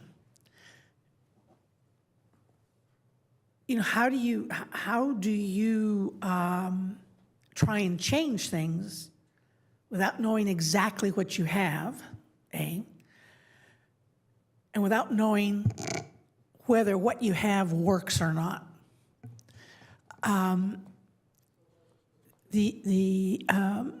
Especially on the eviction, which is what I think some of us have been faced with in our districts in the last few months. There is so much that we've learned because the situations have come up. Unfortunately, we learn about them after the fact. People are coming to us saying, I received my eviction notice 60 days ago. And now what, you have to leave by Friday. What am I supposed to do? But I think one of the key things is education. Education of our tenants, certainly, so that they know what their rights are. And when I say education, I do not mean putting it up on our website. Those residents that are living in apartments that are facing these problems, I would bet either don't have access to go to our website, wouldn't know how to get to our website, and wouldn't know that that information is there. So my picture of education is outreach. But we also need to educate, as I think you've referenced here, the California Apartment Association. We need to to educate apartment managers and apartment owners, because I know in one instance, the manager was appalled and embarrassed that she was charging for something that the city of Anaheim had an ordinance against. She had no idea. She'd been doing this for 20 years and, as a matter of fact, paying it herself. So I think, and I feel very strongly that we need to have a good, strong education program on the rights, the rights and responsibilities of an owner-manager, and the rights and responsibilities of tenants. Before I think we need to do many changes, we need to know what we have, and the residents, renters, apartment owners need to know what we have and where to go if there's questions. I know we send folks to fair housing, but in so many instances, our residents call with these questions and fair housing says, that's not what we do. I hope now they're referring them for legal help, but in the last few months, I didn't see that happen. All I saw was them saying, that's not the kind of thing we take care of and handle. Leaving our residents not knowing where else to go because the city's the one that's referred them to fair housing. So if I may respond to that, part of what's happening is the state enacted these laws without an enforcement mechanism. You know, traditionally, tenant-landlord relationships have been viewed as a contractual relationship, and, you know, like in full candor, and I think we mentioned it very briefly in the staff report, is we haven't inserted ourselves really into those processes. And these new laws now provide new vehicles for tenants to engage in the conversation with landlords, and they have additional rights. We're aware of them. When tenants call, we seek to educate, but it does represent a new area for the city. I mean, the housing department, I think that it's the general default that you're the housing department, and so you must, this is probably engaged, but you engage in this or it becomes your responsibility. And then there's the debate, it's like, well, is it more of a legal issue? But the reality has been that it hasn't been a city function. You know, we as issues have come to our attention involving tenant-landlord issues, primarily around this just cause eviction, we've responded by pulling a team of different people to go out and give affordable resource, but we're cobbling that together. We haven't really formalized what the city's position is, how we address it, what we think our responsibility is in this area. The state certainly has said, hey, there's these new powers for your city attorney or county councils, but without really a framework of funding or for what that looks like.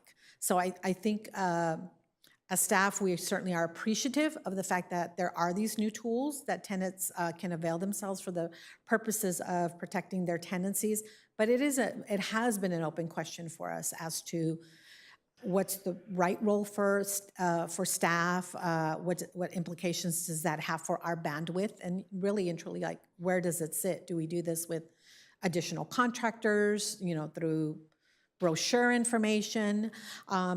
That being said, the one thing we are doing is trying to expand our reach to other partners who are doing this tenant education so that it is more widely available in the community. We are a little behind the curve, again, largely because we're trying to be responsive, and we wasn't previously a role that we saw that we were necessarily leading because these laws didn't exist, and all of the tenant-landlord stuff was primarily handled through civil cases.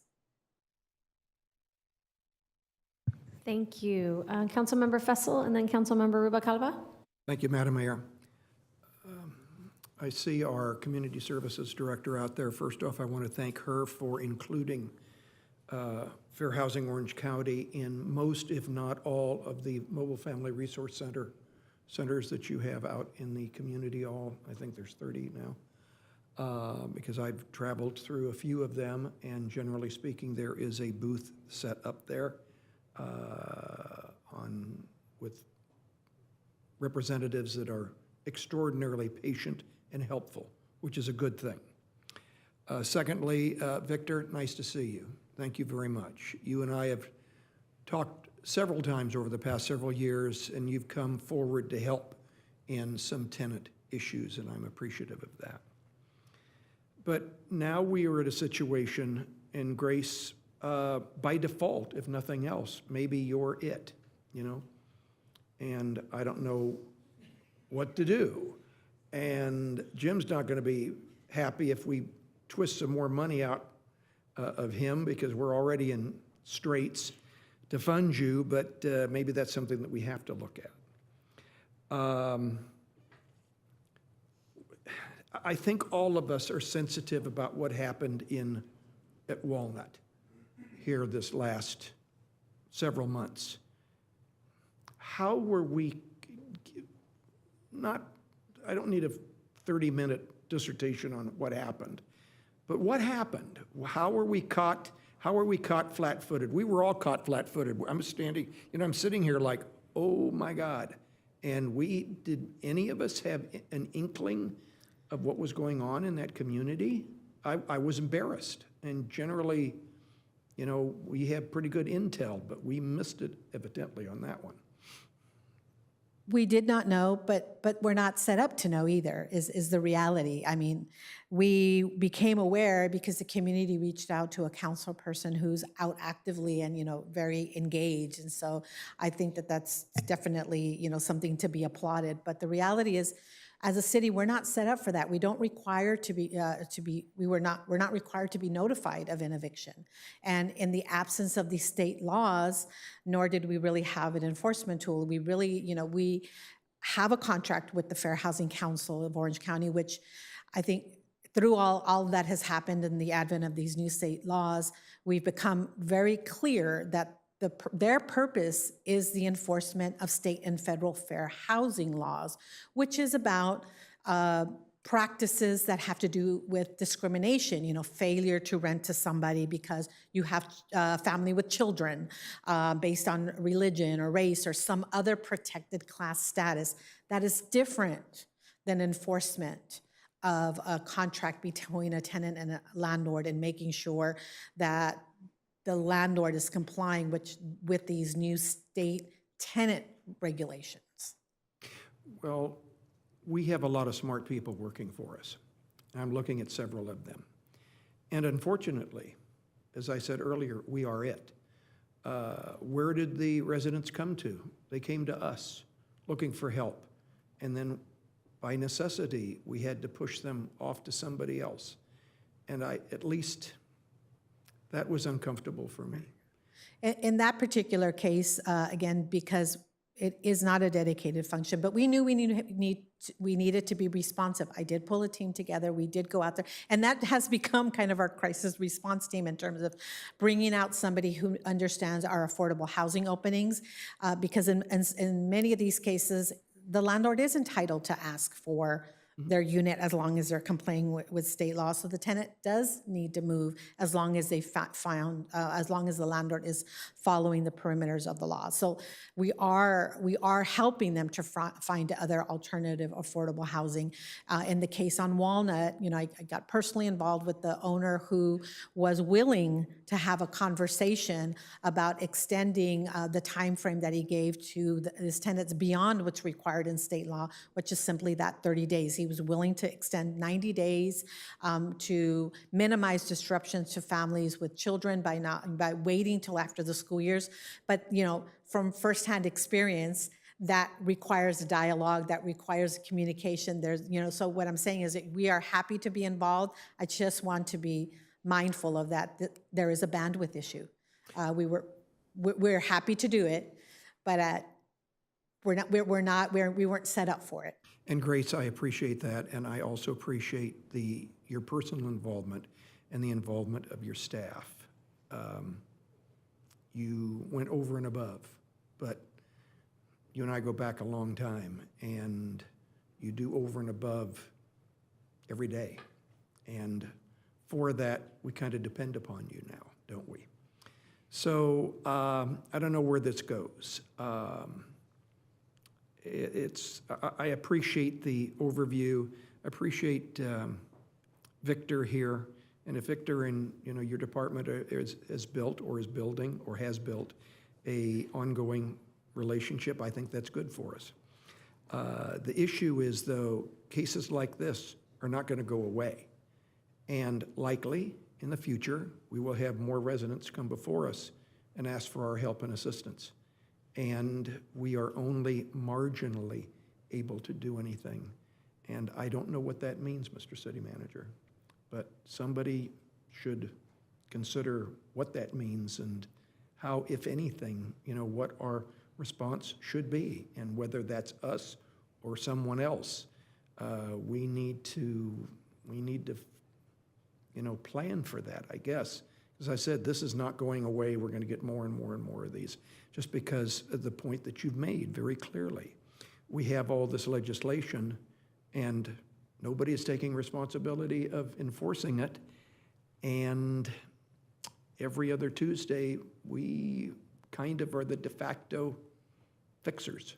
And that's not our job, but maybe it will become our job. I don't know. So thank you, Madam Mayor. Thank you, Councilmember. Councilmember Rubalcaba? Thank you. The reason why I requested this item come back to council with an overview is just the very fact that we do get a lot of requests for rent control initiatives. I personally don't think that rent control solves the housing crisis. And the reason why I asked you to bring back the state laws is so that we can look for opportunities to enforce what already exists. And what I'm hearing you say is it's really a resource issue. So I mean, when we budget for this next time, it would be interesting if you could if you can come back with ideas for resources that you would need to put some enforcement mechanisms in place. Even if we as a council passed a rent control initiative that was went even further than the state requirements do, we probably wouldn't be able to enforce those either. So it's just in name. So I think the state already has some pretty good guidelines in place, but if we could look for mechanisms to actually enforce, that would be, I think, something that was the whole purpose for asking you guys to give us an overview, because these laws already exist. And certainly from the perspective of education, we are going to take that on. We're going to make sure that anything that's already out there from third-party sources that we think are well documented, that come in multiple languages, we're going to make sure that they are on mobile units, they're in our libraries and what have you, and that we create these partnerships, much like Victor Cow coming here and saying, hey, we want to be a partner in the tenant education. The enforcement piece is what becomes a little bit more difficult, because that's settled in court. And when we've reached out to our legal aid partners, what they've said to us is that requires an attorney to be there walking side by side with. Well, even when we've gone out to FR, I'll give you an example. When we've walked Pauline Street and we have residents who have code issues and they're afraid to report these issues, whether it's not having hot water in their home or infestations of rodents and cockroaches, they're afraid to report it to their landlords. And these are issues that I would bring up to Victor but these are not landlords that are probably members of the California Apartment Association. But even then, my office has offered to write letters for tenant protection, just so that at least it's on the record. So if they are evicted or threatened with eviction, there's some sort of paper trail that helps them with retaliation. However, we have never had anybody take us up on that offer. So, but it is something that we're willing to do, and I don't know if that's something that we as a city would, provide some sort of a form that they could just use to fill in the blanks and say, here's the complaint that I have, and they can mail that directly to their landlord and maybe file a copy with the city. So those are just little things like that I think that might be helpful.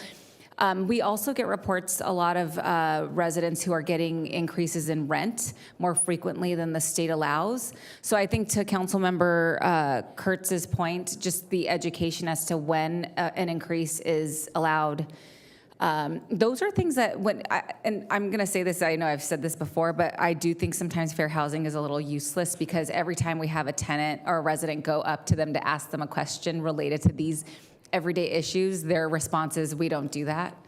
And I think that is very upsetting to some of the residents. And I know we have to be members, right? We have to pay into fair housing as a city.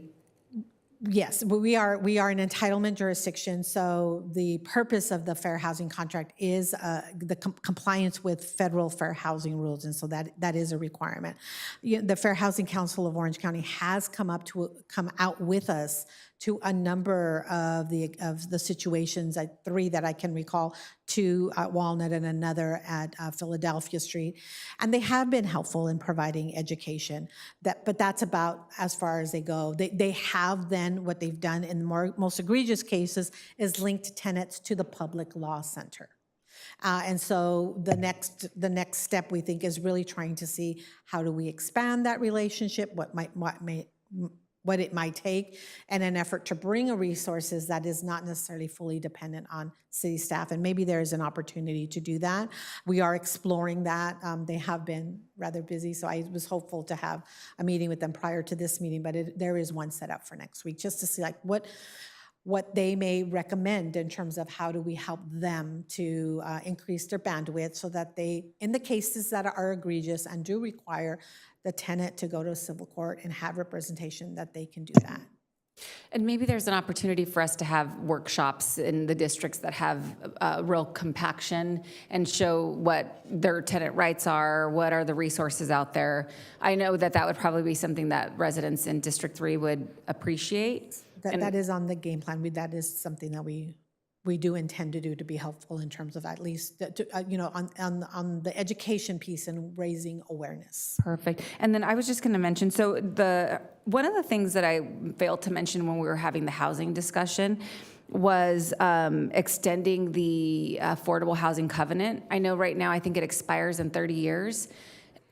So if it's an affordable housing, isn't there For many, it's 55 years. Oh, it's 55 years. So I don't know if because I don't think Hermosa Village was not an affordable housing development, right?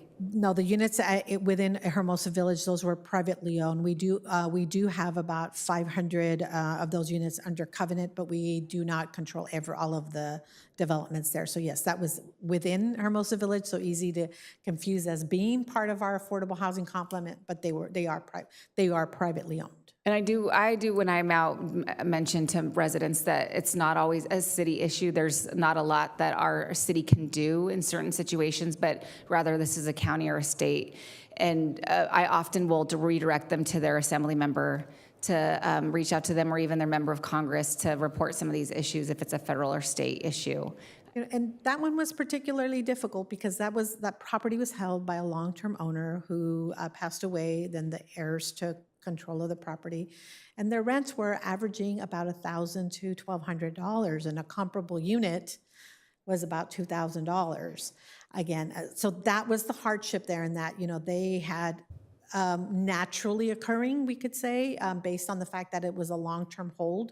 A new owner came in, gave them the appropriate noticing requirements per state law, and I think we all understood that they have a right to return on investment, but it did have a real impact on tenants. It's like, where do I go when my rent is currently under market at about $1,000, and to get a comparable unit at the current market, there's a gap, an immediate gap. The next, which is why we took our folks who are engaged in our fair housing, in our affordable housing section, to see what immediate opens we might have had that might have helped to alleviate some of that quick kind of a sticker shock. Good, and I have to thank you, and I know we mentioned this during the workshop, but your department has come through pretty often for people in my district who are on the verge of homelessness or have issues with housing, so thank you for all the work that you guys are doing on the Housing Authority side. Thank you. Councilmember Meeks and then Councilmember Diaz. Thank you. So these state laws, what are the penalties for violation of the state laws? They do have penalties that allow for up to 3 times the costs incurred by the tenant and other punitive damages. But that's all, again, it's a function of what's awarded in a lawsuit or court. something. And I probably might want to phone a friend and Rob in terms of how you actually get to you'd have to- enforcement of those penalties. Have to prove intentional actions by the apartment owner and also damages, and then treble. The damages would be triple, basically. Intentional action by the apartment owner would not, knowing the state law, be an excuse for violating it? Depends on the judge, but probably not. You know. And also, again, those are all basically a civil remedy between the tenant and the landlord. So, yeah. You know, I'm just asking this because, I mean, I think education is great. I want to be part of that. I think we should do it. But when there's money in something, there are attorneys that are out there to represent you. And if, you know, kind of like the ADA issues that we deal with, nobody ever comes knocking on our door going, oh, help me get this ramp the right, you know, grade so I can get to my favorite restaurant. Oh, no. There's an attorney out there that's taking care of that, and we don't have to do that. So why isn't that happening in this case? Is it too new? Are people not into it? Are these people not wanting to push this issue anyways? And even if we had, you know, even if we said, oh, I'll help you, they're like, wait a minute, I don't want to risk getting thrown out early, or whatever those issues are. If there's money in it, there's an attorney that'll represent these people. It's largely been the public law centers because of the resources that are needed to get services. I'm not, It might be a phone a friend again, but, you know, I mean, and we're not making any decisions on this right now, but, you know, my thought process is always to kind of go to the root of the issue and see, you know, where money drives a lot of things. And so where's the money in this, and how do you get owners' attentions? Because if that liability was out there, like ADA for example or something, you get people's attention and you get those owners' attentions quickly, and they choose not to violate the law because it's going to cost them money down the line. So just, I think in the those types egregious of cases, for sure, I mean, that's probably different than some of the cases that we see where the tenant would like to negotiate a longer term and it's voluntary. Like in the case of Walnut, when we reviewed the case, the owner wasn't doing anything wrong. He would get provided the 30-day notice and was going to give the 1 month's rent. It's in that, can you help me with trying to negotiate something? Can somebody talk to the owner about maybe giving me 90 days well, or then I maybe think 2 months? we need to be really clear in this council. Are we enforcing state law, or are we just providing housing assistance to anybody else that would come to our door and go, look, I can't afford my rent, I need a place to live, and you need to put them in that queue or that priority group? Because we can't, clearly, if we could help everybody, we would, but we can't. And so where are we going to insert ourselves? Where are we going to focus our resources, and where are we going to focus our housing dollars? So I'm not sure if there's ways for education, great. If there's ways that public law, whatever, that other people can represent these people. But if they need help because they've been paying under market for the last 10 years and now their rent's going up, they need to get on the list with everybody else that has been waiting for a house for the last 10 years. You know, I have a hard time bumping them to the top of somebody else that's maybe been waiting. But I think that's, you know, like I said, it's just discussion. Are there other resources for these people? We're also trying to prevent more people on the street. So I understand that, but we want to help everybody. But if there's other resources to help these people, let's determine that. Thanks. That's it. Thank you. Councilmember Diaz, and then Mayor Pro Tem. Thank you, Mayor. there is always two sides of the story. Not because somebody came here and said that a landlord is greedy, that means that's greedy. You have to hear the other side of the story. There are some landlords out there that are greedy, of course, but there are also tenants that are very destructive. Tenants that put concrete in the sewer, tenants that destroy the doors, tenants that destroy the toilets, et cetera, et cetera. I myself, I'm a landlord, but city attorney, don't worry, he's in a different county. And I can tell you the difference between making money and losing money is very close. Most years I'm happy to break even. Landlord have to deal with capital investment, for example, replacing the roof. A regular house is $20,000. An apartment complex is more than $100,000. Air conditioning, whatever breaks, costs a lot of money. Every time it's increasing taxes, increasing value of the houses, you have to pay more taxes. Especially lately have been the increase in insurance. Insurance double, it's what you do with that. You take the losses or you increase the rent. So I have that experience, and it's a tight market. And what I suggest is to work with the California Apartment Association. Victor Cow is right here, to find solutions how to address these issues, especially education. I agree with Mayor Pro Tem that education is the key here. Education to tenant and education to the landlord. Thank you, Mayor. Thank you so much. Mayor Pro Tem? Thank you. Just last couple of questions. Are there any nonprofit organizations out there that work in this area of tenant rights, renters' rights, renting rights, whatever? The Public Law Center and the Southern California Community, Legal Aid Community, both of them, and we've reached out to both of them.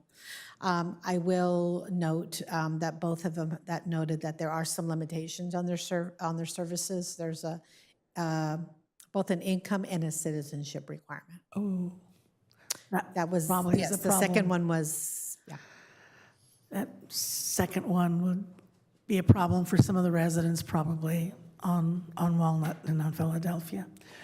To the extent that we can help them get grants, we need letters and all that to support their applications as they work in this area might be helpful for them.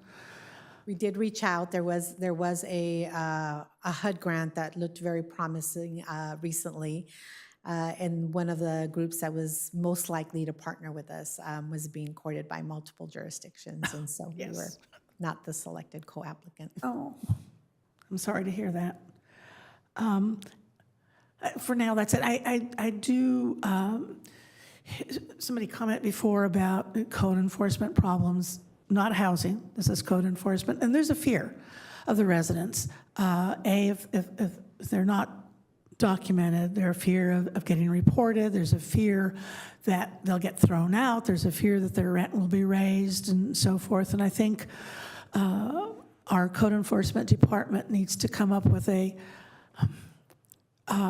way of responding to complaints so that the apartment owner manager doesn't know who to report at the problem. Because you could be anonymous, but if you go check apartment A, well, obviously it's somebody from apartment A that's complaining. But if you get a complaint and you go, and our code enforcement officer goes and says, I am doing an inspection of several apartments in this area, and I'd like to see 2 of your apartments, A and D. They may not know who reported it, and there might not be the fear, but that's something to be discussed later, because that is a problem. So, thank you. Thank you. Councilmember Leon, and then Councilmember Rubalcaba. Thank you, Madam Mayor.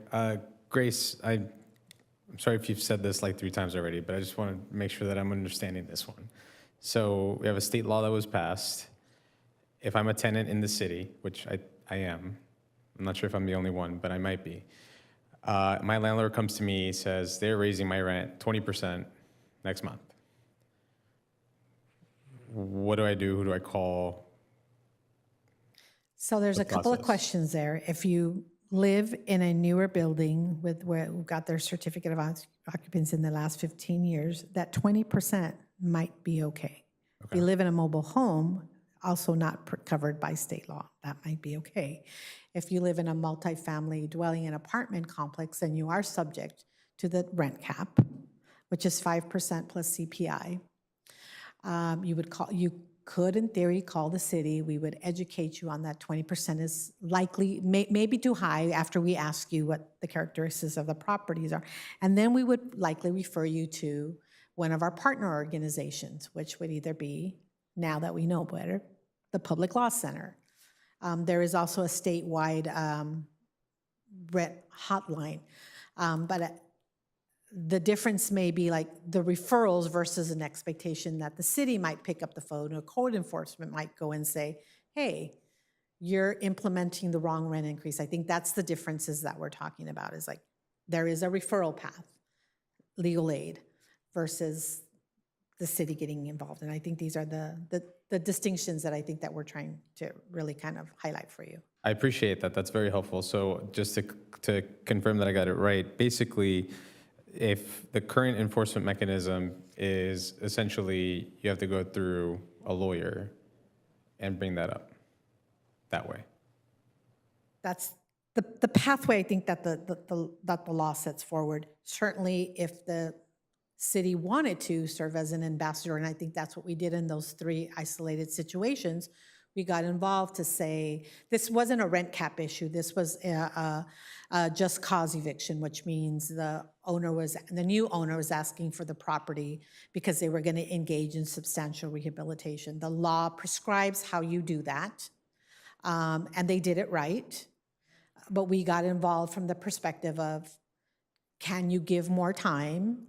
Are you willing to be more flexible? Are you willing to work with our tenants while we try to find them an alternative location? So it's really about what is the role of the city in trying to enforce or work with these new laws to try to come to a better outcome for tenants.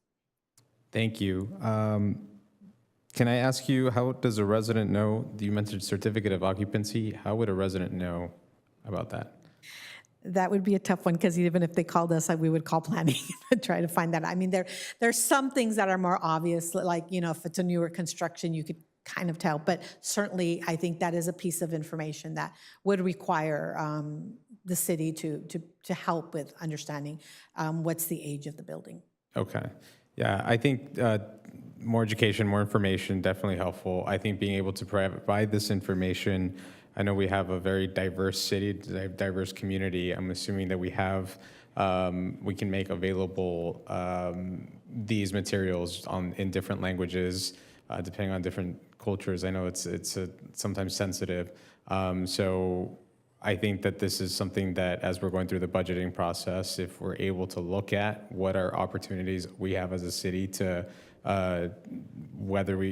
if it makes sense for us to be the enforcer or to have a different role that we haven't thought of yet right here, right now, being able to think outside the box so that we can make sure that our residents are aware of the information, obviously, but that we can provide a more streamlined process to make it easier on them, and obviously make it easier on the landlords to make sure that everyone knows what they can't be doing. And hopefully there's a better process than just, you have to go sue and get a lawyer involved. By the time that all gets resolved, that just seems like a very complicated process that probably neither side wants to go down. So that's just where I'm at, but I do appreciate the clarifications and the information, and look forward to maybe down the line having additional conversations around this.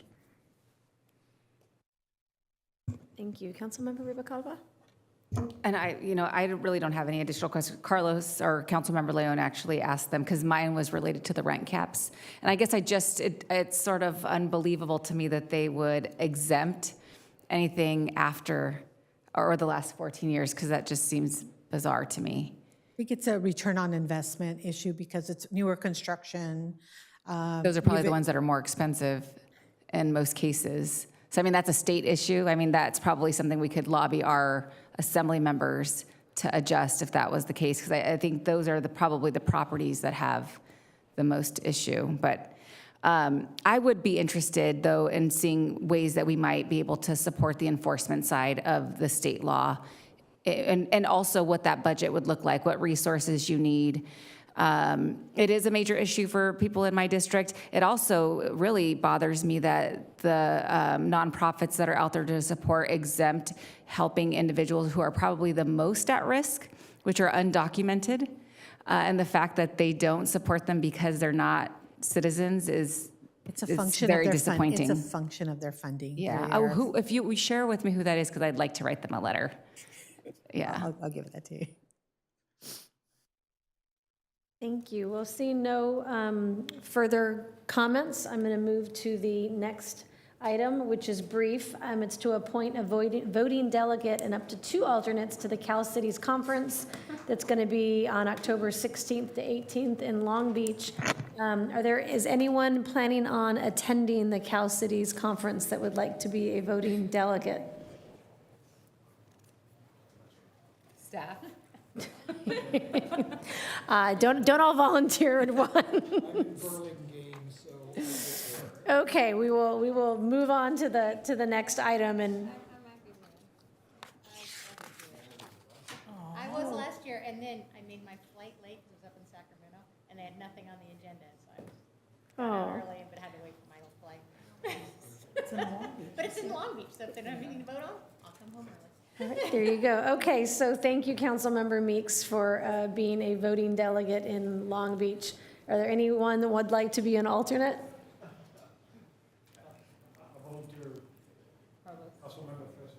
I'm in Burlingame, sorry. Oh, okay. There you go. Okay.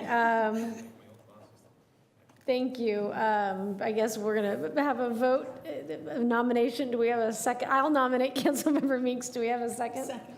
Okay, please vote.